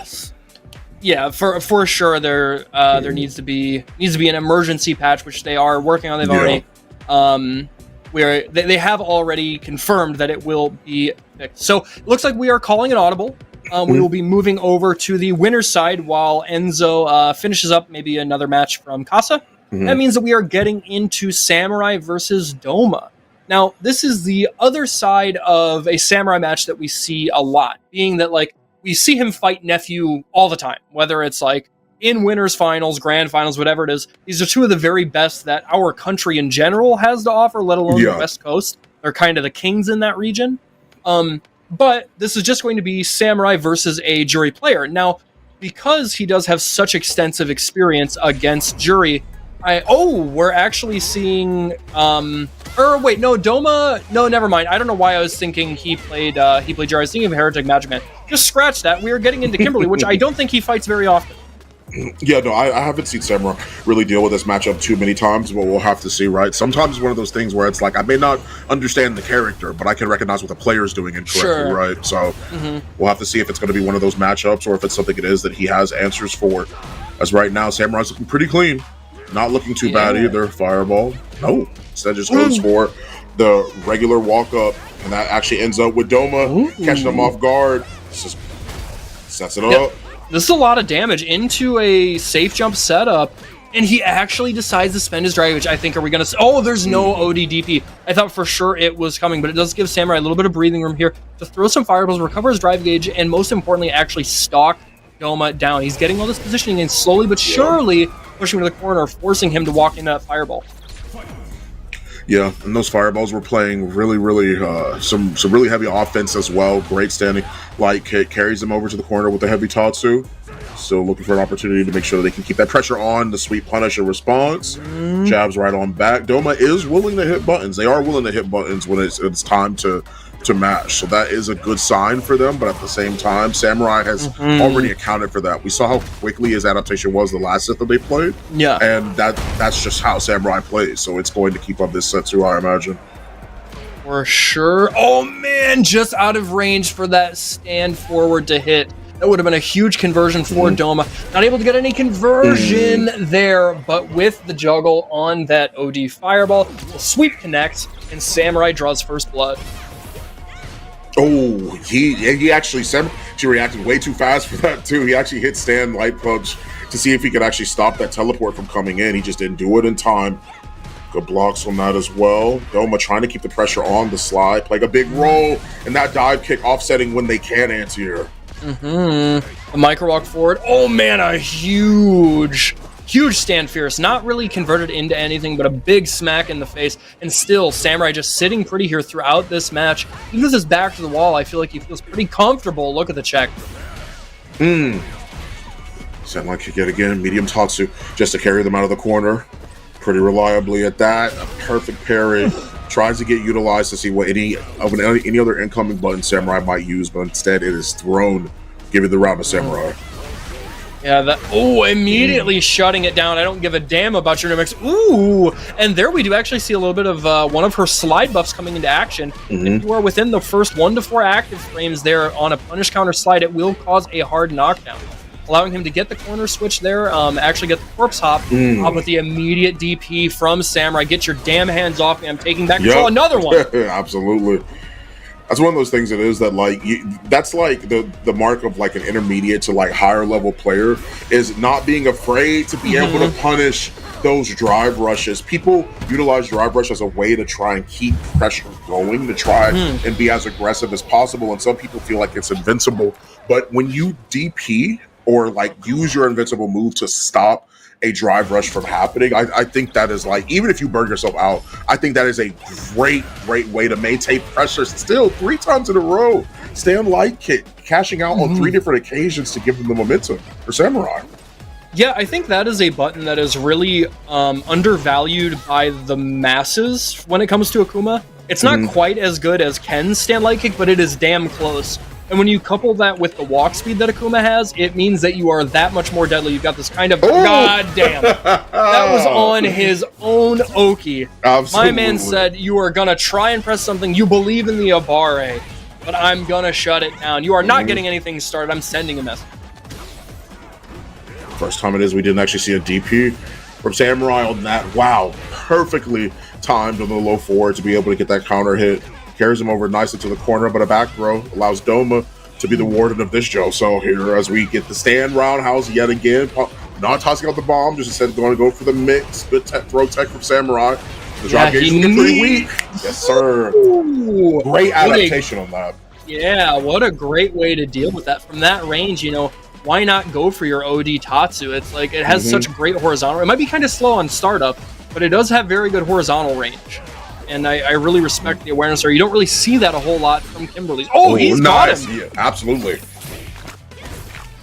Well timed. This is gonna do a ton of damage here, and it does give him access to that buff. You see the glowing halo above her head. It's party time. This means she's faster. She's doing a little bit more damage. It's a real tough time if you are Samurai. You see Doma's hesitance to try and go for something on Oki because of how many times Samurai has DP'd. It has created that conditioning for them. Things are tense. Either one of them lands a hit, it's going to be curtains. You talked about him being the warden of the jail cell. He's looking to put him underneath the prison. The forward throw, not quite enough. He can take one more, and he actually responds. Oh, we got that. Oh, yes, sir. Absolutely. Good stuff, Doma. Yeah, I have to commend that. There was so much tension and so much conservation. He hadn't overextended. He hadn't really gone for anything like that this whole set. And it's like, in that moment, who would think of that, right? It's like, you got to worry about the low forward. You got to worry about the overhead. You got to worry about the command grab, whatever it might be. And it's like, for him to bust that out and Doma's ready for it, his eyes are wide open. He's not blinking. Not at all. Pop that level 1. Yep. Get the kill where necessary. Doma, hey, listen, that third eye has awakened. He said, I understand it now. Yeah, I understand the assignment. I will come out on top. Ooh, immediately shutting it down. Yeah, that crouch strong. It's just as good as Luke's, folks. Doesn't convert that. Able to get the sweep here. Set up the safe jump. Oh, my God. Things are coming up. Samurai. Yeah, he could have. Oh, this is huge. Wow, good corner carry. The patience, yet again. I like it from Doma. He's been waiting. There it is again, being a little bit more cautious. The controlled chaos that you need to see when it comes to this aggression for an opponent that's willing to bust their way out of the offense. Oh, he had committed to the drive rush already.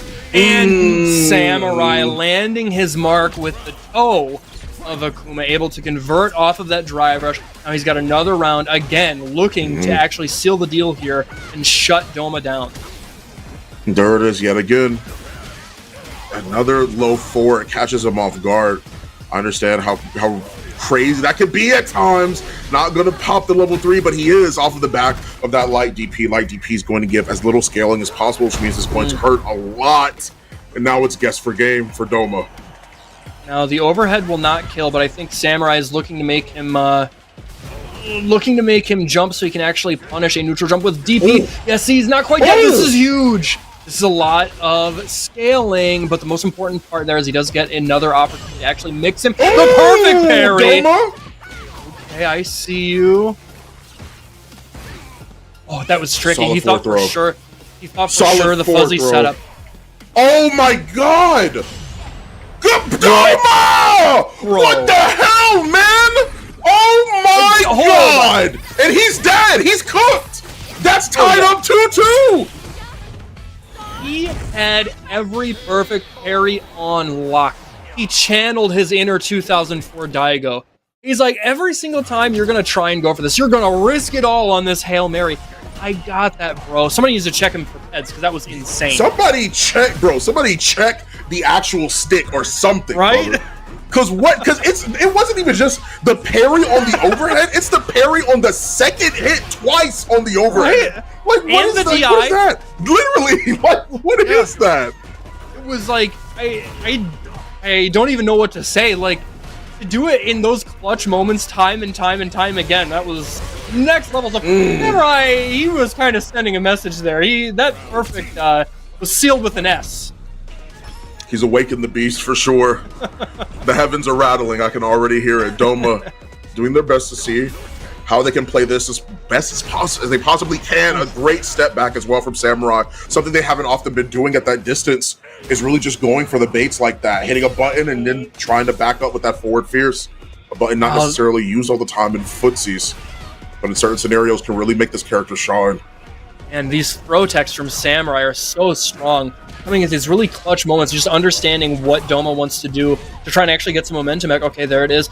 Tries to fake out the overhead setup, actually able to catch him. Nope. That is going to be it. Again, sending a message there, reminding him, I don't care about your damn perfect parries. They might look flashy, but if you don't got the fundamentals on and off the court, you are not him. Absolutely, and that's just the truth, man.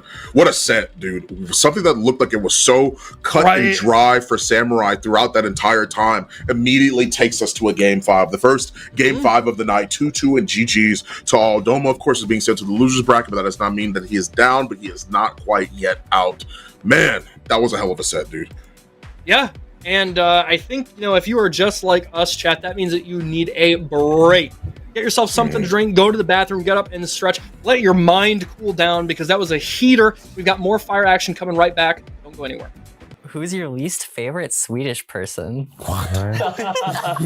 Oh man. Y'all know Swedish people? I only know laughing. Like I don't know any other person from Sweden. I guess I hate Leopard. This feels like pretty specific. Yeah. Yeah. It was very specific. Yeah. Which one do you wrote this?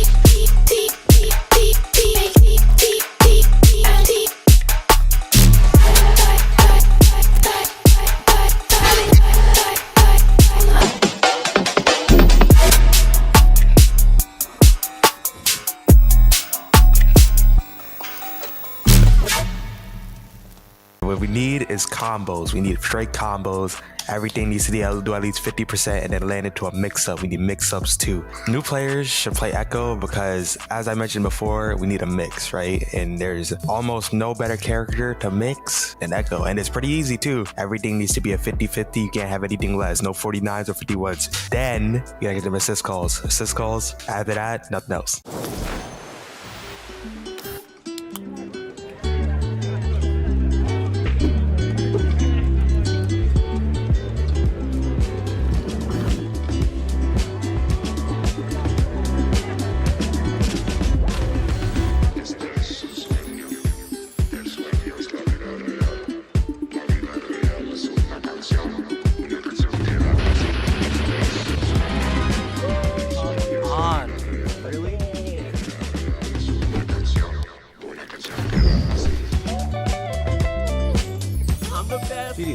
best of all time, baby.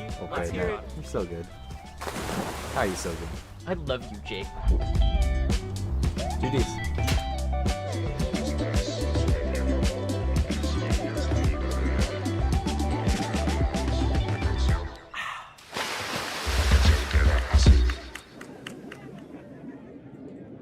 For new players, I would probably recommend Braum for how easy it is to just swing and attack. If you like just being like a big reliable like support or like tank type of player, I think Braum does that for you. I also think that his moves are pretty big, pretty swingy, can hit from pretty far away, so you don't have to worry too much about movement. That's like the big thing with Braum. You know, just get in there and just hit them and just protect your friend.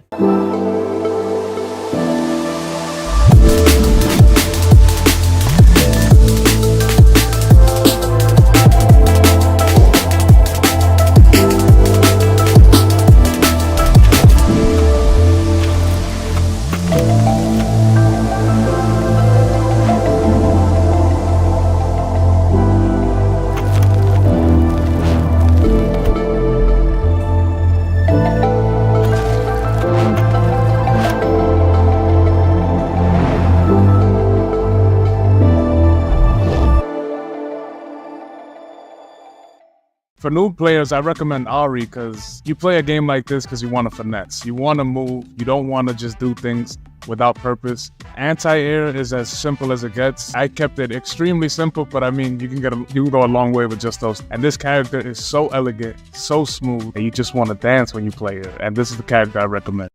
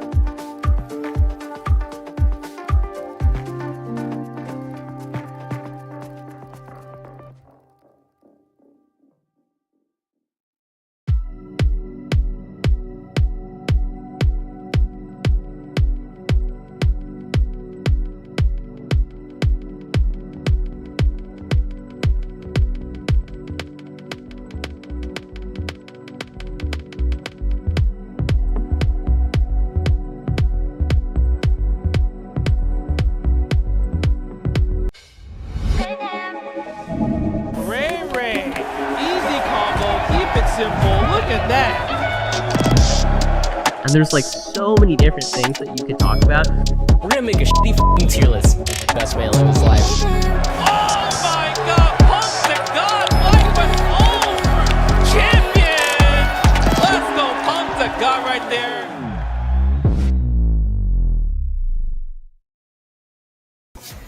And welcome back, chat room. I hope you guys didn't go too far away because we are getting right back into the action again. I am Mr. Mistopheles, joined by none other than Fawn himself.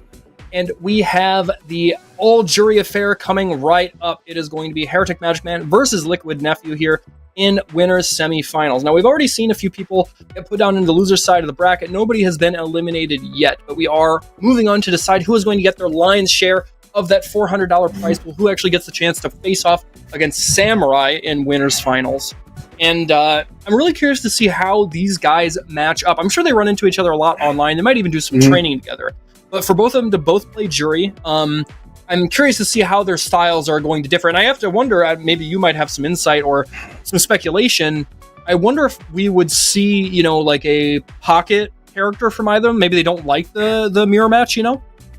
Maybe so. I mean, like, it can depend, right? I think at the end of the day, it really does come down to what they're most comfortable with. I do think that I could, and that's exactly what I was just about to say. I do think that the chances of us seeing a mirror match are pretty high because both of these players feel absolutely comfortable with it. They understand what the limitations and the strengths of this character is. So I can understand that they will just feel.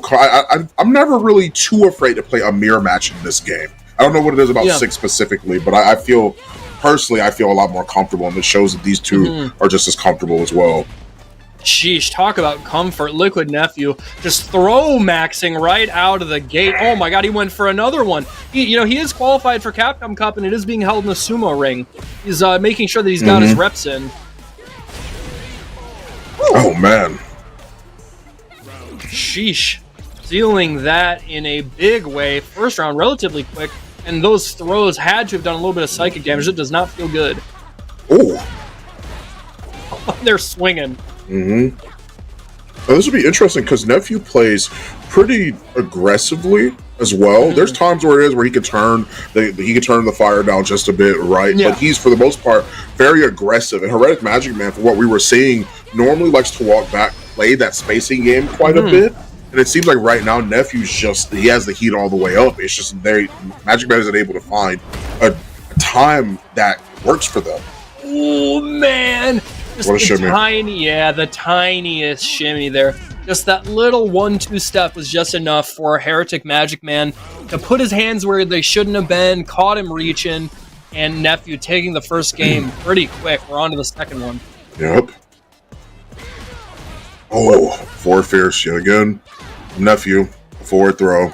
The backdash that time, the punish counter throw, and the back throw. Nevertheless, it just jumps right on out there. Didn't want to put them in range for a reversal. And Nephew, yet again, running away with another match. Dude, it's like... It's the round over. And it's just, even on the sidelines, even being the one commentating, I feel for Heretic Magic Man, because you finally get the guess right. You actually get to punish the throw attempt with your own backdash into the back throw. But then Nephew is just 2 steps ahead and has the delayed jump out to turn the tides in the blink of an eye and actually win the whole round off it. It just seems like he's guessing right every single time. Now he puts him all the way into the corner. He does get Oki off of this, and he catches him with the overhead. Number one, not dead yet. Still going to be able to live with just a sliver. Strike throw. Oh, went for the classic option for Jury. But a stand medium kick, even off of contact being made from HMM, just isn't enough to stop Nephew from pressing that stand medium kick. All right, now we're back to neutral here.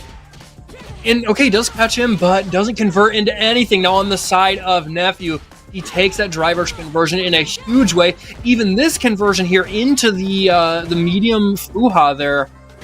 It's just like everything is coming up his way. Yeah. There it is again. Immediately. Nice. Good anti-air again. Good cross cut that time. I'm Nephew. Manages to get the tech at least. Tossing things out. Has the fireball that time. Heretic Magic Man was ready and gets the reset. I love it. Yeah, I like that. It's like, unless he was going to spend meter there, he was going to have to go for some sort of cheeky reset. And I have to imagine that, if he tried to do something on Nephew's wake up after a knockdown, he would have been more primed to go for that level 1 wake up. So to sneak that in there in the middle of the combo was, is a little bit of a gimmick, but sometimes you need that to get the engine started, right? Mm-hmm. Ooh, it was in sync. Okay, he catches him. And yes, I love this. Go for the level 3 here. You do get to burn him out, do the most amount of damage, and just really wail on that drive gauge. He's down to about 15% life left, maybe even a little bit less, about 10. And he really gets to do what he can, but he just has to make sure he doesn't give any gaps and closes it out there, just finding the right spot there with the low forward. Now he's got a gain on his side. Mm-hmm. Absolutely. Oh, went for the whiff punish there. A little bit of delayed reaction, but even still, means that they're looking for it. There it is. That time they actually pressed it on an absolutely impeccable timing as well. Tried to go for the backdash, thought the throw was coming, and a reversal immediately from Nephew. But I love it. Drive rush right back in there. Does not even give him space or room to think. A reversal right back. Yeah, I'm kind of surprised to see Nephew pulling this out like this opportunity, but it's paid off in a pretty big way. Oh, but man, intercepting that drive rush. Call him Desmond Howard. He's going for the trophy. Ooh, backdash out of there, but immediately that Torch Pierce has been doing so much work this whole set.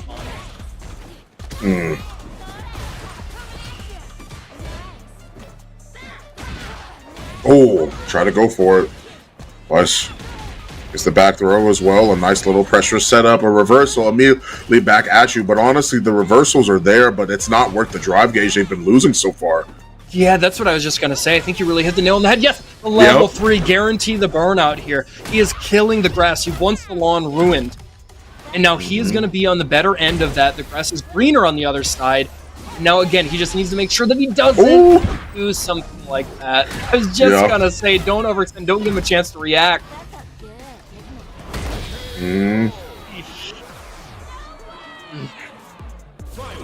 Yeah, this is both of them going into this round with no bar remaining other than the drive gauge that they have on their backs right now. Manages to at least get the fool stock. Heretic Magic Man doing what they can to try and play this footsie game, but Nephew is not giving them any quarter, no space at all.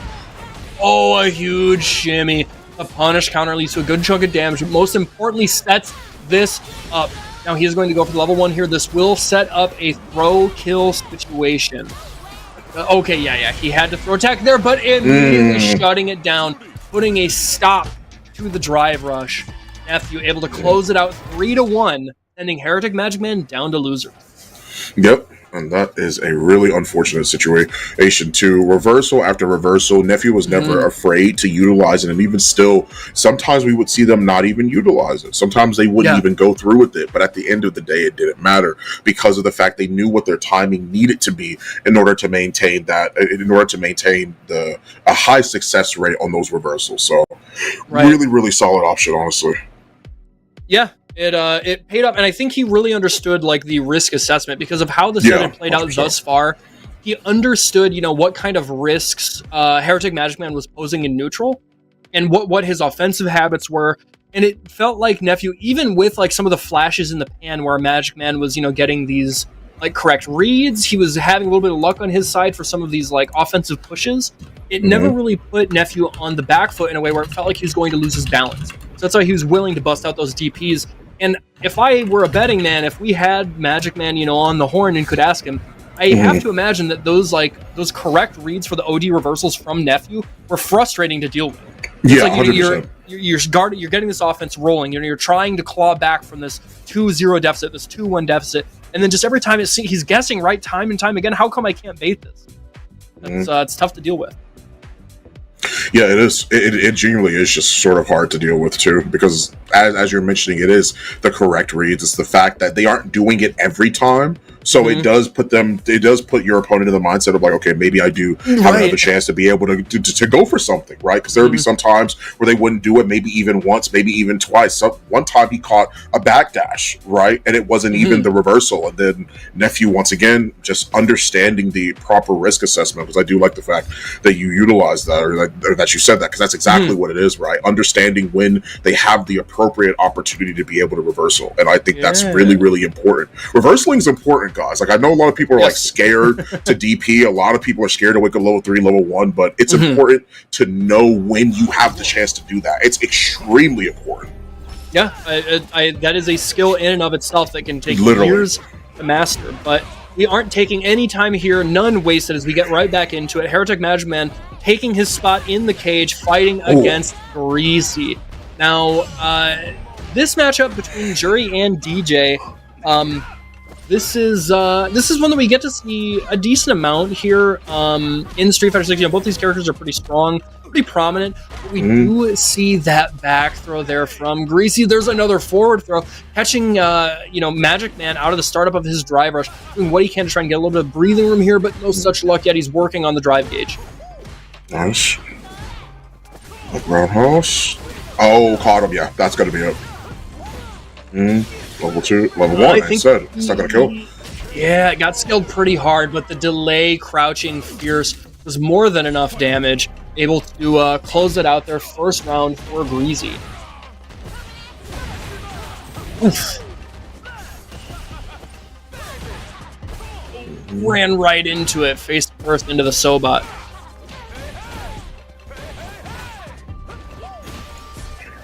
The overhead setup doesn't land, and he doesn't delay it enough. Yeah, this is huge.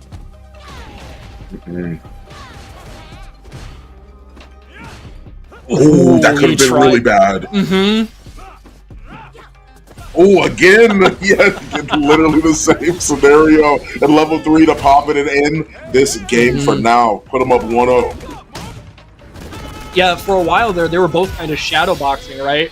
Winging at nothing, just trying to maybe not even necessarily preemptively catch, but like trying to think ahead, like, okay, how might he respond here? I'm going to try and throw out this button at this range, hope for something, but nobody landed their mark for a while. Ultimately, Greasy getting the better end of it. Now he's up 1-0 and just already working on putting Heretic Magic Man into the corner. Is really harassing him with these buttons, baiting out that dive kick there.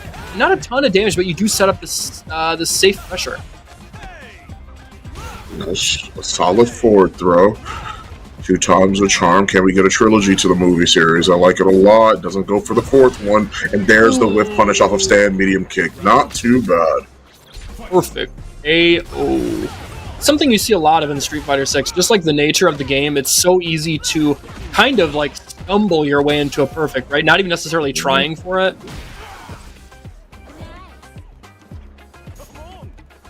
Okay, a little bit of patience here from both these guys. Willing to just parry this out is Heretic Magic Man, you know, not forcing himself to try and jump into like a flash kick, try and jump into like a stand roundhouse or something.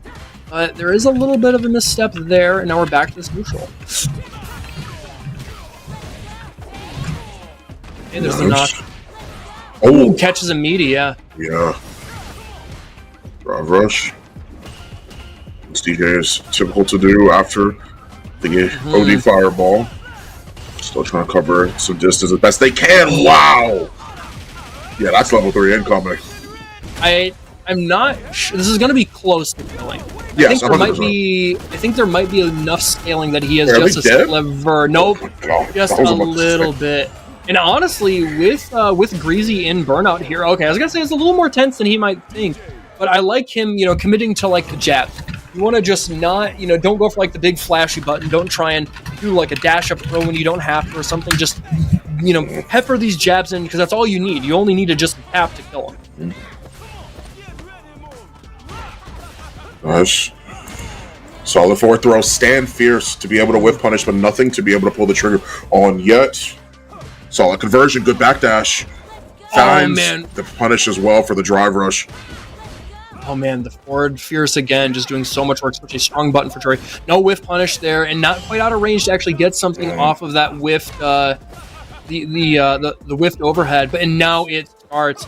A tough situation to deal with when you are knocked down in the corner against DJ. He's so strong at imposing as well. But the perfect or a huge opportunity to switch momentum, shift gears, and actually takes that advantage there to get the back throw off of the drive rush. He's still in control.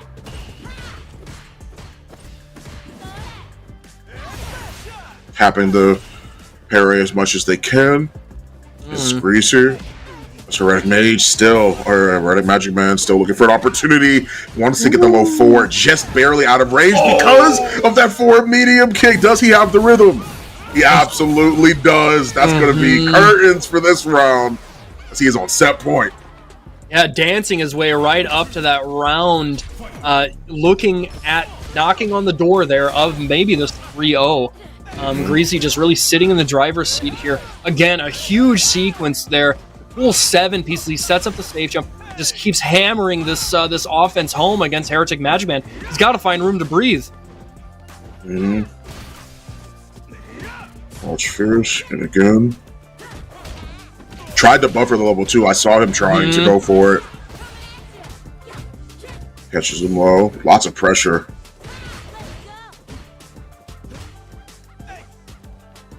So much patience between these two, honestly. Yeah. Just looking for an opportunity to try and find the hit that might make it worth their while, and that's exactly what this is. Here we go. Crouch fierce into the DI. Now you have to guess. No parry available for you. So much damage already coming through into burnout as well. Oh, dude, again. My God, dude. I talked about it in his earlier set. That fuzzy situation off of the jump in is so deadly. It's so tough to like deal with, especially if you're a character like DJ, where you know, if you're wanting to try and actually try and respond when they're jumping in, you have to be holding down charge. You can't deal with a fuzzy situation if you're doing that. So it just puts you in an even tougher spot to try and actually manage yourself defensively. Perfect, Mary. Already. Something that looked like it was going so well for Greasy. That drive gauge is looking extremely low right now. Pops the drive rush anyway. Oh, this could be it, and it is. He manages to get the conversion that he needs. Pops that level 3, and that is absolutely going to be the set for Greasy. Yeah, somebody call the doctor. She needs that lumbar support. She's in a bad spot. Quick 3-0, and he will be the one moving on there on loser's side, eliminating Heretic Magic Man from the bracket. Yeah, oh my goodness. Yeah, that is that was just well played overall. It was one of those things as well that we see where Magic Man tried to stick with some of the consistent play style that we've seen them have, which is pretty much step back, wait, bait, look for what it is that you can. Yeah. But for characters and more than just anything, players that sit there and don't necessarily let that happen, because that was the problem with Nephew and that was the problem with Greasy as well. Players that consistently maintain a pressure or aggression doesn't really give them time to think, play that whiff punish game, especially a character like DJ, because DJ plays neutral in a way very different than any other character in this game, in my opinion. I agree. I think you hit the nail on the head. It's very much like this wait and see style, because he has a lot of these like whiff punish counters that cause kind of a reel back. And so that gives him the opportunity then to like drive rush in and get the conversion, or go for like one of the Sobots to knock down or reset into throw or whatever. But it's not quite the same kind of like constant rush down, or like he doesn't have the crouch medium kick drive rush. I think you're exactly right. But well played all night from Heretic Magic Man. I think just a couple of frankly just very strong opponents he ran into. Definitely nothing to be shy about losing to those two. We will see Greasy move on, though. Now, we are going to be going down to... Oh, wait, hold on. Doma versus Enzo for losers quarters. Okay, so that means that Enzo beat Chris CCH, I guess? That would have to mean that, actually. If they did proceed onward. Yeah, they did. Yeah, okay. So, yeah, wow, Chris CCH eliminated from the tournament. Now, it is important to note, if you're somebody who has been, maybe you're a fan of his, you've been keeping up with the CPT, whatever it is, he was an Ed main. And as we all know, we were talking about earlier, Ed did get hit pretty damn hard with the nerf pad just a couple days ago. Maybe, damn. Yeah, you don't even have to understand Japanese you don't have to speak know Japanese, what that is implying. Exactly. that was one of the funniest tweets I had saw on patch day. Oh my goodness, that was hilarious. Because I was like, dang, I feel the passion immediately. I don't even I don't speak Japanese, but I know what he's saying. I know exactly what he's saying. He's been feeling a type of way about that character for a long time now. He's earned this. Oh, looks like a connection thing, it seems like. Yeah, maybe a little bit of a connection issue. Hopefully it will iron itself out here. Yeah. Looks like they're going to try and get back into it. Just out of range there for that punish counter on the toward roundhouse. Getting that. Oh, he actually dropped the pickup. He's trying to find the right space. He's bobbing and weaving here. He's doing the Dempsey roll. Facts. Just a very methodical, even though slowly Doma's getting walked towards the corner, manages to at least get the crouch medium punch to see what it is they can go for. Crouch medium kick as well, just leading to the corner slowly but surely. Does not take the bait, doesn't pull the trigger on that conversion either in a forward throw, just to keep that corner position. Yeah, and honestly, Enzo making sure that he detects correctly there. Kind of a big risk there when you're in the corner against a character like Kimberly, but he understood, where he was at, what the kind of offensive sequence is going to be, but he does get flipped across of kind of a weird angle, the meaty slide in there, and the drive rush into the burnout. This is actually a huge gamble for Doma. He's risking it all. He's got to worry about getting chipped. Yes, he does.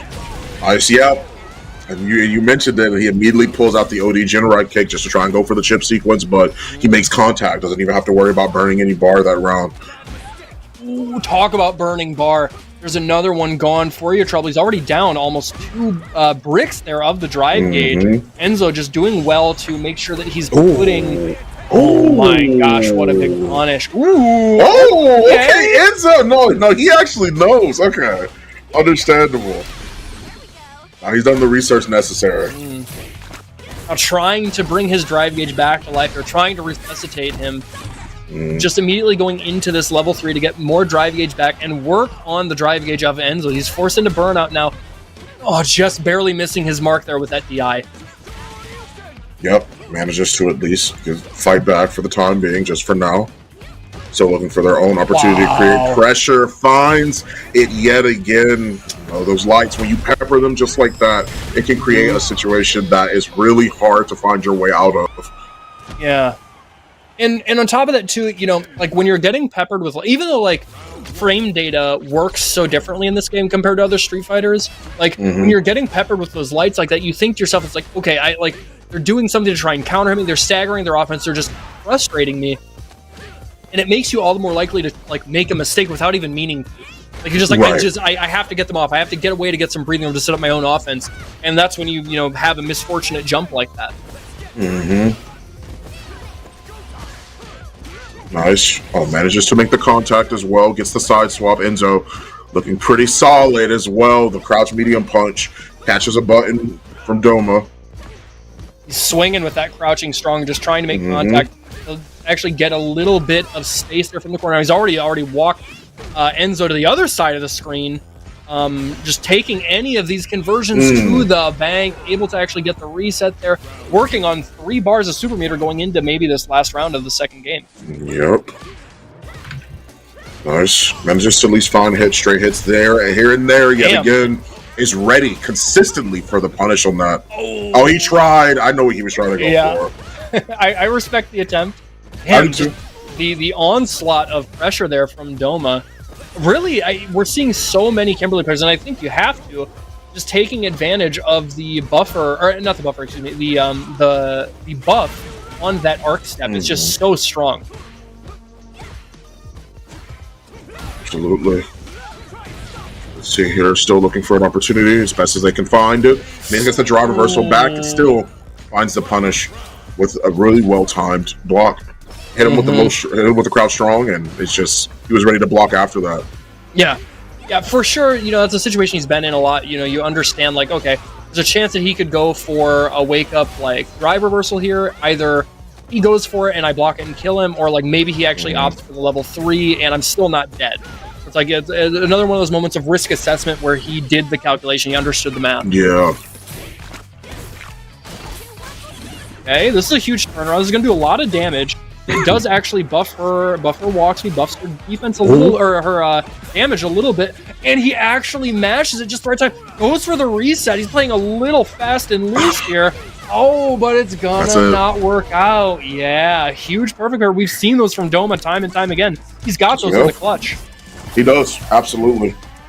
When you need a perfect parry, he will be the one to provide it for you, for sure. Yeah, it is just absolutely crazy to be able to see that, for sure. I mean, like, what's super interesting to me as well is the fact that you mentioned it, and I noticed that too, was the willingness to be able to wake up and hit low forward, right? Yeah. Like, that is one of those buttons that not necessarily, you only use it for a couple of things. You use it for a poke in neutral.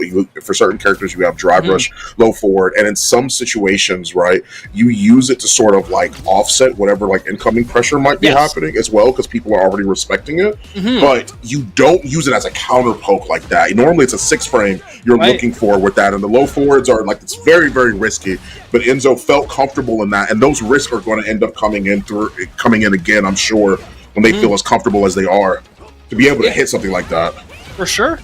And I think another thing that that lends itself, I should say, to that is the fact that he's young. When you are that kind of young player, you have that kind of confidence. You're able to like try new things because you haven't been hampered down by 20 years of experience, right? Right.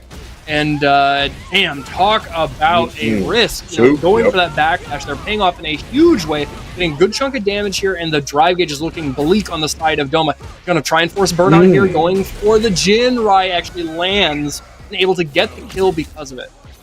We end up going back into controlled chaos yet again.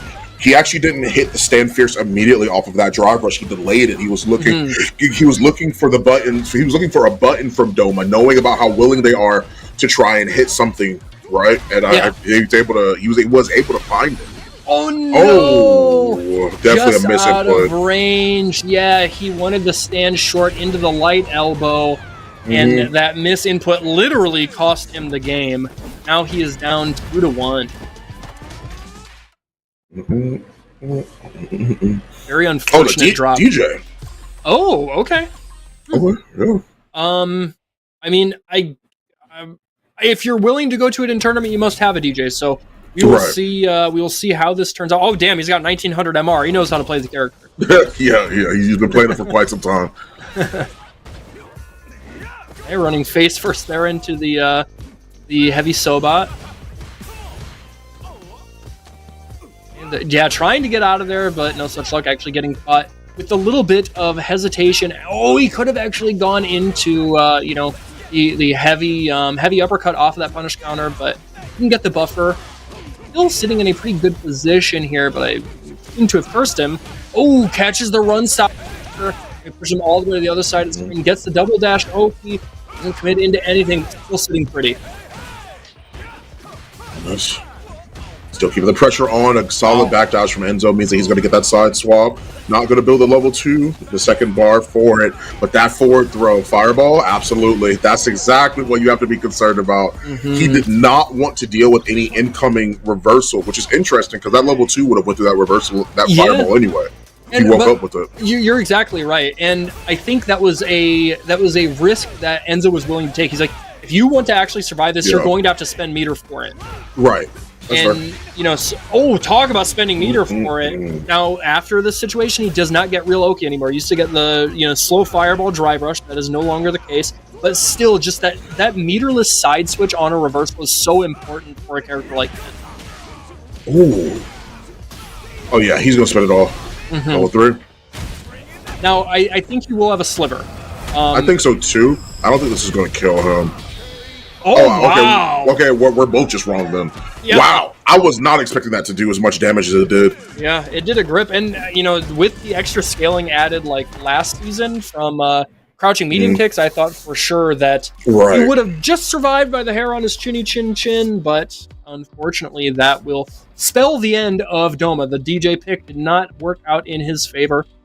But well placed, still getting into that top 8 here. You can take one last quick look at the bracket before we go to a break. Again, if you have to, get up, stretch your legs, get yourself something to drink. Make sure that you are back here promptly in the next 3 to 5 minutes because you do not want to miss what we have next. Who's your least favorite Swedish person? Oh man, y'all know Swedish people? I only know Laughing. Like I don't know any other person from Sweden. I guess I hate Lefted. This feels like pretty specific. Yeah. This is very specific. Yeah. Which one do you wrote this?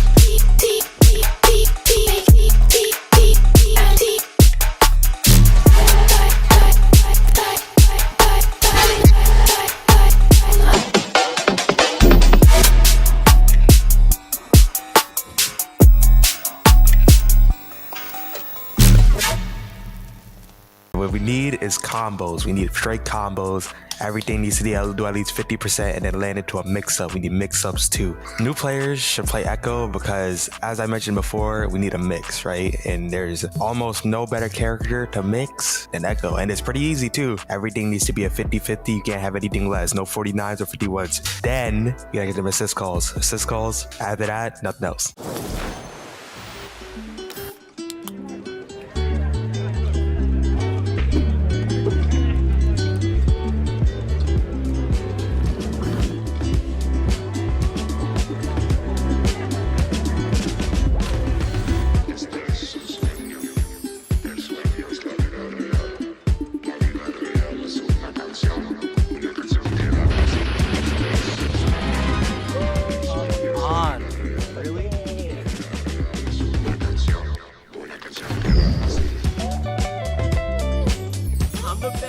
I'm the best of all time, baby. Let's hear it. You're so good. How are you so good? I love you, Jake. GDs.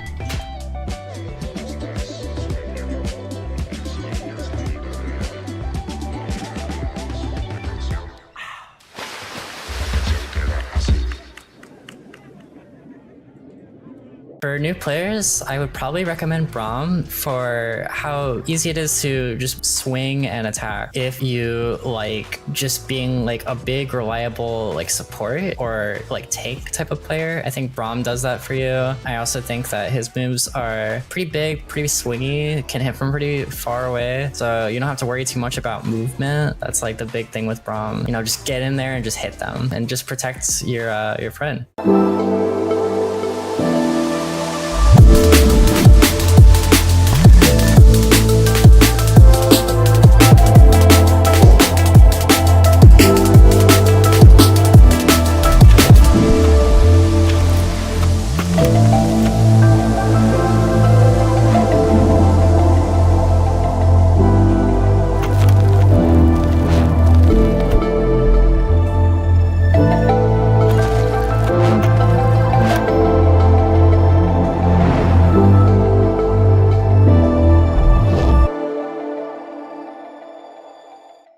For new players, I recommend Ari because you play a game like this because you want to finesse. You want to move. You don't want to just do things without purpose. Anti-air is as simple as it gets. I kept it extremely simple, but I mean, you can go a long way with just those. And this character is so elegant, so smooth, that you just want to dance when you play it. And this is the character I recommend.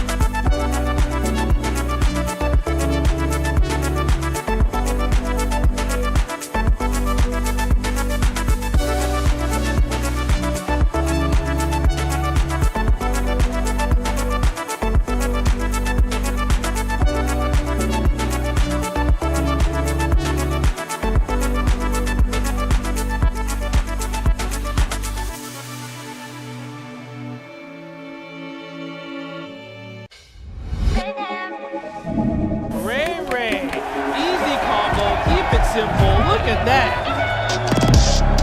And there's like so many different things that you could talk about. We're gonna make a shitty f***ing tier list. Best way to live his life. Oh my god, Punk the God, FlyQuest over!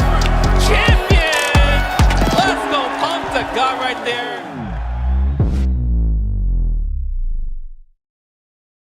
Welcome one and all back to the FlyQuest Fight Series. It's been absolutely phenomenal commentating this, but fortunately all good things must come to an end as we enter into the final segment of tonight's Fight Series. Follow the Legend here, joined by Mustaphalis yet again, as we are getting ready to head into our winners finals match, Samurai versus Liquid Nephew, as we can take a look at the bracket here for the West Coast for the matches that are remaining, as this is now the top four. Yeah, we are getting down to, the final dance of the night. And on winner's side there with Samurai and Nephew, these are two players that have run into each other time and time and time again. And honestly, more often than not, probably in this very exact spot. They're two of the very best that the country has to offer. And so if they are both entered into a bracket, it's not uncommon that they will meet this late into the game. Now, between these two, I would think actually that if my memory serves from what I can recollect, I do think Nephew has the advantage in Street Fighter 6. In Street Fighter 5 is a little more evenly split between them, when I think even that the scales might have tipped in the favor of Samurai. But in Street Fighter 6, I do believe that Nephew has had the better advantage. Now, watching these two coming up, I think with the nerfs to Akuma, I would say that it's maybe a little bit more even than it used to be. As an Akuma player, I felt like Akuma had a slight advantage over Jury. But with the nerfs now, it's probably a little bit closer to even. He might still have a slight advantage just because of his extremely high damage output. But I think she can probably feel a little bit easier navigating space because of the nerf to Fireball, and also the nerf to his back walk speed.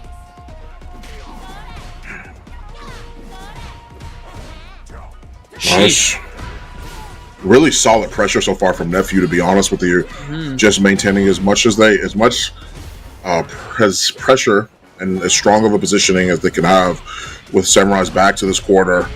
Oh, punish, yeah, misconfirm. And I think he will, level in 2? fact, kill him for it. Yeah, level 1. For sure, go for the level 1. Do not give Samurai a chance to fight another day. You take that round. First one for Nephew on the board.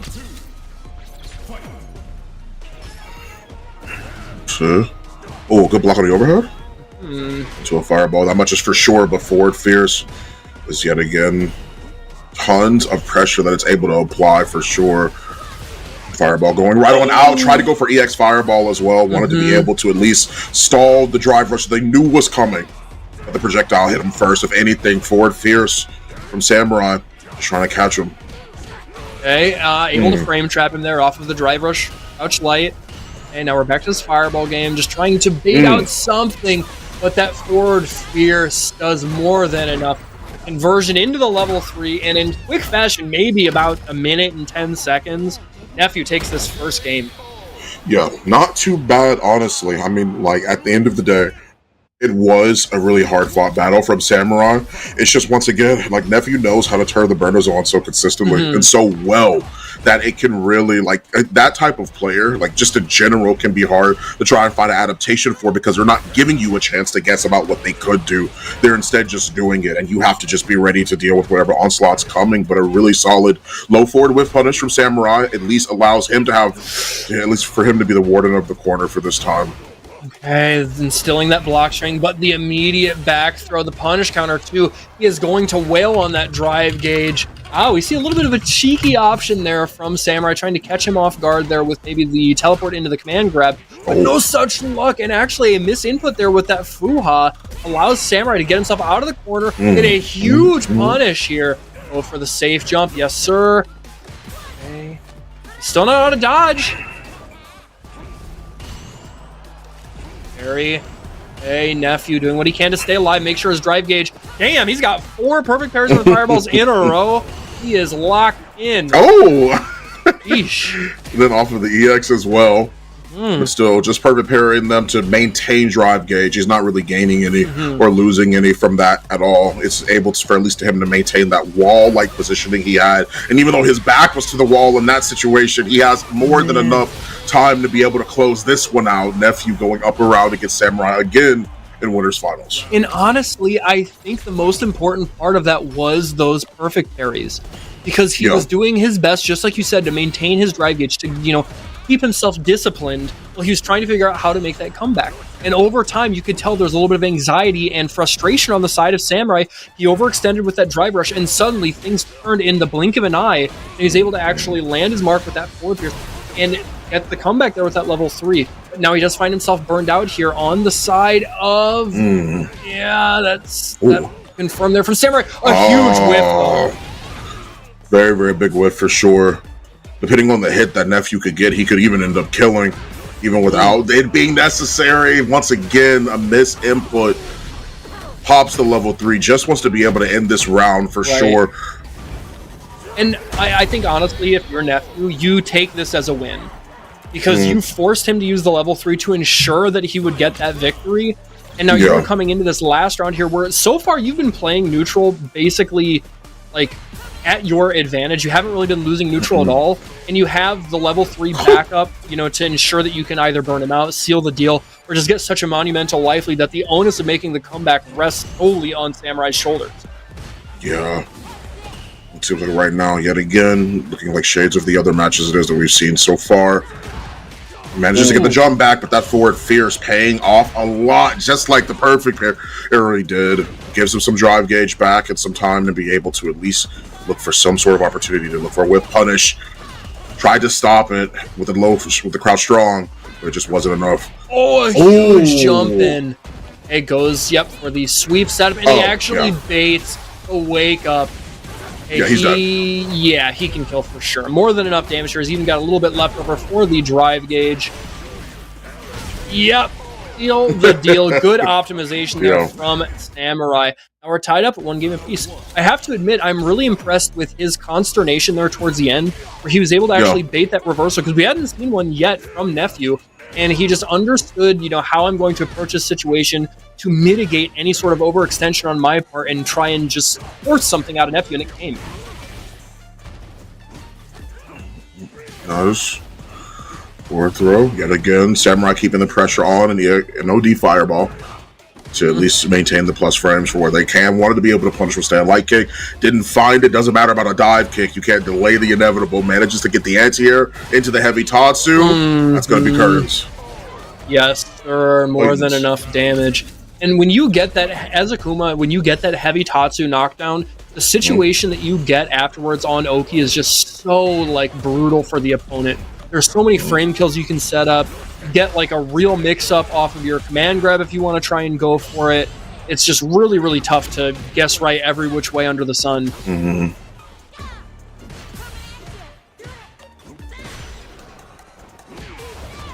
Ooh, tried it. And look at how he's gaining his own drive gauge back. Oh no! Ooh. Man, that is huge. Opts not to go for level 3, takes that forward throw, and slowly but surely Samurai's getting his drive gauge back, but at what cost? Damn! Boom! Perfect parry yet again. And I mentioned it before, those perfect parries are not necessarily to gain any drive gauge or lose any, it's to maintain the positioning he has, to be a wall. Anytime, any shimmy, anything it is that he sees Samurai's going to try and go for, he is going to bust out. It's not going to matter. You're exactly right. I couldn't have said it better myself. Now swinging with that stand roundhouse, it is safe. You know, only -3 means that Jury really gets to just harass that green bar and talk about harassment, doing what he can to actually turn the tides here and tip the scales in his favor. We're going to see Samurai down to just about 2 bars of drive gauge here. And Nephew doing a great job of just instilling his will, putting Samurai on the back, but trying to fight his way out of the corner here. But yeah, you said it, Ron. All those perfect pairs are just making him a wall for Samurai to deal with. Stand light kick, manages to find the counter hit that confirms. It's the adamant flame, or it's the adamant fist, manages to at least get a reversal. A fireball, has the perfect parry. If they miss it, oh my gosh, that little bit of drive gauge is holding on for its life. Oh my lord. This is crazy. It's like a mini game for him. He's like trying to prove a point. I bet he's streaming. I bet he's just like, chat, watch this. Right? Not punishable. That's -2. Ooh, oh no. That's bold.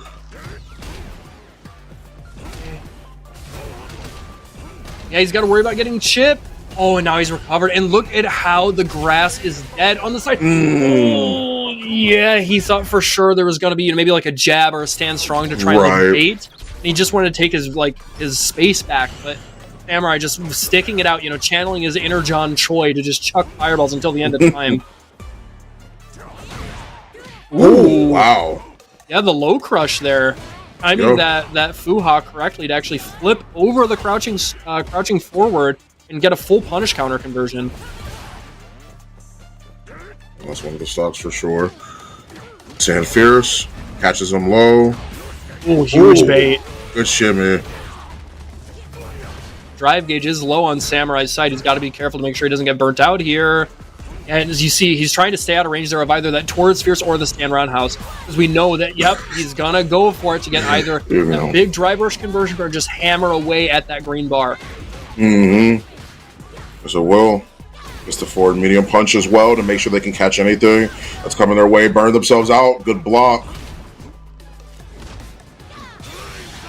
Oh, no way. He actually, yeah, it's 9 frames. He's dead. Yeah.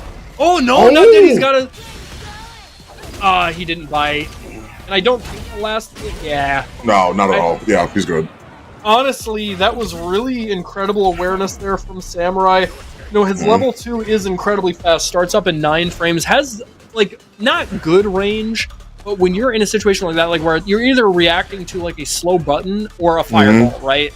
Yeah. It's like anything that was going to come out, it was going to work from that range. He just spaced himself correctly. You know, the precision of a surgeon. Ooh. Ooh. Talk about precision of a surgeon. Just finding the right space there, threading the needle to get that punish counter sweep. That's the perfect parry. He's been hitting them all game.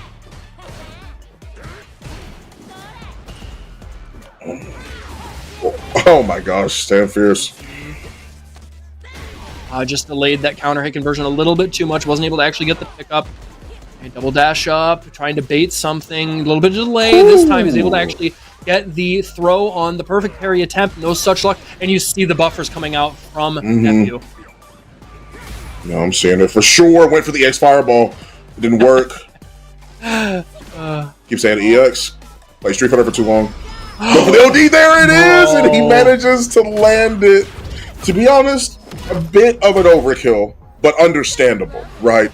Because if he didn't do that, if he didn't go for it, a jump opens him up to the possibility of an anti-air or anything that would put him at essentially giving Samurai the set. Right. So I understand. Like, he has to go for the level 3 there. It makes sense. Yes. I just wish it wouldn't have been that, you know, like be able to save a little bit more. And also, it is important to note, like, the kind of freak reactions that takes. For those who don't know, Akuma's OD Fireball starts up in 12 frame. And he was, like, within sweep range. For him to react at that range, he is locked in, eyes wide open. Yeah, 100%. Nice, those throws are really adding up for Samurai. Wanted to go for a huge punish with that drive rush, or maybe thought that it wasn't as fast as it was, but that's that roundhouse coming through. But Nephew looking for cross-ups, looking for throws, and Samurai's pretty strong in the defense right now. Yeah, he's really tightened things up, you know, holding everything close to his chest.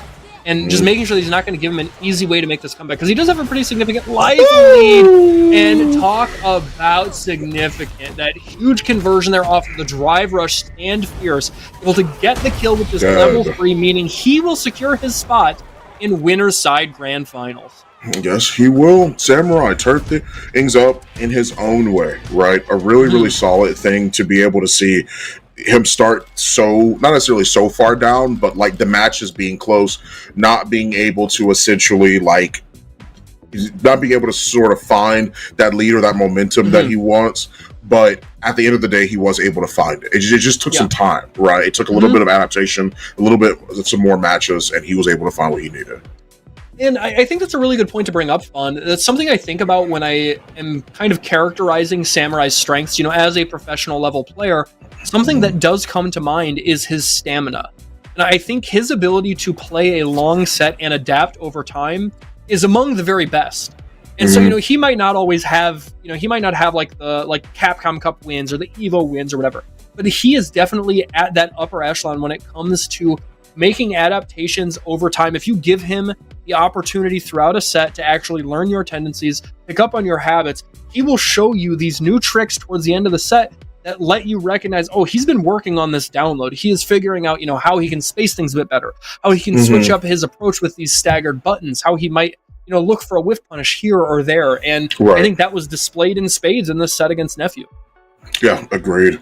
Yeah, and that's one thing it is, of course, that we mentioned at the very beginning when we first saw Samurai throughout his tournament run tonight, right, is the fact that his adaptation has always been on point. When it comes to having to grow and change his play style, he can do that very effectively and very efficiently. So when you find an opportunity to have that adaptation take the forefront, because that's really what it took to be able to win that set, he really had to have an answer for a lot of Nephew's just onslaught of pressure, and he was able to answer it accordingly. So we do have the next match coming up again. This is going to be losers semifinals. That is none other than Greasy versus Enzo the Hokage. Now, I was going to say, it looks like it will be the DJ versus Ken.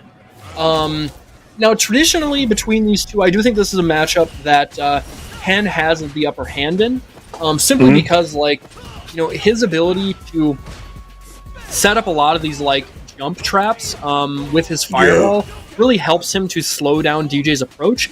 And I think most importantly too are going to be that stand fierce and also the stand short as punish opportunities for him to get big damage and actually get the corner carry. But we do see Greasy jump out of the corner there kind of for free, and now with this side switch it means that he gets to do what he can to actually control the pace here and set the stage. Not too bad of a look so far. Great back roundhouse. Had the trade off of the jump in as well from Enzo, but keeping the pressure on as well. Enzo had so much control in terms of their movement in the middle of this match at the very, very start of it, I should say more specifically. But now Greasy has just sort of laid on the onslaught, finding hits but not confirming them could be a really, really bad thing for Greasy, depending, but he's ready to punish that drive rush. Yeah, he was looking for that. You know, he had been doing so well to really pepper in these lights to just annoy and harass Enzo. That is like, he understood his win condition. It's like, I'm going to put you in a position where you have to make a big risk, which was that drive rush into the stand fierce, meaning there's a big enough gap for the OD flash pick. He's just waiting for it and responded accordingly. Talk about waiting for it and responding accordingly. Right, yeah. Enzo immediately shutting down that drive rush. He's going to see the level 3? No. Okay.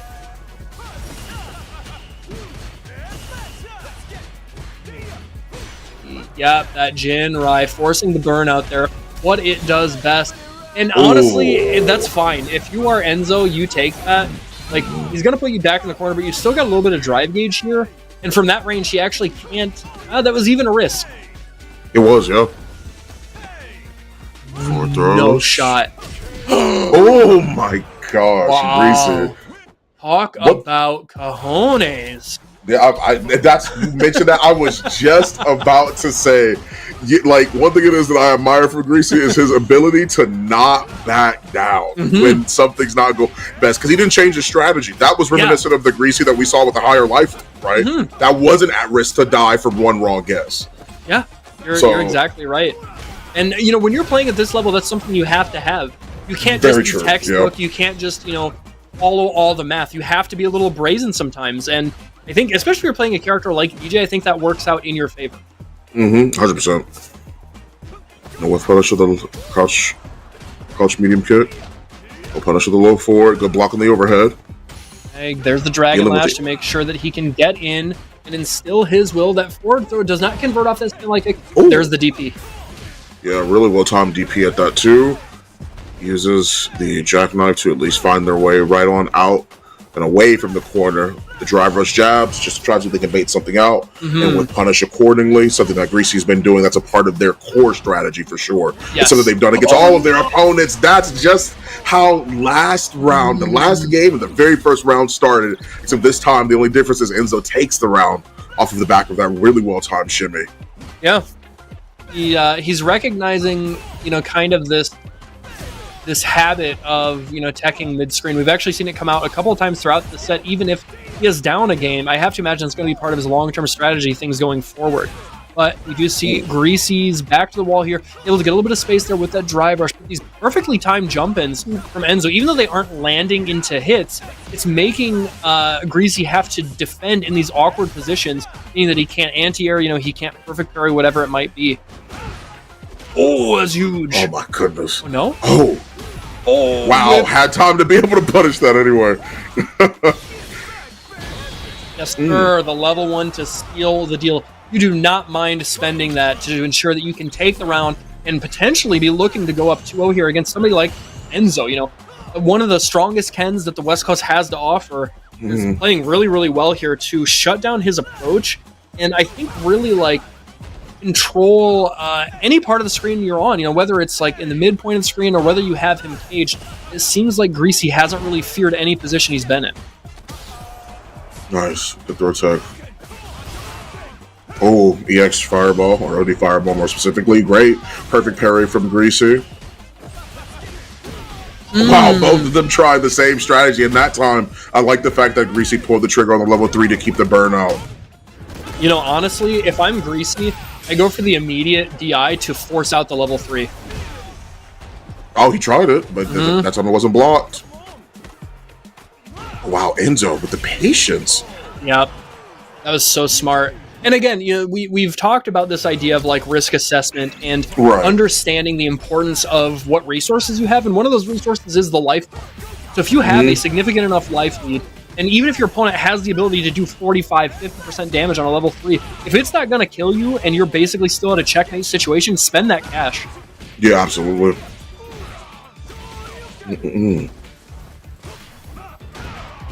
Ooh, nice. Good whiff punish from low forward. Yeah, that's not always easy against DJ. Oh, damn, the perfect parry. He has had this. Okay. Oh, a little bit of trying to hit him with his own medicine. Yeah. Another reset into that heavy Sobot. Really strong mix for DJ. Bam, from downtown. Wow. That hit so far out. It did. And I know they were not expecting that. Not only that, it was also just the simple fact that, like, a strategy of I'm going to drive rush and then hit light punch is such a big deal. Second time in a row, third time in a row, really, it works out for Enzo. That specific type of movement that we've seen them utilizing. Oh, no. Punish. Misconfirm, yep, put him back in the corner. There's a side switch off of that OD run under, but he will get to kill. He level 2. Hit him with the third strike classic. That is a game on the board. Enzo has a little bit of breathing room now. Yeah, absolutely.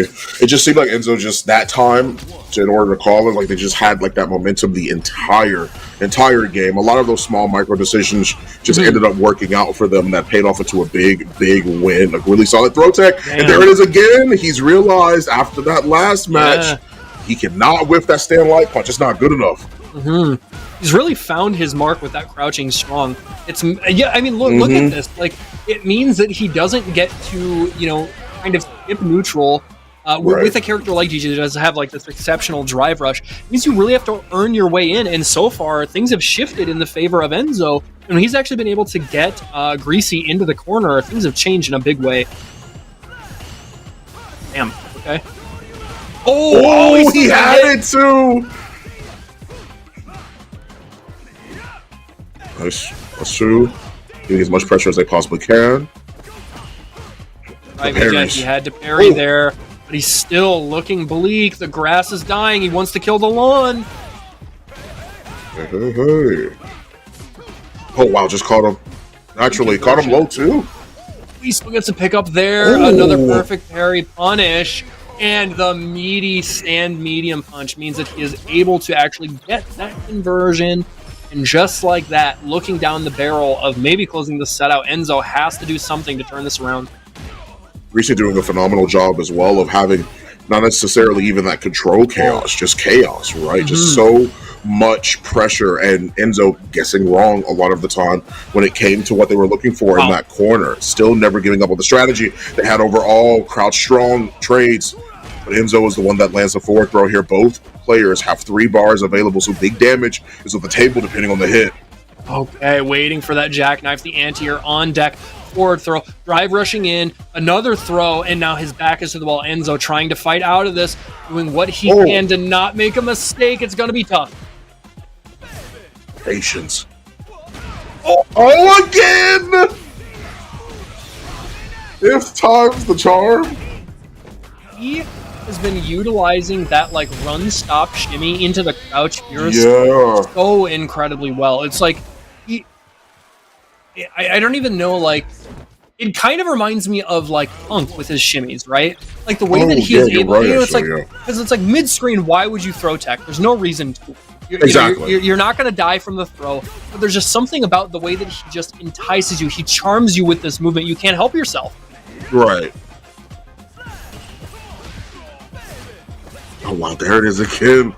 Yeah, no, Enzo's actually on point now. That crouch strong being an answer has really forced Greasy to reconsider how they're approaching. And you can see it, too, to the point to where now they used it in a way that is just habitual.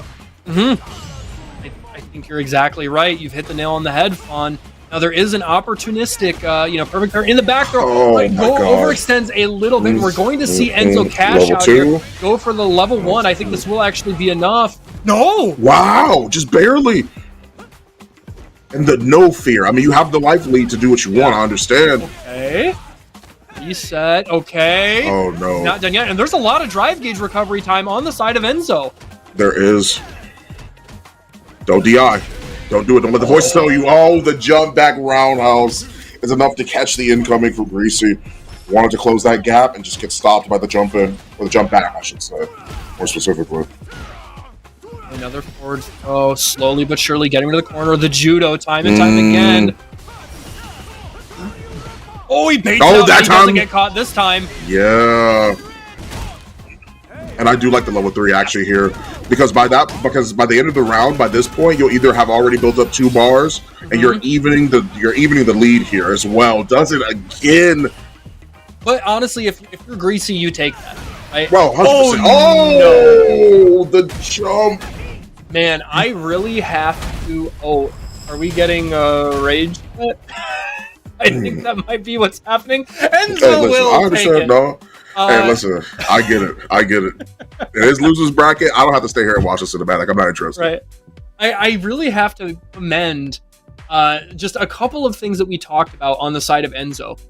When he, and it was late in the set too, he was down, I think 2-0 at this point, when he just found the one moment of success with Crouch Strong as an opportunity to intercept the drive rush, and it clicked for him. There was something about the one time that it worked that suddenly he's it was almost oh yeah, I can do that. That's the button that I use to stop the drive rush.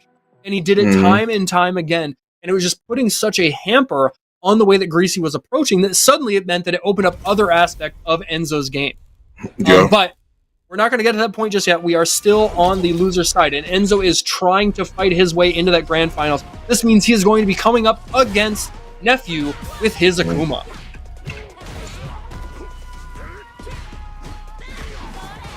Nice. Stand fierce. You got it good. Forward fierce right hand. Oh, wow. Oh, wow. Yeah. What I probably, maybe it was I'm so used to, it felt a bit random. I'm so used to seeing the miss inputs because of walk forward fireball. Genuinely. Sure. Yeah. Barry checking the approach and light kick. Using the forward snap kick this time around. Again, that stand short so strong from Akuma. Really deceptively good range.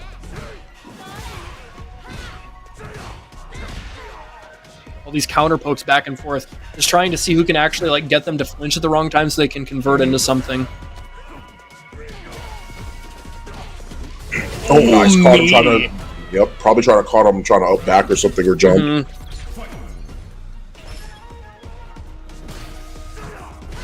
Oh, this is so close. But that time hits its mark. Nephew finding a huge whiff punish here. And there it is, back to the wall after the forward throw. The immediate shutdown of the offense.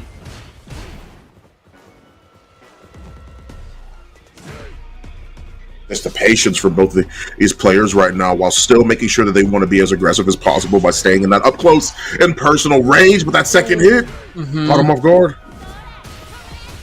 Yeah, it was kind of a weird situation. It hit in late active frames of the first one, so it almost looked like it was the second hit. It was a kind of a weird opportunity to punish from Enzo. Barry. Man, swinging with that crouching medium kick. And the actually not quite enough. It tries to go for a fuzzy overhead. No such luck, but there, the overhead that time. Good old fashioned. Will close it out. Now we're tied at 1 round apiece. Yes, we are. So looking for the buttons to be able to catch their opponent lacking, and that's exactly what they found. The low forward to be able to carry to the corner off of the back of a heavy Tatsu. Still keeping the positioning pretty strong as well. And the patience from both players shows that they are looking for either chance to be able to capitalize on either mistake their opponent pushes out. Yeah, had to go into the level 3 here to ensure that he can get some of his drive gauge back. We'll put them, he won't be on the winning side of the drive gauge war, but he will be back into the green, which is very important, as you're trying to close out the rest of this round. And he does have a bit of a life lead here. Okay, there it is, the sweep knockdown. Now what's it going to be? The forward throw this time. Oh, and he knew. He was already holding back. Pops level 2 as well. Yep. There it is. Back heavy kick to close it out. First game in first blood goes to Enzo. Yeah, not too bad of a look, honestly. Enzo just still staying as clean and as concise as ever, honestly. A stand light kick, Enzo's using it quite a bit as well, because I realized the last match that we saw that stand light kick come out and then Nephew went for the reversal. It has to do with the fact that I think they were expecting the anticipation of the drive rush, right? Off of that stand light kick, perhaps. Enzo's been using it, because I've been noticing that Enzo's been using it a lot as well to try and see if they can bait out anything with punish anything. They really want to make sure they can capitalize on that, and a perfect parry. Really well timed from Nephew. Allows them to at least even the life pools. Hey, he does take a little bit of a lead here. Actually catches him in an unfortunate situation there with the overhead. This means he'll be able to close it out with that level 1. More than enough damage. There's another round on his side. Yeah, that is unfortunate too. Enzo probably thought that it had already made contact, right? So they were already going to try and drive rush forward after the parry came through. Just a little bit too much anticipation and not enough of a reaction. And just harassing with that towards Pierce. Such a strong button. And actually busting out with the OD reversal this time around. It is important to note with Akuma that does actually significantly less damage, 200 less. That means in some of these situations where it would have killed before, if he tries to actually go for the OD reversal, he might be not quite as lucky. Oh, what a whiff punish. Very solid whiff punish as well for Fierce. And another one for good measure. Out of there, and that's honestly not a bad trade. That crouching strong actually catches him. I think he might actually survive this. I think he's dead, actually. Oh, just barely! Wow, look at the sliver! But it did, in fact, burn him out, which meant that, you know, there was literally nothing that Nephew could do in that situation. You do get a meaty fireball. Yeah, exactly, you got a meaty fireball set up. Docking for position, trying to find some space to actually get something started, and that might be just what he needs. All but backing out of there to safety is Nephew, where he does have a pretty good back. Oh, I like that, actually. Yeah. Not going for the typical response with the backdash, you're looking for an opportunity to whip punish, just takes their turn by walking forward and getting a throw. It puts them in burnout. Yeah, that's the best part of it, right? You know, that subtle difference in strategy means that suddenly you get to take control of this game in such a big way. And maybe, you know, actually get to instill your will up to winning 2 games here. Oh, but challenging at the right time, finding a spot with that crouching strong means that the conversion to level 3 is here. Going to give him a noticeable life lead, but most importantly means that he actually gets to do a little bit more drive gauge damage.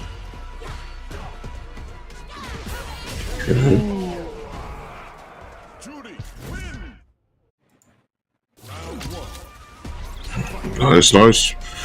Not too bad from Nephew, honestly. Just keeping it pretty strong, pretty concise as well in their play.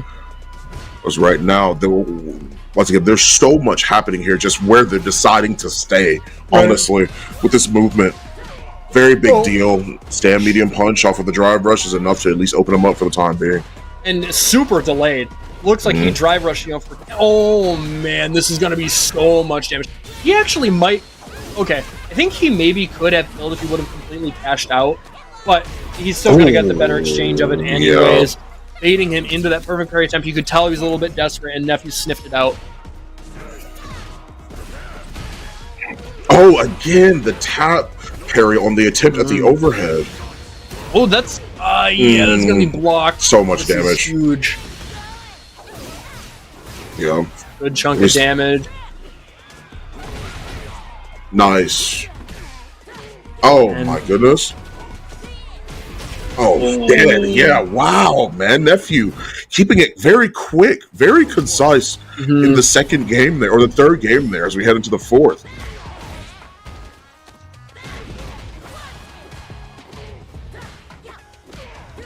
Man, look at him just hammering away.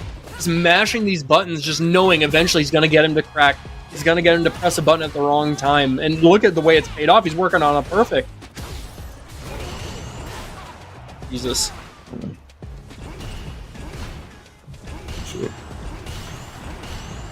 Nice. Dude. Wow, the parries galore, man. Oh! He's just showing off. He is. Oh, no way, man. Come on. God. Somebody clip that. He's going for a damn highlight reel. Literally. Oh my gosh, dude. Sheesh. That didn't make any sense. He's reminding Liquid that they should re-up their contract next year. No, literally. Nice, good DP as well. Ooh, yeah, meaty fireball. I like that setup. And does get the conversion here, and he will be able to kill. Oh, he could have... Okay. He could have killed without spending quite as much meter, make it a little less scary if, you know, he did burn himself out. But nevertheless, a win is a win. Whoa, man. That's a confidence button. Stand fierce to check the drive rush for sure. Yeah. Not very often you see that. Normally you see a lot of those faster buttons, 6 frames at the most trying to stuff drive rushes. But to use Jerry Stand Fierce, which is a slower button, despite the fact that it doesn't look like one, is really confident, wanted to get the combo punish off of the perfect parry, but it just was not enough for now. Slowly but surely. Oh, man. Just a little bit out of range. And that's like kind of the difference between Ken, right? Because if he was using Ken, that faster crouching fierce has better range than Akuma's. Okay, he does actually spend it here, and of course, that will mean Liquid Nephew will move on, eliminating Enzo the Hokage from the bracket, will get his run back against Samurai.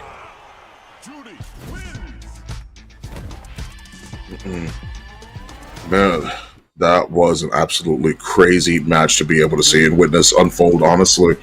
Really solid from both players. I mean, like, really love the fact that, like, Nephew was like, I understand it now. I was able to move forward with it, right? Like, there was clearly a connection at the end of, like, game 2 that really just made sense, that he was able to really keep like an eye on how his opponent was playing. Enzo played extremely well, did a pretty solid job, a really good job, but it was just too much. It just wasn't enough to be able to overpower that. Yeah. And I think, like, it's important to note that a lot of the rounds, like, with the exception of a couple of them, a lot of the rounds came down to, like, last-second decisions. And even if there was, like, a big life disparity where, like, somebody made a big comeback, it just came down to, like, this one decision that led to, like, maybe a jump-in, or, like, one errant DP that meant that he was going to die afterwards. So everything up to that point was close and contentious. It was very back and forth. But I think maybe, you know, this, like, the highest level experience that somebody like Nephew might have is what was able to give him, you know, that extra push to really pull ahead. Yeah, absolutely. That much is for certain. But with that, of course, match already being said and done, that means that the grand finals is Samurai versus Nephew, a match that we saw earlier that was 3-1 in favor of Samurai, right? That will now have to determine who will be the winner here at the FlyQuest Fight Series tonight. Let's see what they have in store for us here at Mustopheles. It's been a hell of a night, honestly. Yeah, it's been a good bracket, really fast, you know, like balls to the wall action, all gas, no brakes. And opting to just go for these fireballs. Samurai recognizing again the strength, even with the nerf to Akuma's, like, frankly, what was like broken, you know, him not having an extended hurt box on his fireball throw. Even with the addition of that, he still has this exceptional, like, fireball speed. He's still got the exceptional walk speed to get in and out of these ranges where people think it might be safe to jump in, otherwise not. It's just still like he's went from being, you know, this like Shoto on steroids to just being this really strong Shoto. Yeah, absolutely. Nice. Stand Fierce trying to maintain the corner position as much as he can. Stand Fierce, my beloved, yet again. Really shutting down that jump. But the perfect parry is an opportunity. Not a lot of damage, but the most important part is that side switch. Nephew going to take that in space, and actually, that light kick Tatsu meant that it recovered fast and was a little awkward. We'll have to spend the level 1 here, and the win of the round is on Samurai's side. He draws first blood.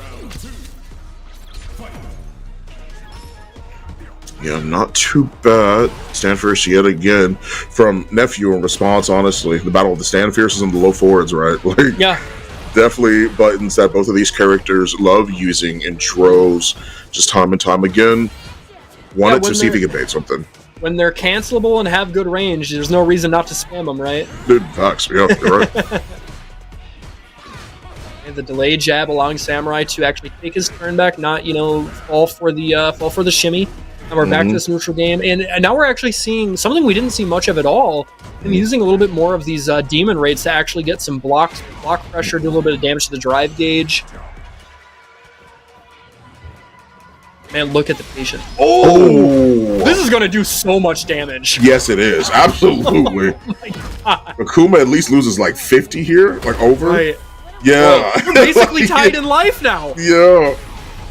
Oh my God. And the delay. That slight stutter step was enough to throw Samurai off of his defense and actually gave Nephew the upper hand. Oh my God, talk about damage. Is he going to cash out here? No. No. But, damn, does a cool 40%. Right. No biggie. 2-4 throws back to back. Getting the plus frames. Caught him trying to jump. But didn't pull the trigger. Making contact with that hit. And the jab just a pixel away there from ending Nephew's life. Samurai really locking in here to slow things down. Look at him. And he's trying. Yeah, it definitely is. Okay. Good, perfect parry. Could definitely cash out here just to try and see if they can close it out for sure. No reason to hold on to him. Yep. Clean this up. Important to note if you are somebody who is, maybe less viewed of Street Fighter, or maybe you're just getting into it. If you are utilizing a level 3, whether it is the critical version or the regular, it will never scale below 50. So if you're in a situation like that, you get a perfect parry and you're going to put your opponent at really low damage, you should do your best to cash out because you're still probably going to kill.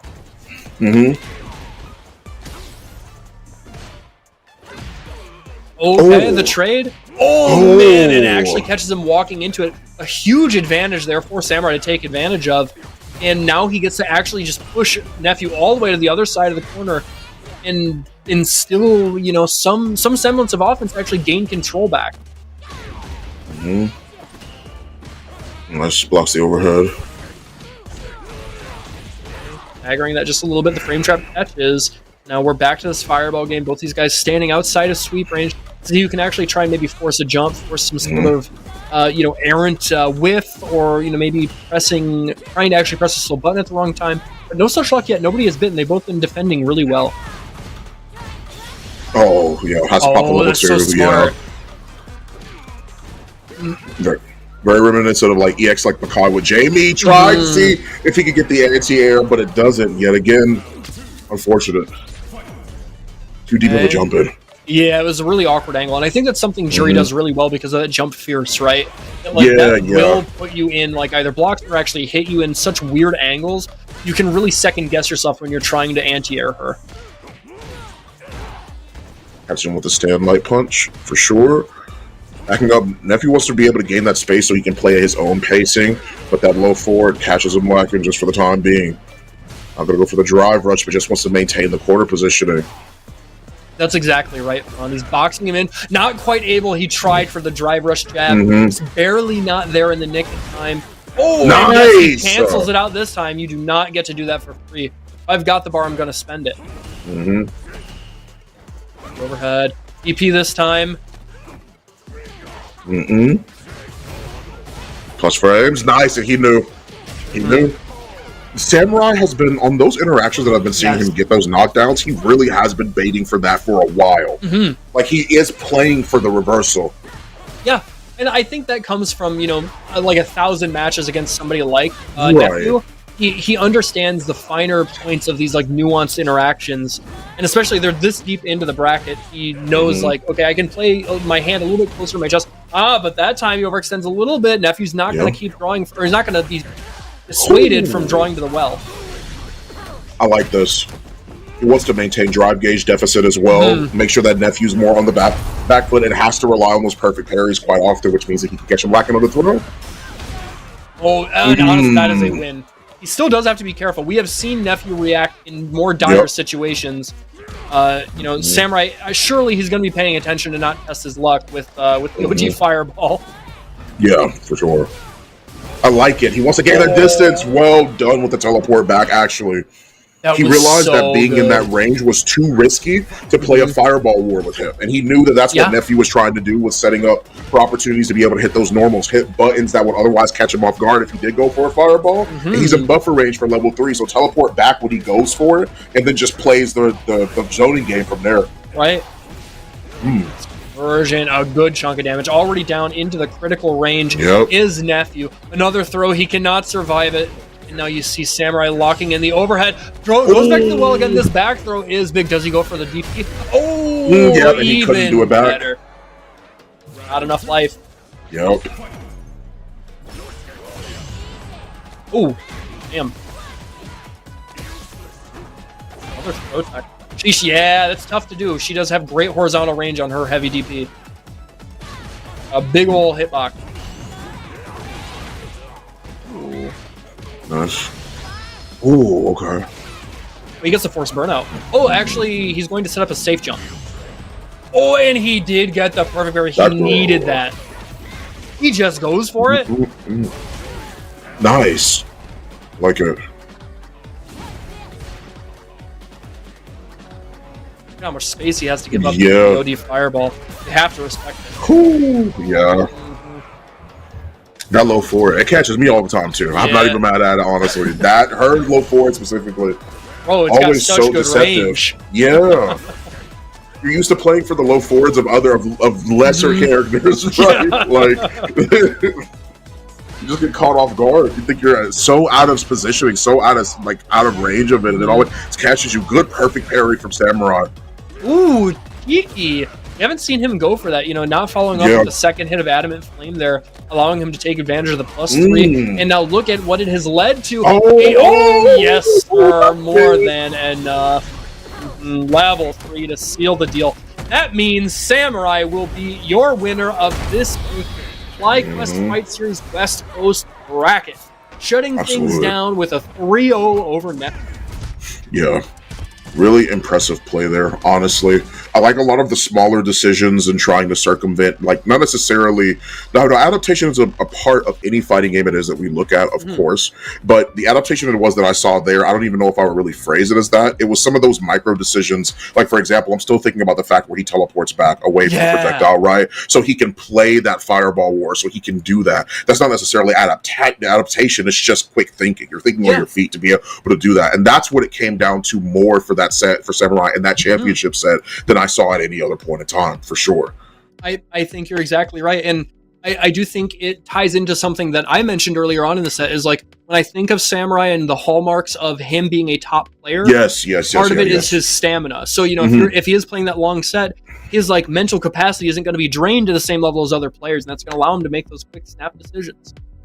So, absolutely. With that being said, it is going to be time for us to get out of here. We did start a little bit late due to the East Coast bracket, but again, here are your winners. We've got Samurai. Right behind that is Liquid Nephew, Enzo the Hokage, and then Greasy. And then who are in the bottom 4?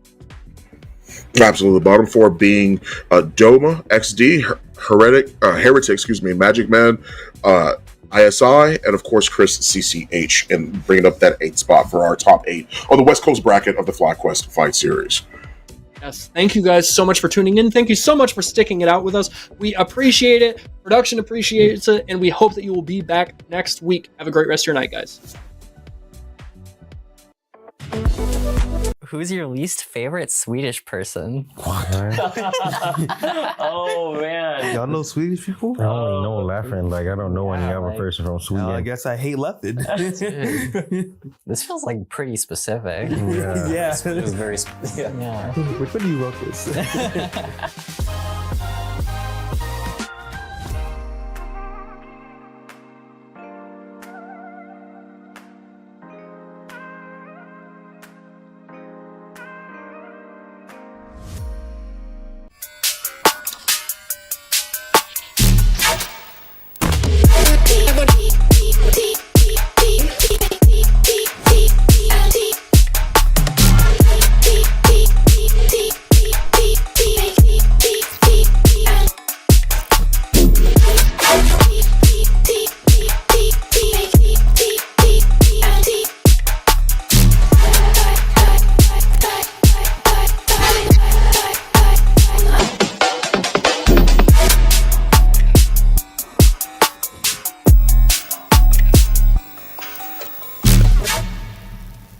What we need is combos. We need straight combos. Everything needs to do at least 50% and then land into a mix-up. We need mix-ups too. New players should play Echo because, as I mentioned before, we need a mix, right? And there's almost no better character to mix than Echo. And it's pretty easy too. Everything needs to be a 50-50. You can't have anything less. No 49s or 51s. Then you gotta get them assist calls. Assist calls. After that, nothing else.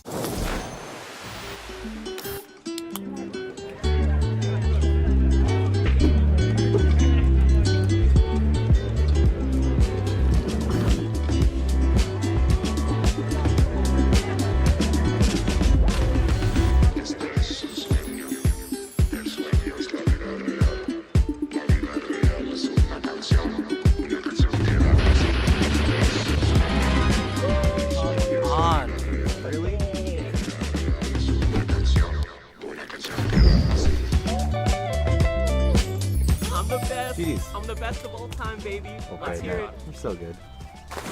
How are you so good? I love you, Jake. GG's.